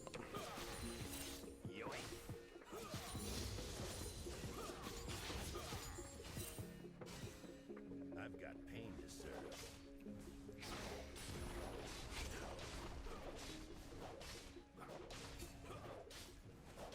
Turret plating will fall soon.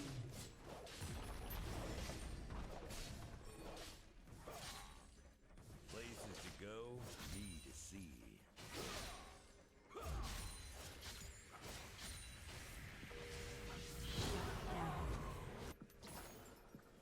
You can try and path there. There might be a fight. Ooh. Oh yeah, I got a free kill here. And a red buff.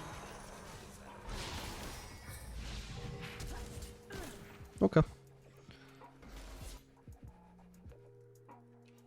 We might be able to get a run sol mid, we'll see.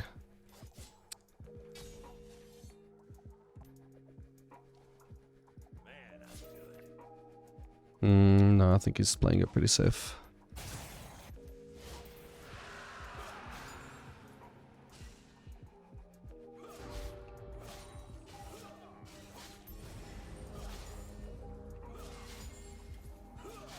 This is where Draven shines.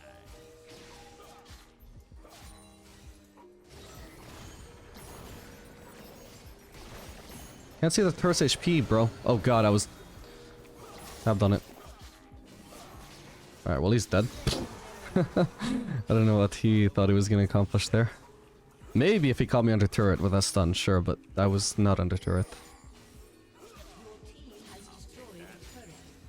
And he could clearly see that.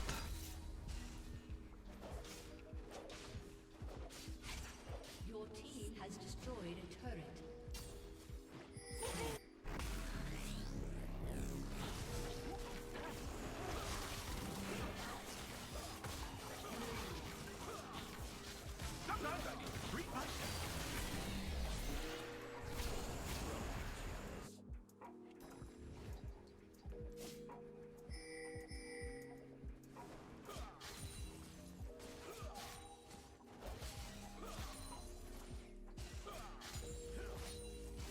An enemy has been slain. Okay, what are we getting here? Collector? Yeah.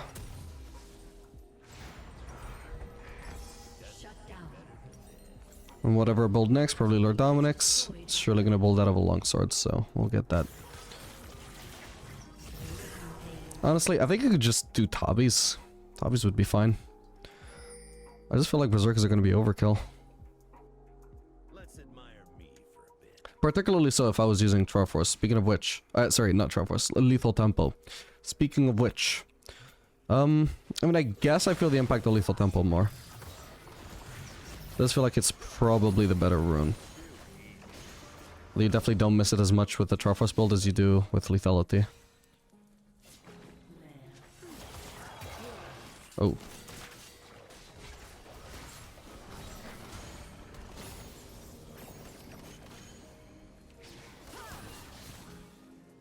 Perfection?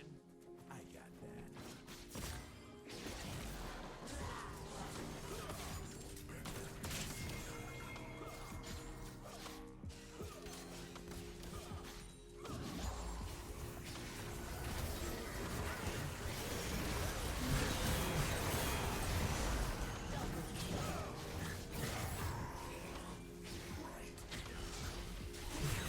Got him.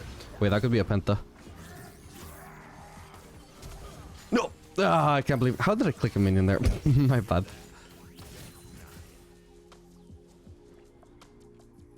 We're just gonna pretend that never happened.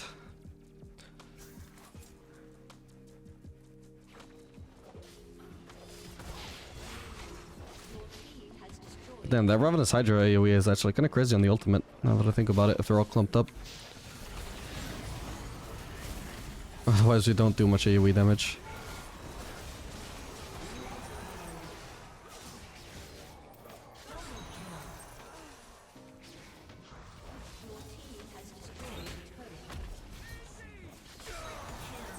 Another chance at the penta. We'll exhaust him just to play it safe. There we go. Nice. Yeah, and that's gonna be an FF. GG.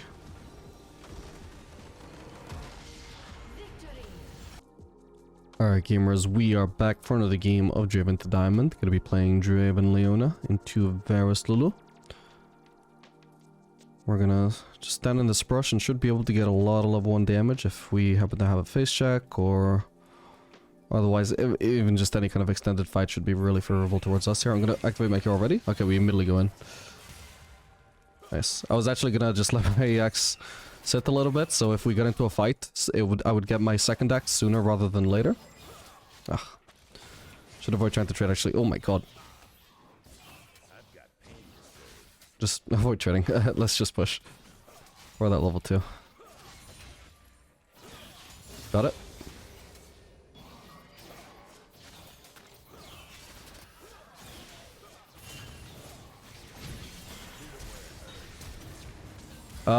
Leona.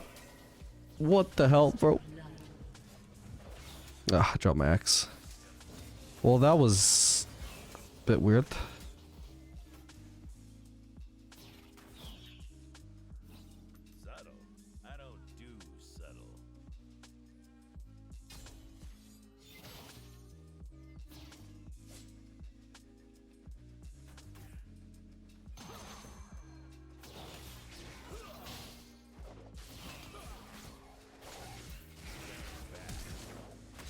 No, you're kidding me.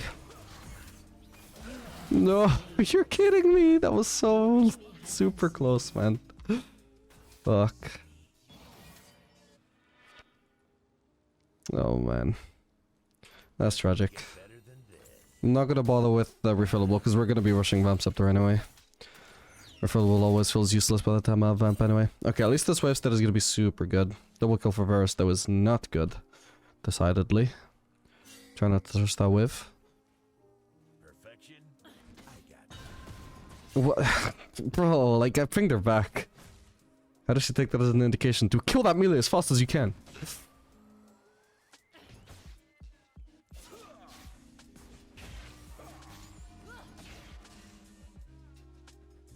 something need killing.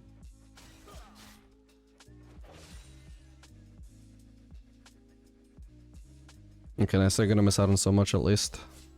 But Varus very much has an XP lead on me though. Just from the double kill. Even if he missed a lot of minion XP there.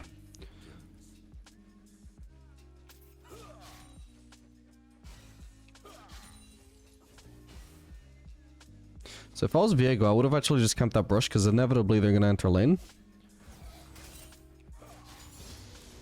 Let's admire me.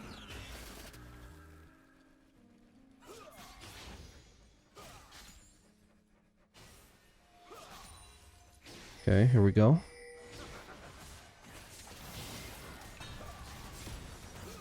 Yes, let's go. Huge. Okay, we do so much damage to Varus. Let's go, guys. That is huge towards getting us back into this lane.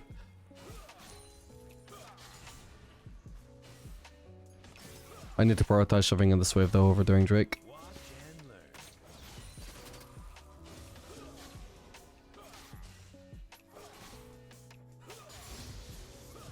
An ally has been slain. Okay, Vi's top anyway, so we know they're safe on the Drake.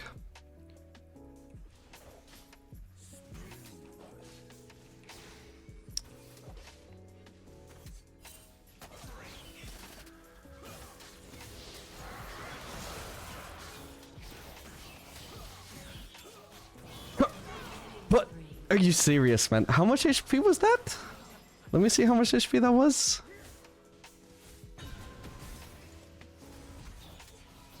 I was 1 HP. I thought he was gonna die to that one auto, and you're telling me it left him with 1 HP, man. Holy shit, that is such bullshit. What? Oh, I wanna cry, man. 1 HP. You're telling me I miscalculated by 1 HP, man. Okay. My bad, Varus outplayed me. Clearly.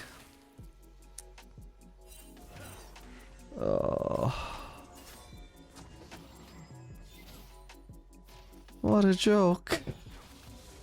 Oh well.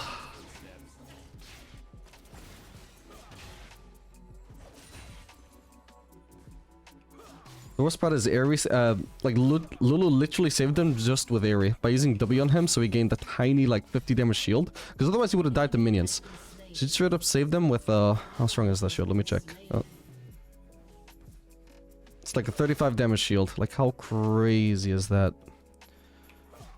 I can try and rotate maybe. Yeah, I can. You need to be careful though. I'm gonna have no axes as well. Okay, she's distracting him for a long time at least. Come on. Ah, drop max. You're kidding me. Okay, he's dead. Sheesh. Yeah, I had to fucking let Vi go to make sure Varus would die. Ah, that blows though.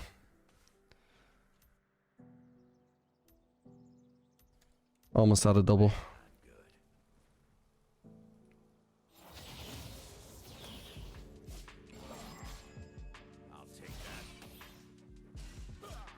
But ignore the Lulu, because I just want to crash this. She's gonna try and blow me down crashing it. I'm not gonna be able to deny too much from Varus, but I want it to crash as soon as possible so I can base as soon as possible. And in the long run, miss as little as possible. Probably should have actually hit the turret once for the plating. My bad. No. No, I want the base. I'm gonna do Sword of Dirk.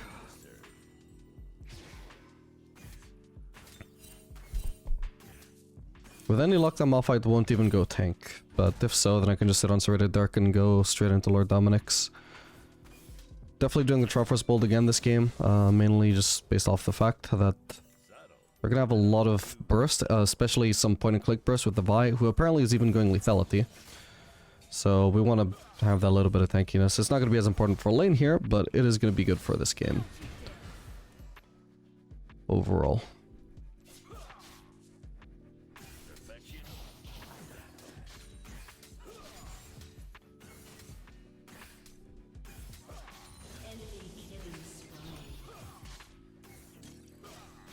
Want to push for level 6 here.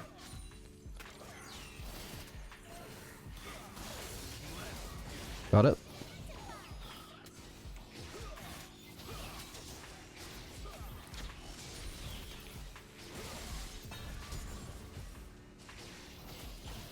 She should be dead. Got her. Should I cleanse? I don't think I need to. Yep. Nice. Gonna save myself some HP, but... Yep, Vi's top side, so no risk of death here. Perfect. Alright, I'm gonna get out now, though. Leave that whiff. We have no need to shove that in. There is no need, Leona. This is so close to the enemy turret that this is gonna push towards us. The only thing she's doing is denying me CS in the long run.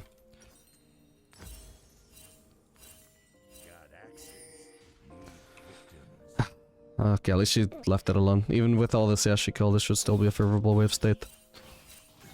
I'm gonna mute this Leona. Actually, I'll deafen so she knows that I'm not listening.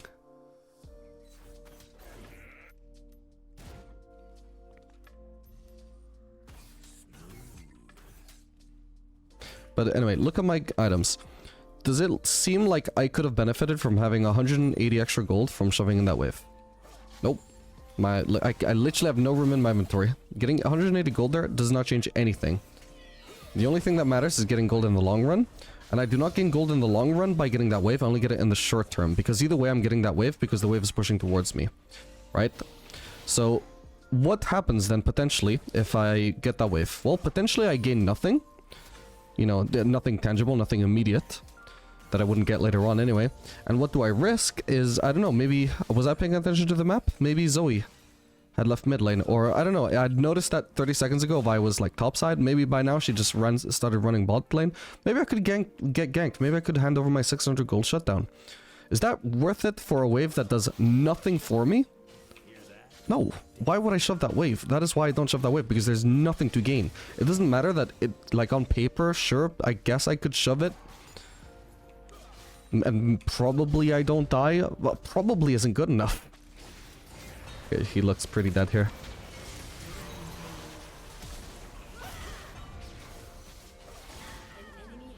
Oh man. Oh, I should have flashed on her. I had 1 axe left. I definitely should have flashed on her there. Oh well. Thought I needed to grab that axe though.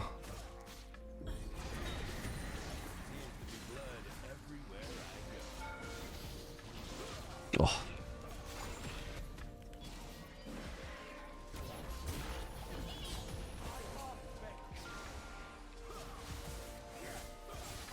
Nice. I deliberately was trying to time out there for the last hit.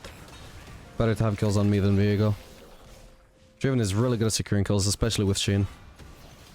Just gotta have an X and time your W for a Shane proc, and then it's easy. Especially if you have Collector, although we don't have it yet. Places to go, me to see.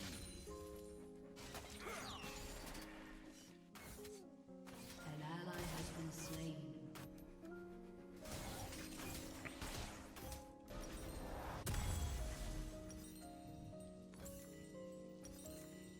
I've got pain to serve.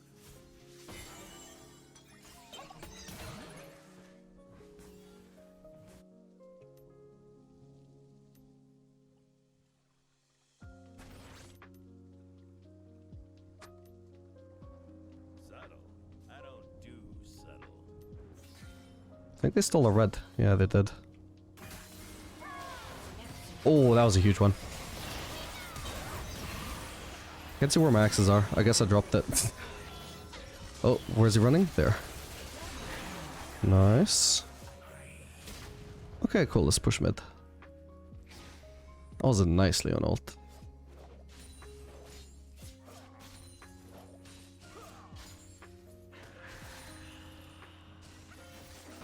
Ow. Let's admire. She got no Eater Protector now, but... I think Vi used ult, right? But I'm not 100% sure, so I'm not gonna risk it.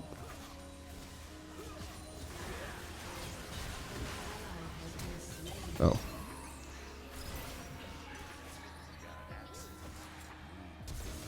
Okay, nice.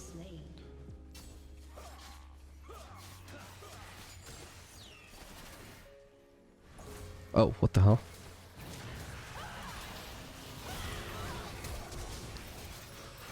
I should have had Vi as well, my bad. Okay, I just got 2 kills.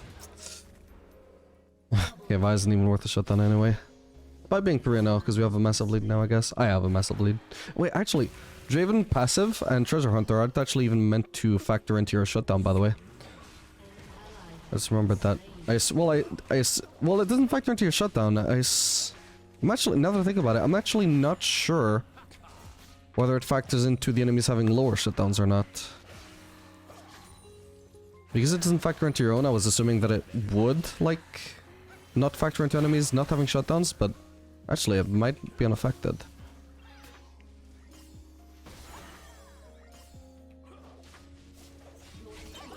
Let's risk it. I have cleanse even if I got hit by a bubble. Alright, I'm gonna path to bot, I guess.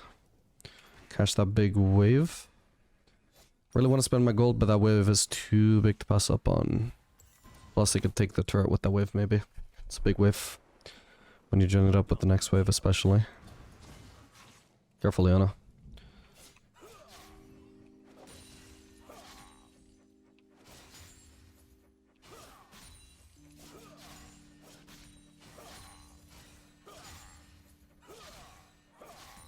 Hit 'em where it hurts.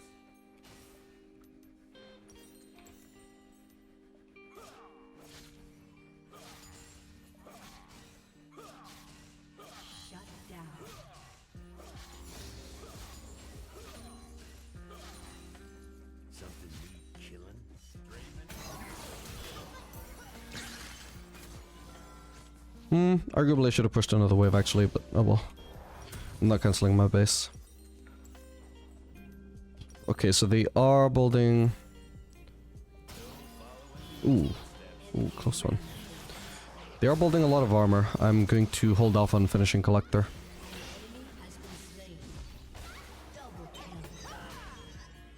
Should result. Oh, my pathing was griefed a little bit, my bad.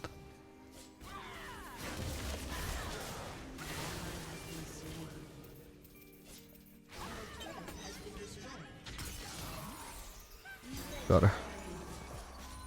Shame about not getting Zoe though.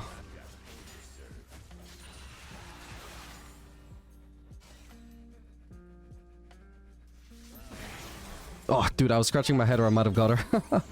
I couldn't adjust my mouse aim.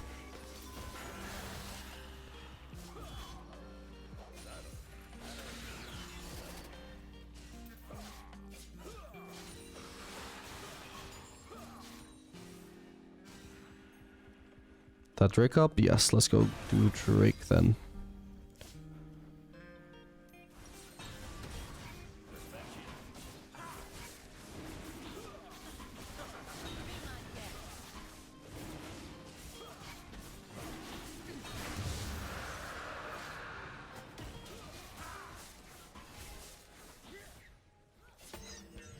Hello.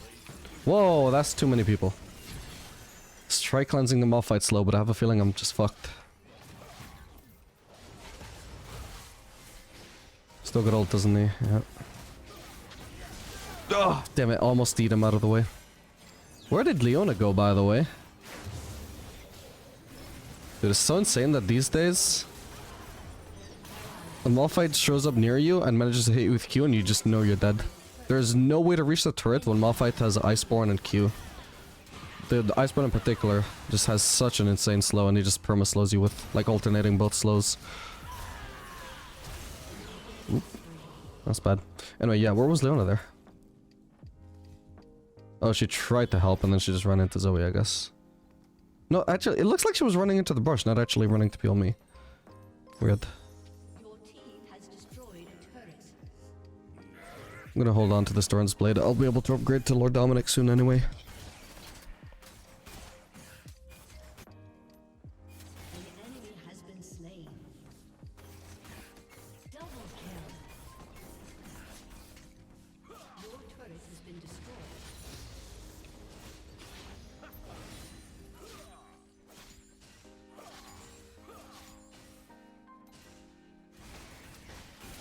Oof.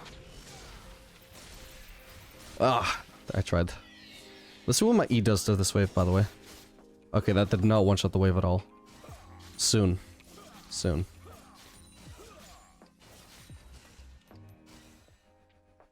Yeah, I can already get Lord Dominic's though, for example. I'll keep pushing for now. I might just be able to sneak this turret. It's looking pretty squishy. Oh.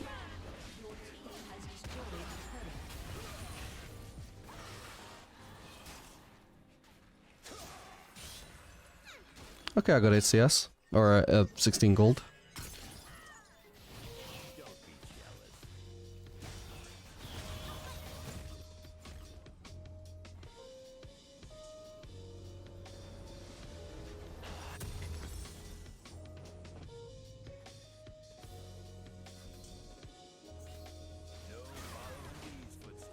Okay, what do I want this game? What about Merc Treads?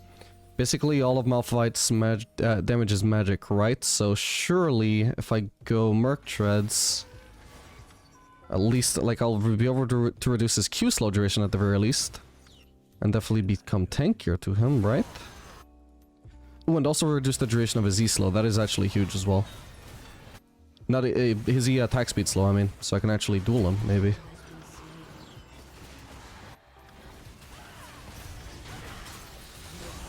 Oh, that actually got her.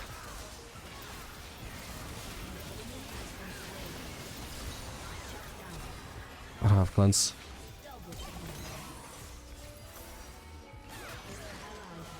Got her.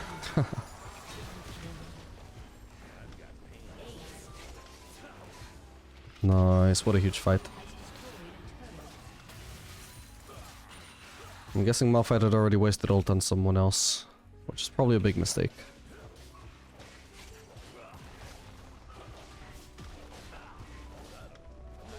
Vi and Lulu are coming up, Varus is coming up as well. I think we have time to get this though. Yep, nice. Vi by herself couldn't do much, even with Lulu. She needed Varus' damage to do anything. And even then, I don't know if she even had ult. Okay, wolves are too risky to go for, but the Gromp, if it's up, is gonna be mine.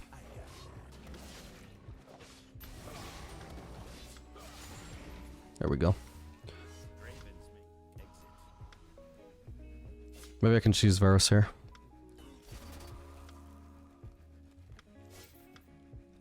Oh, they're gonna set up for the Drake.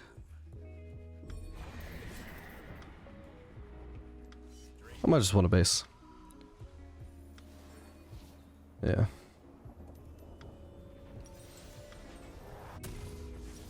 I'm actually gonna sell this for Fire Cannon. Probably more impactful than finishing Collector against the comp with so much armor anyway. An ally has been slain. Also, to be honest, better than Collector anyway would be Bloodthirster.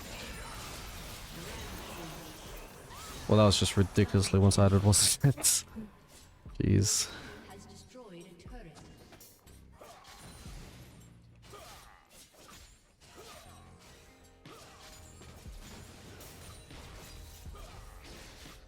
Fuck. Places to go, you will see.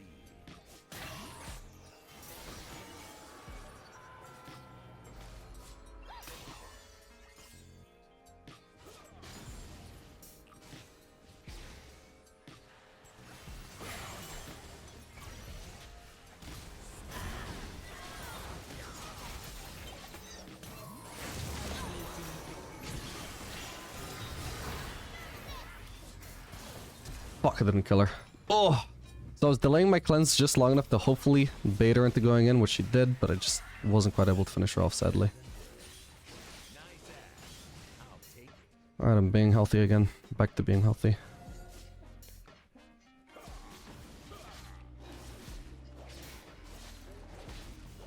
Huh, my axes just don't move from the spot. Oh, that one did. Draven's making an exit. Let's admire me for a bit. Okay, I need 700 gold, then I can sell Serrated Dirk for Bloodthirster.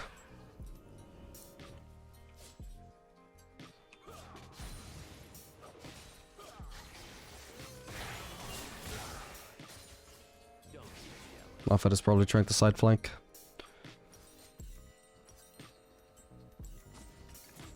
There he is.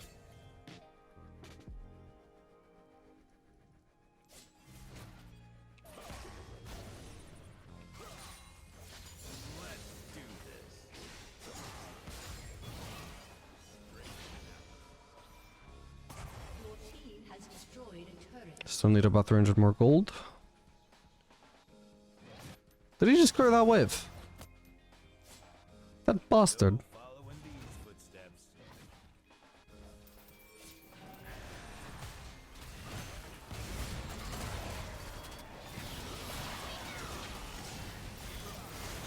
Got him. Can't see my axes. I just trust in my regular autos. I don't need the axes. Alright, and that's GG before I even get to do the Bloodthirster. Oh well. Anyway, that was all the time we actually had for this video. So, I hope you guys enjoyed this one. Make sure to like and subscribe if you want to see more of the series. And I'll see you guys on the next one.